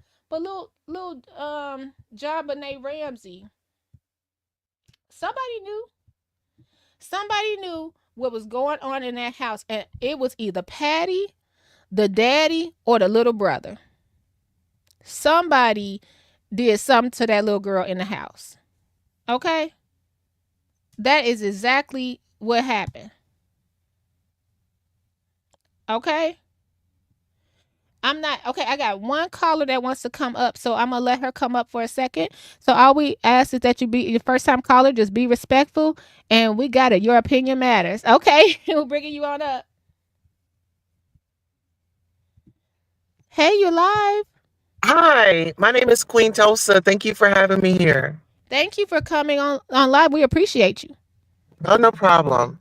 I just wanted to sound off and just say that Jarvis' sister, she needs to get the same charges as him. You and the think reason, so? Oh, yes. I thought she was like more of the. I thought people leaned to her as more of the hero in the situation. Okay, please tell us. Oh, no. How could she be the hero? And the reason why, how could she be the hero is because this woman knew that this man had already been in prison before. She says that she was up at the shop and this little girl kept getting in and out of his car. A, he's not supposed to be around kids. B, he's not even registered. C, if you see something, you say something. And she failed that child. She failed the child on her. No way around it. You're right, because she already knew his background. So when she saw kids at the shop that weren't her nieces, because he lied and said something like, that's so and so niece, right? He didn't even put it on him. Right. He said it was King's niece. You just opened my eyes all the way. Because I was like, man, she was brave for testifying. But you're right. So even if that was King's niece, he was not supposed to be around that little girl at all. And then check this out. Even with that, it was like, he's gonna fix my car and he's gonna do it for free. Why was he doing her car for free? What did she have over him? Nigga, you gonna do this or I'm gonna tell. That's what it's giving me. And I wouldn't be surprised if, activity started off at the home and everybody just, whatever happens in his house, it stays in his house. I think they were working on that type of time. Do you know if the sister had children? I was listening to her testimony, but I don't recall them asking her. I'm not really sure, but even if she had kids, my question to her would be, you letting your daughter go over and spend the night at uncle's house with his girlfriend? Yeah, and I didn't actually think she was close with her nieces and nephews by Shannon or any of them. Actually, she said she knew them, she could recognize them, but I don't think. And why was she walking so far behind Na'Ziyah in the dark? Like was she? Why wouldn't she walk with the little girl to make sure she got to the store safe? She was only 13. Why wouldn't she go up there and say, who are you? Where's your mom? And why are you here? You are a little girl around these men. And see, this is the thing. We gotta, it's the generational misinformation. And this happens all the time in our communities. We'll see a young girl getting pimped out and stuff like that, but it's none of our business. We keep on with our business. And sometimes, I feel like we as people, we're nosy about the wrong damn things.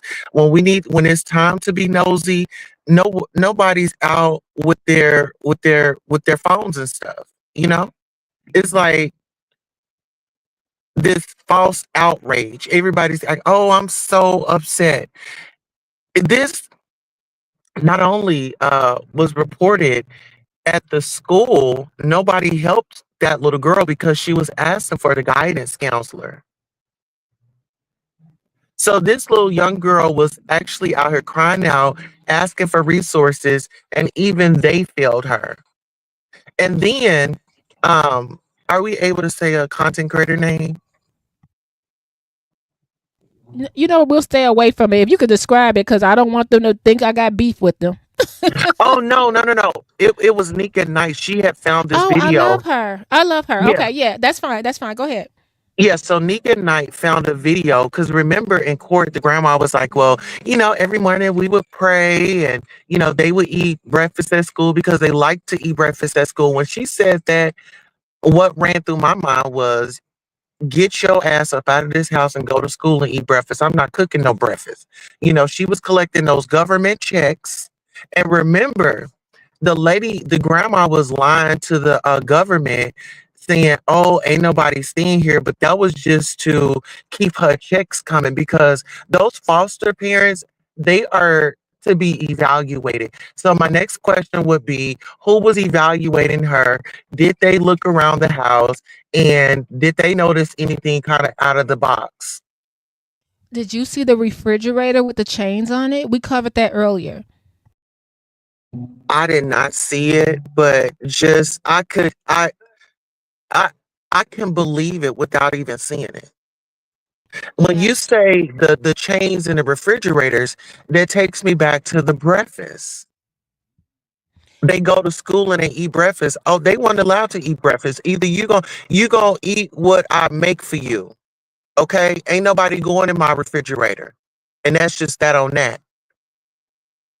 Yeah, they had a I'm gonna see if I can pull up. They had a video of her and she was dancing in front of the refrigerator, and in front of the refrigerator it had chains on it. And then we found another video where they were getting ready for school, and the grandmother was like cussing, like, get your MF jacket and da da da, like going off on the kids to get, like you said, get them out the house, get out my house. That's it. Yeah, ain't nobody staying in here. Either you gonna go to school or you gotta do something, but you're not staying up in here. Oh my goodness. Yeah, that grandmother, she got to the stand and act like she was Mother Teresa, but the TikTokers and Shannon running her mouth and the twin, they're really letting us know what really was happening in that house in real time. Absolutely. And I'm gonna say this. We see this all too often. Older women being jealous of young women. It is what it is. We may not want to admit it, but it happens. And when we say it happens, this woman sacrificed her niece to keep a man, a light-skinned man with good hair. There's the expectations for some of these women are so low. Some of these men don't even have to work for the ussy. You know what I'm saying? Like, take me out on a date, try to get to know me. But no, the first thing they want to do is swoop up in your drawers. And then before you know it, if you're an addict or something like that and you have kids and you're not watching, situations like this happens because you got comfortable. Mm-hmm. You're right. And I just put on the screen Na'Ziyah's little TikTok dance, and you can see right when she's getting ready to dance, right at the bottom. Yeah, right there by her, her pocket. Yep, she chain on the refrigerator, and Shannon made a post about it. She was like, as long as they eat, I could, it's legal to put chains on the refrigerator. And I'm like, what is happening here? That whole house was a wreck. Listen here, if you're going to be locking something up, I'm going to ask these questions. Are there any mentally or disabled individuals that are staying in the home? Is there anybody with dementia in the home? Because the only reason that you're going to do that is to prevent a fire or prevent them going in there and getting into something that they are really not supposed to have, like if they're on a diet or something like that. But, it's a lot. It's so many things that make you scratch your head. And we really have to just go back to the fact of they're sticking to some type of street code. And I don't know, it was one of the videos where JARVIS, no, it was who was in there? It was JARVIS and Cordell on the phone. This was a jail call. JARVIS tells Cordell to get the strap out the car.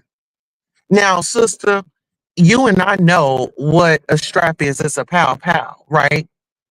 Yep, and that was in the fiance car, right? Uh-huh. Yeah, so she talking about she looking for his phone, so she's riding around with a strap and a phone. And a phone. Uh-huh. And see, this is why I say they were all in cahoots. And I'm going to tell you like this. This might ruffle a few feathers. These male identified females, you've got to stop, baby. You got to go and get you some therapy. Go sit on somebody's couch. Go sit on somebody's couch and get your issues worked out. Nothing about trauma is cool. Nothing about trauma is cool. I've been through some things in my life. Dropped out of school, was on drugs and things like that. I still wanted better for myself. So I really don't, I'm not going to entertain excuses. They had a job. This was a child. You had a responsibility. You failed her. You opened this girl up to your man just so you can keep a man. So go right on down to prison and get you what you gonna get all the attention that you need in prison. Shannon, what's his name? JARVIS, all of them, Cordell, all of them. Now, can I ask you a question while I have you? I won't hold you long, Queen. Okay. Why is I was asking Celia and Passion this. So why did Cordell, aka King, why did he end up going to jail? Was it that call that sent him when he went to the car and collected evidence, or? I don't know. I believe that because he's on probation, but they're both on parole or probation. I think anytime that you have a run-in with the police, your probation officer is notified. And being that I'm assuming that this is this particular type of case, they went ahead and retrieved them. I couldn't really say that's just my, just an educated guess of why. Yeah, I want to do more research on that myself because I said, well, I guess because he sure enough rushed to that car and tried to get whatever evidence he could out of there. So I don't know. I appreciate you for calling in, Queen. I hope to do it again with you soon. Absolutely. And I'll share your live out. Thank you so much. You have a wonderful day on purpose. Okay. Thank you. Bye-bye. You too. Oh, I love that. Have a wonderful day on purpose. I know that's right. Amina, I was reading your story. I'm so sorry. I'm so sorry. I share my story on YouTube before. I'm adopted. Got great parents. But my siblings, some of them did not. We were separated. A lot of my siblings did not get so great homes, and one of my siblings stayed in the foster system. So I know how. I hear his story all the time, and I'm like, man, it's almost like a lottery on what kind of parents you could get. And it sucks because you get those parents that just want the check. And that's really sad. It's really sad. I'm sorry to hear that. I'm sorry to hear about your mom too. Brittany, Brown Skin Goddess says, my great grandmother used to put chains on the refrigerator as well. She was so mean, never wanted us to go in there by ourselves. She monitored that refrigerator all day. You know what I do? Whatever. I don't like when people be like, no, you can't have nothing you just ate. If you hungry, you can eat. That's how I feel. Now, if you just like gonna drown yourself, you drinking so much juice or something like that, that's different. But especially in the summer times when the kids are home from school, they can eat. Your food reduction is gonna go down. And when they home from school, based on when they not home from school. Amen. Like when they home, they bored, they eating and they snacking all day. Heck, during COVID, that's what I was doing. I was eating everything out the refrigerator, making recipes. So, but to have 6 children, did they have enough food? Were they shopping correctly? What were they doing? You know, that you had to put chains on the refrigerator. Because I'm not going to lie, seeing the chains on the refrigerator will make me more hungry. Just to see it, I just want whatever's in there. Like, I just get more hungry. Like, that's crazy. So, some people liked school breakfast. Some people didn't. I see in the comments. And thanks for being here, Queen Tulsa. Sorry. It's like, protect our babies. Like I said, I was fortunate that when my mother, bless her, she gave me up for adoption because she just couldn't take care of me, right? So she did the right thing, and I got blessed. I hit the parent lottery. But a lot of people, I know people in my family, they became in the system and they didn't have it not so well. And like some people, parents passed away. They didn't know this was going to happen. Then some people, parents couldn't take care of them. You know, they didn't know that their kids would go to a bad home. So I can't blame anyone. But the people that choose to say, I want this child and I want to care for this child, that's who I blame. That's who I blame. Don't start. I know somebody when I was coming up, she was like, girl, you got to get into this foster kid game. I'm like, I don't want to watch no kids. That's what I was like. So what? The kids got to live with you? You got to take care of the kids? I got to see the kids every day? I got to nurture the kids? I don't want no kids. For no what? $800 a month? I wouldn't take a baby for $8,000 a month if I couldn't take care of it. You know what I mean? Like, that's just crazy to me. You have to be called to do that. You have to be called. Yeah. Yeah, the kids, you ever yell, y'all in that refrigerator, close that refrigerator, you in there again? Now that's the most. Who I'll be in the living room, who's in my kitchen? That's the most I would do. What you want out of there, Bob? What you want out of the refrigerator? Get it, and I don't want to hear you back in there. Get that cup of juice and I don't want to see you. That's your last one for the day. That's normal. Chained on the refrigerator? No.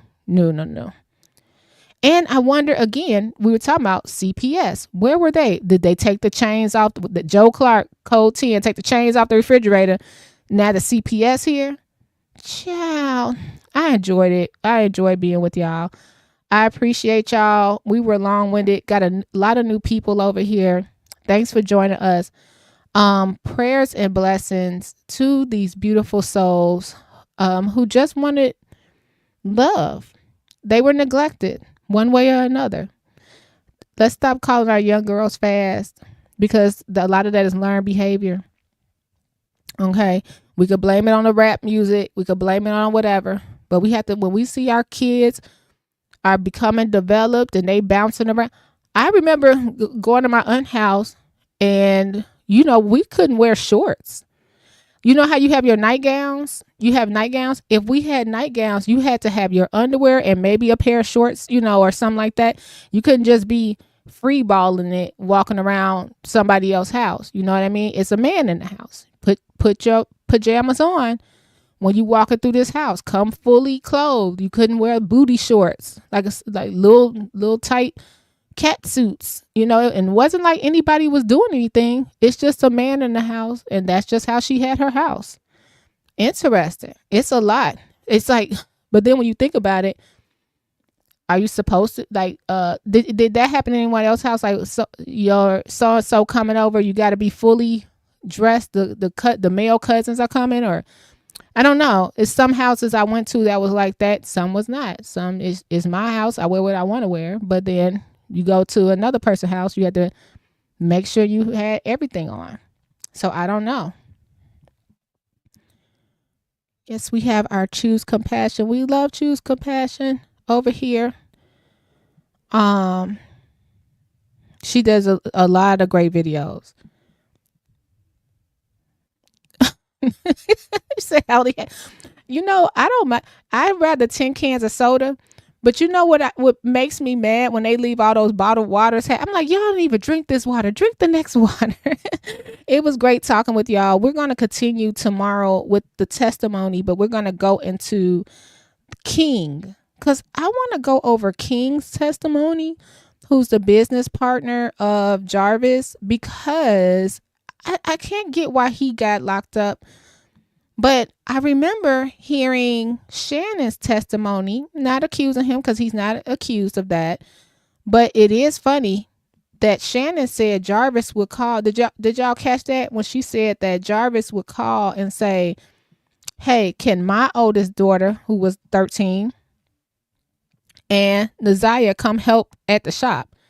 What were two 13-year-olds doing at this mechanic shop with two grown men? I would like that little girl looked at as well. And then I also want to cover Na'Ziyah's mother and where she is today. And then lastly, we won't be able to finish that tomorrow. The cousin that's really vocal, that's out there.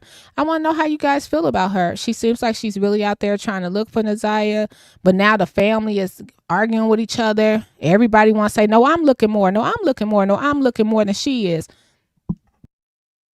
I think that's weird. But it happens because everybody, no, I was the first to say she was missing. No, I was the first to say she was missing. Now they're fighting amongst each other.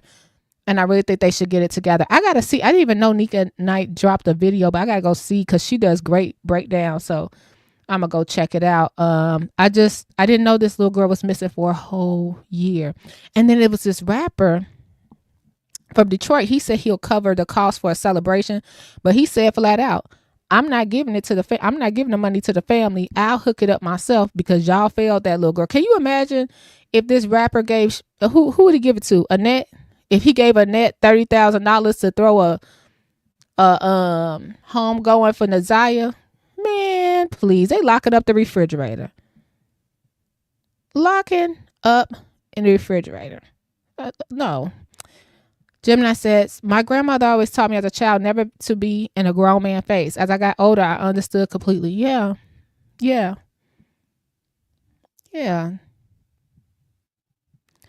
And some people say, no, you're teaching the child to be ashamed of themselves.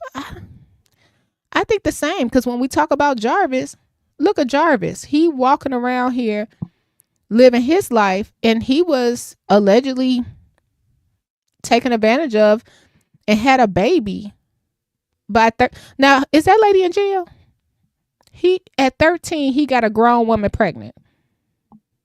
But when it comes to boys, we see that as, oh look, he pulled this grown woman. No, that's abuse. That's abuse. So in his case, don't be around a grown woman that don't know how to act. That don't know how to act. You know, I see now that I'm older, I was working at this place with the older women, and it'll be like boys that's around, I'm talking to boys, but they're not boys, 20 something. Ooh, they be like 60, 70. Ooh, look at his fine self. What? I'm in my 40s. I think he a baby. You know? look, predators come at all. I'm sure we could have some men over here tell us some stories of how some grown women and looked at them the wrong way too. So men, don't be scared to join the conversation, because I'm sure that you had your own issues. Probably cross somebody that was like, oh, he fine, and he like, I'm in high school with braces walking across the street.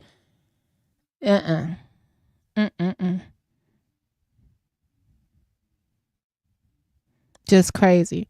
All right, I love you guys. As always, you take care of yourself and each other, and be kind to one another. All right, I'll see you guys around the bend. We'll be back. So tomorrow I'm gonna text CM Passion to see if she has time tomorrow to join us, because she's an advocate as well, and she gives great insight. I'm just doing commentary, but she gives great insight. All right. Ooh, really? Mary Kay sure did. Y'all, Mary Kay sure did, and it was that blind teacher too. See, y'all had me talking all day. Sure did. Had Billy, what's his name? Billy Valago. Billy set up. Billy still messed up. Mary Kay, died a couple of years ago? He stayed with her until the end. Sure did. All right, you guys, make sure you subscribe, and I'll see you next time. Bye. Commentary blue, commentary burgundy, commentary, commentary blue, commentary, comment burgundy blue, commentary.